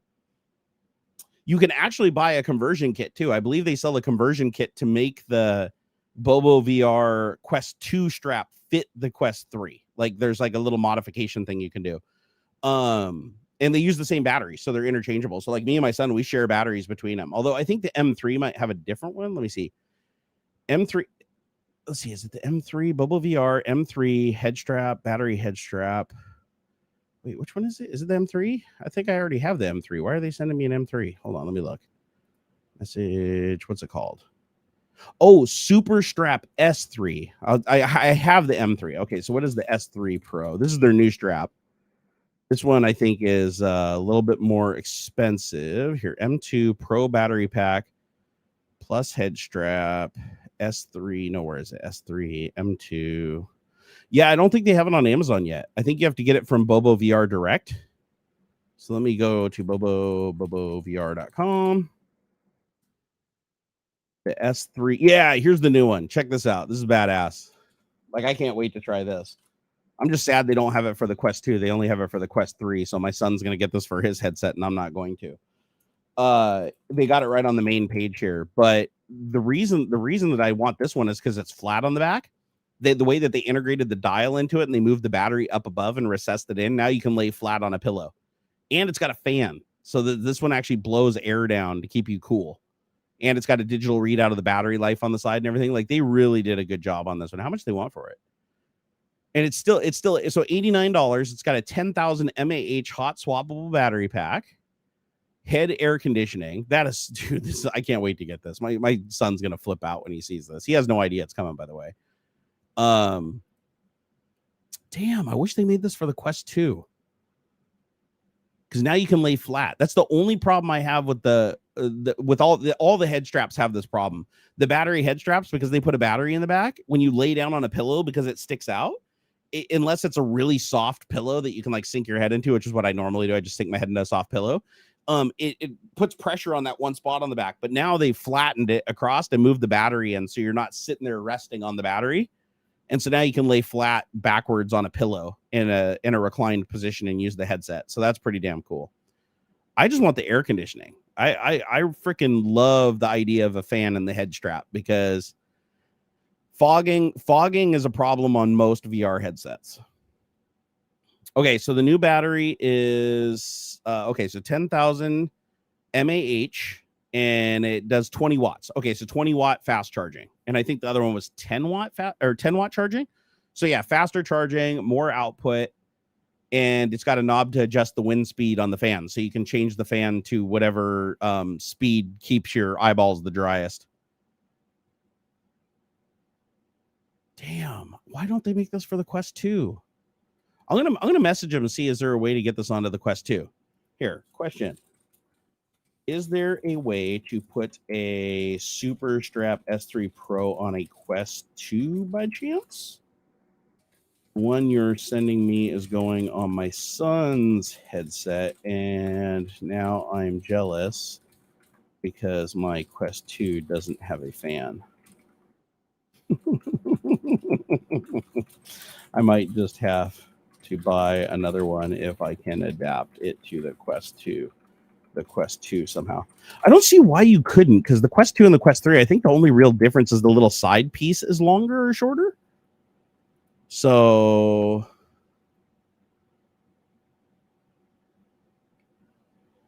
man, cool shit. Yeah, I don't know why like VR companies should be just trying to buy a Bobo VR, because they make shit for Quest 2, Quest 3, the PSVR. So like the PSVR, they make a replacement for the microphone. And like I think it's it's new headphones and a microphone for the PSVR. What the fuck is a fitness facial interface for the PlayStation VR? Hold on, what is this? Okay, so F2 fitness facial interface compatible with the Oculus Meta Quest 2, soft PU face cover, active air circulation, micro fan ventilation. Is this compatible with their headset? It is. How did I not know they made this? Oh my God, these guys are killing it. Check this out. Dude, Omi, where do you find all these coupons, bro? Omi has saved me so much money. He sends me all these deals. Like, Omi, you know how you sent me that thing for like sharing a link in the Meta Quest thing where like both people get $30 if like somebody buys a headset or whatever? I didn't even know that thing existed. I sent it out to a bunch of people, totally forgot about it, and I went and checked it like a week ago. There's like $250 in store credit in there. So like $250 I could put towards, you know, games on the marketplace, or I think even hardware. I don't know. You might even be able to buy hardware from the marketplace. I don't know if they let you or not. But bro, that wouldn't have been possible without you. Like all the links you send me for shit, it's ended up saving me a fair amount of money. I appreciate it, bro. See, even if you can't contribute to the stream, even sending me a coupon for something I need is the same thing, man. If at the end of the day it saves me money, hey, I appreciate it. So 20% off the S3 Pro. So what would that be? So it's $90. So 20% off, that'd probably be what, like $16, $17 or something. I mean, that's getting it down there. And the fact that it comes with the battery. So it comes with one battery, the strap, for what, $20 to $25 more than the original strap. I'd say that's worth it to have the air conditioning and the flat back and the higher amperage, faster charging. Totally worth it. You max out at $600 a year, and it's only for apps and games. Okay, well, I'm just gonna put it towards Xander. Like I told Xander that, you know, I'd buy him a bunch of games and stuff with it. Although I don't know, can you do that? Like, I'm trying to think. So, if my son has an account on his Quest 3, can I do the family? No, I do the family sharing thing. That's right. That's how he's able to play the games. Because I was like, how's he playing games from my library? So if I just buy a game for my library and family sharing, he'll be able to play it. Okay, never mind. I answered my own question. So I can just buy that stuff and then just share it with him. Yeah, no, if you do VR, like having airflow is huge. Like most VR headsets fog. Like usually most people just breathe on the lenses and wipe them off with an optical cloth, and that helps with a lot of the fogging. But like the Valve Index fogs quite a bit when you get going. The Quest 2 fogs quite a bit. I found that the Bobo head strap does mitigate a lot of that, though, because it kind of, the way it holds the headset, it's not pushing into your face really hard where like sweat and stuff is accumulating. It just kind of puts the weight on your head, and the headset just kind of like sits gently against your face. But I find that having airflow makes sure that the lenses never fog up and you don't get that hot buildup on your face. Like it doesn't make it uncomfortable. One of my favorite things to do with the Valve Index is the Valve Index has a USB port on the front of it. And I don't think this one does. Does this one have? Let me see. Yeah, that was the one thing that I couldn't find. Is this doesn't have a USB port to plug stuff into, the Vario Aero.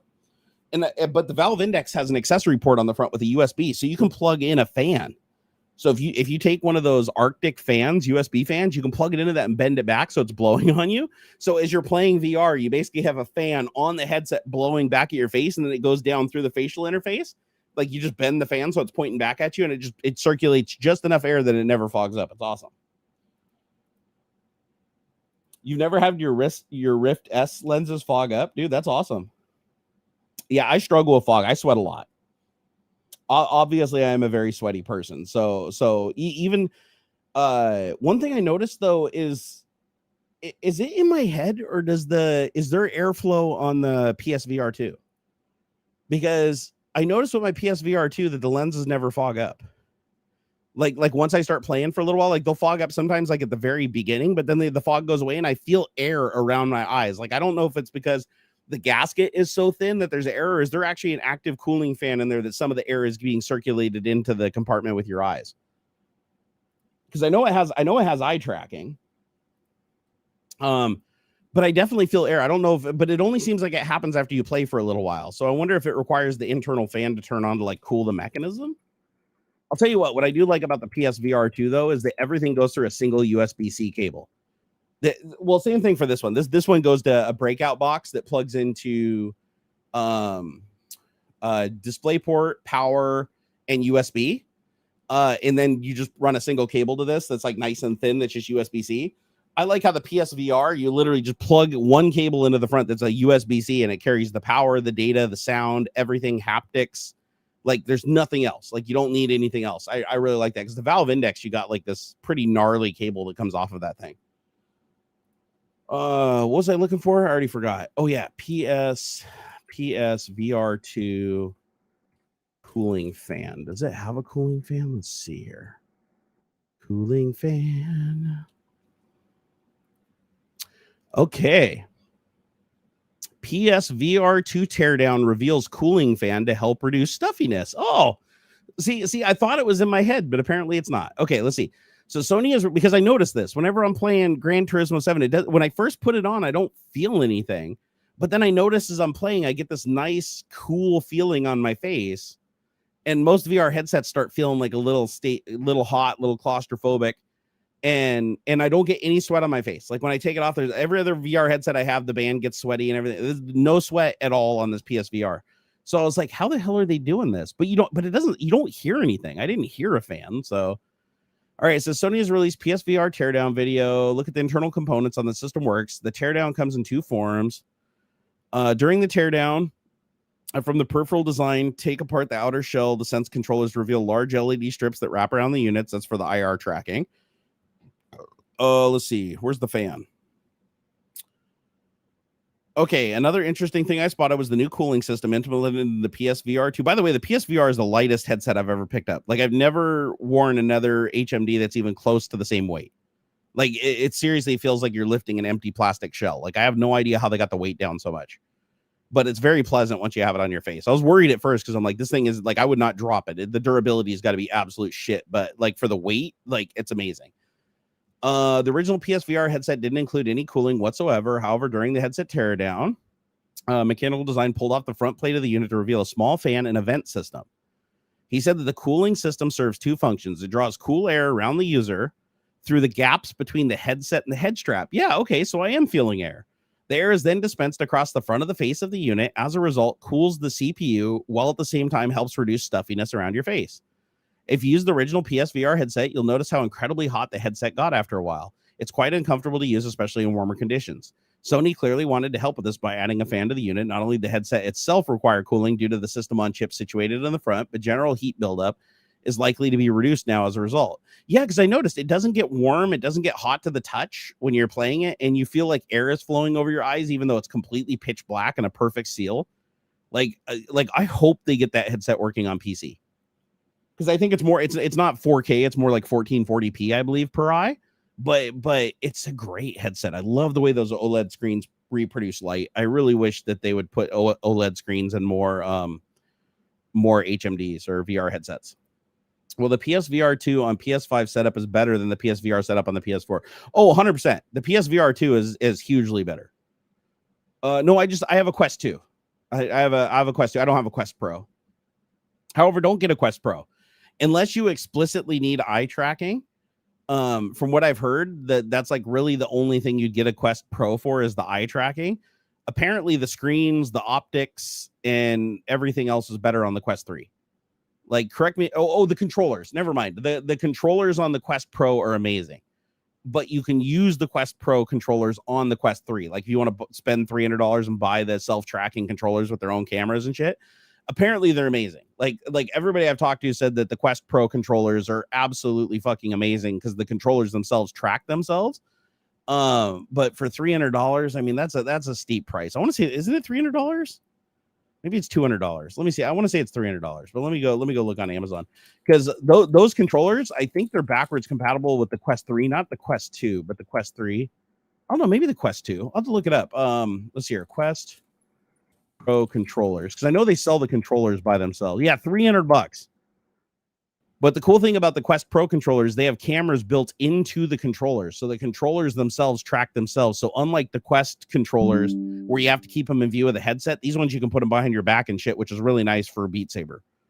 But yeah, $300. For $300, you can basically buy a Quest 2. So you can either buy a Quest 2 with controllers, or you can just buy Quest Pro controllers. And but the other thing is the Quest Pro controllers don't have a ring on them like the Quest 2 controllers, but the Quest 3 controllers also don't have a ring. But I just like the fact the controller tracks itself. That's super cool, because now you can look wherever you want. You can look way out here and have the controller way down here behind you, and it'll still track perfectly and never lose tracking. But I've also heard people complain that the battery life isn't great on them. They don't have a changeable battery, so you have to put them on the charger. I don't know if you can run them while they're plugged into charging or not. But so I think people that play like really long sessions that are used to swapping batteries and stuff, probably not the greatest thing for you. But for tracking, there's nothing better from what I've heard. I've never tried them though. I'm just going by what other people have said. I'd like to try them someday though. I will say this though, if you're looking to get into VR, like out of all the headsets and everything I've tried, the best VR experience for the money is the Quest 2. Hands down. The Quest 3 is a nice little boost, and if you want to do AR stuff, the Quest 3 is really your only option. Like the AR, the standalone AR stuff, you need those color cameras. The black and white cameras on the Quest 2 give really shitty AR experience. But if you're just looking for VR, you just want to play VR games, you just want to do VR stuff, the Quest 2 for the money is like amazing. It's even today, even after being out for all this time, freaking amazing. I'd recommend it to everybody all day long. Quest Pro controllers are wireless charging, not while you're using them though. Like you have to put them on the little charger thing. That's too bad you can't buy hardware. Shit, if I could have bought hardware, I could have put that $250 towards Quest Pro controllers. That would have been cool. Quest 3 has eye tracking. No, Quest 3 does not have eye tracking. The Quest Pro has eye tracking. So that's why I'm saying, like, unless you need eye tracking, don't get the Quest Pro, because the Quest 3 has better optics. Better, in my opinion, better packaging, way cheaper, unless you need the controller. So either the but you can buy the self-tracking controllers by themselves. You don't need to buy a Quest Pro for that. As a matter of fact, it might be cheaper to get a Quest 3 and buy the Pro controller separate than to buy a Quest Pro that has them included. I don't know how much does a Quest Pro cost, because everybody I talked to about the Quest Pro, they said the battery life sucked on it. They said the optics and the screens aren't as good as the Quest 3. But the eye tracking is the thing, right? Hey, what's up, Bubba and Matt? How's it going, brother? But yeah, everybody I talked to said the Quest 3 optics were way better than the Pro. So, and it's very confusing, because like you think Quest Pro and you look at the price and you're like, oh, that must be like the magnum opus headset. But the reason it was so expensive is because it was sold as like a software development vehicle for like eye tracking and the self-tracking controllers, right? And then later the Quest 3 came out, and that's the one that they're selling a bunch of, that the economy of sale brings the price down.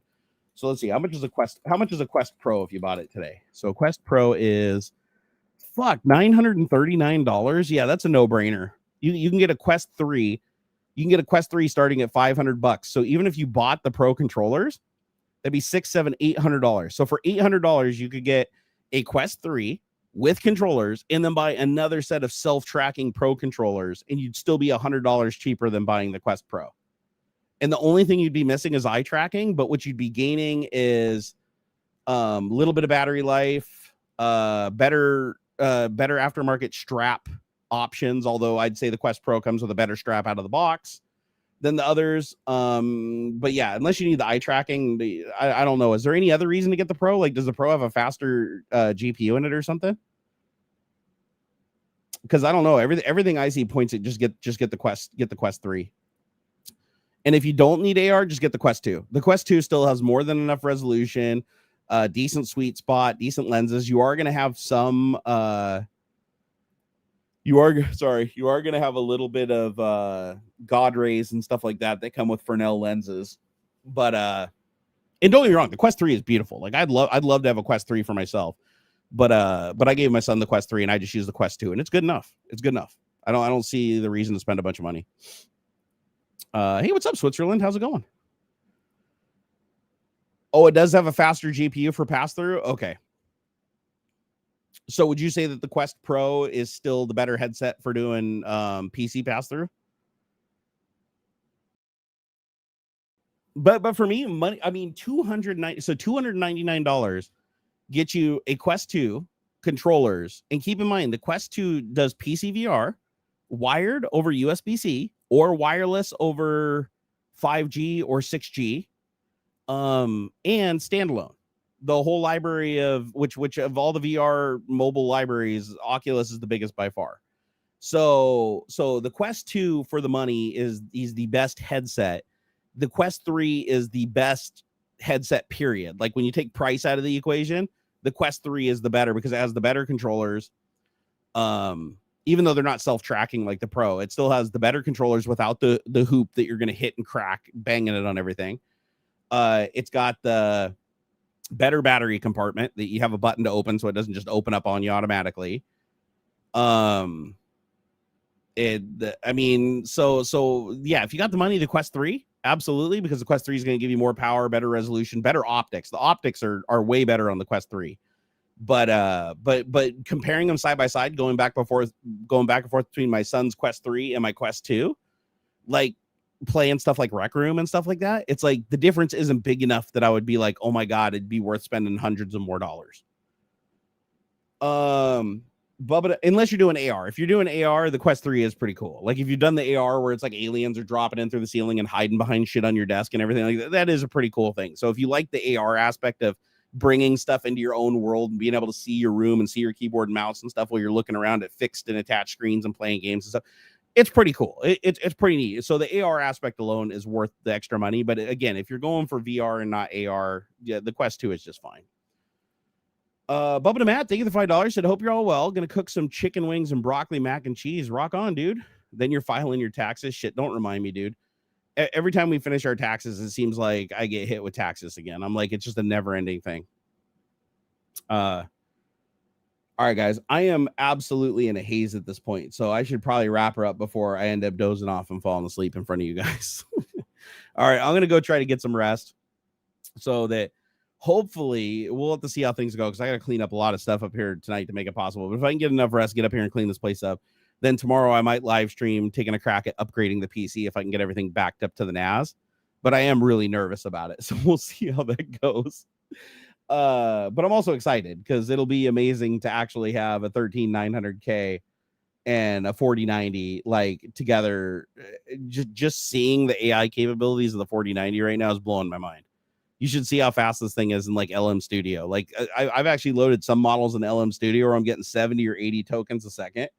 And it's just wild. It's like you can't even get close to that even using like Chat GPT. You know, it's just it's insanely fast.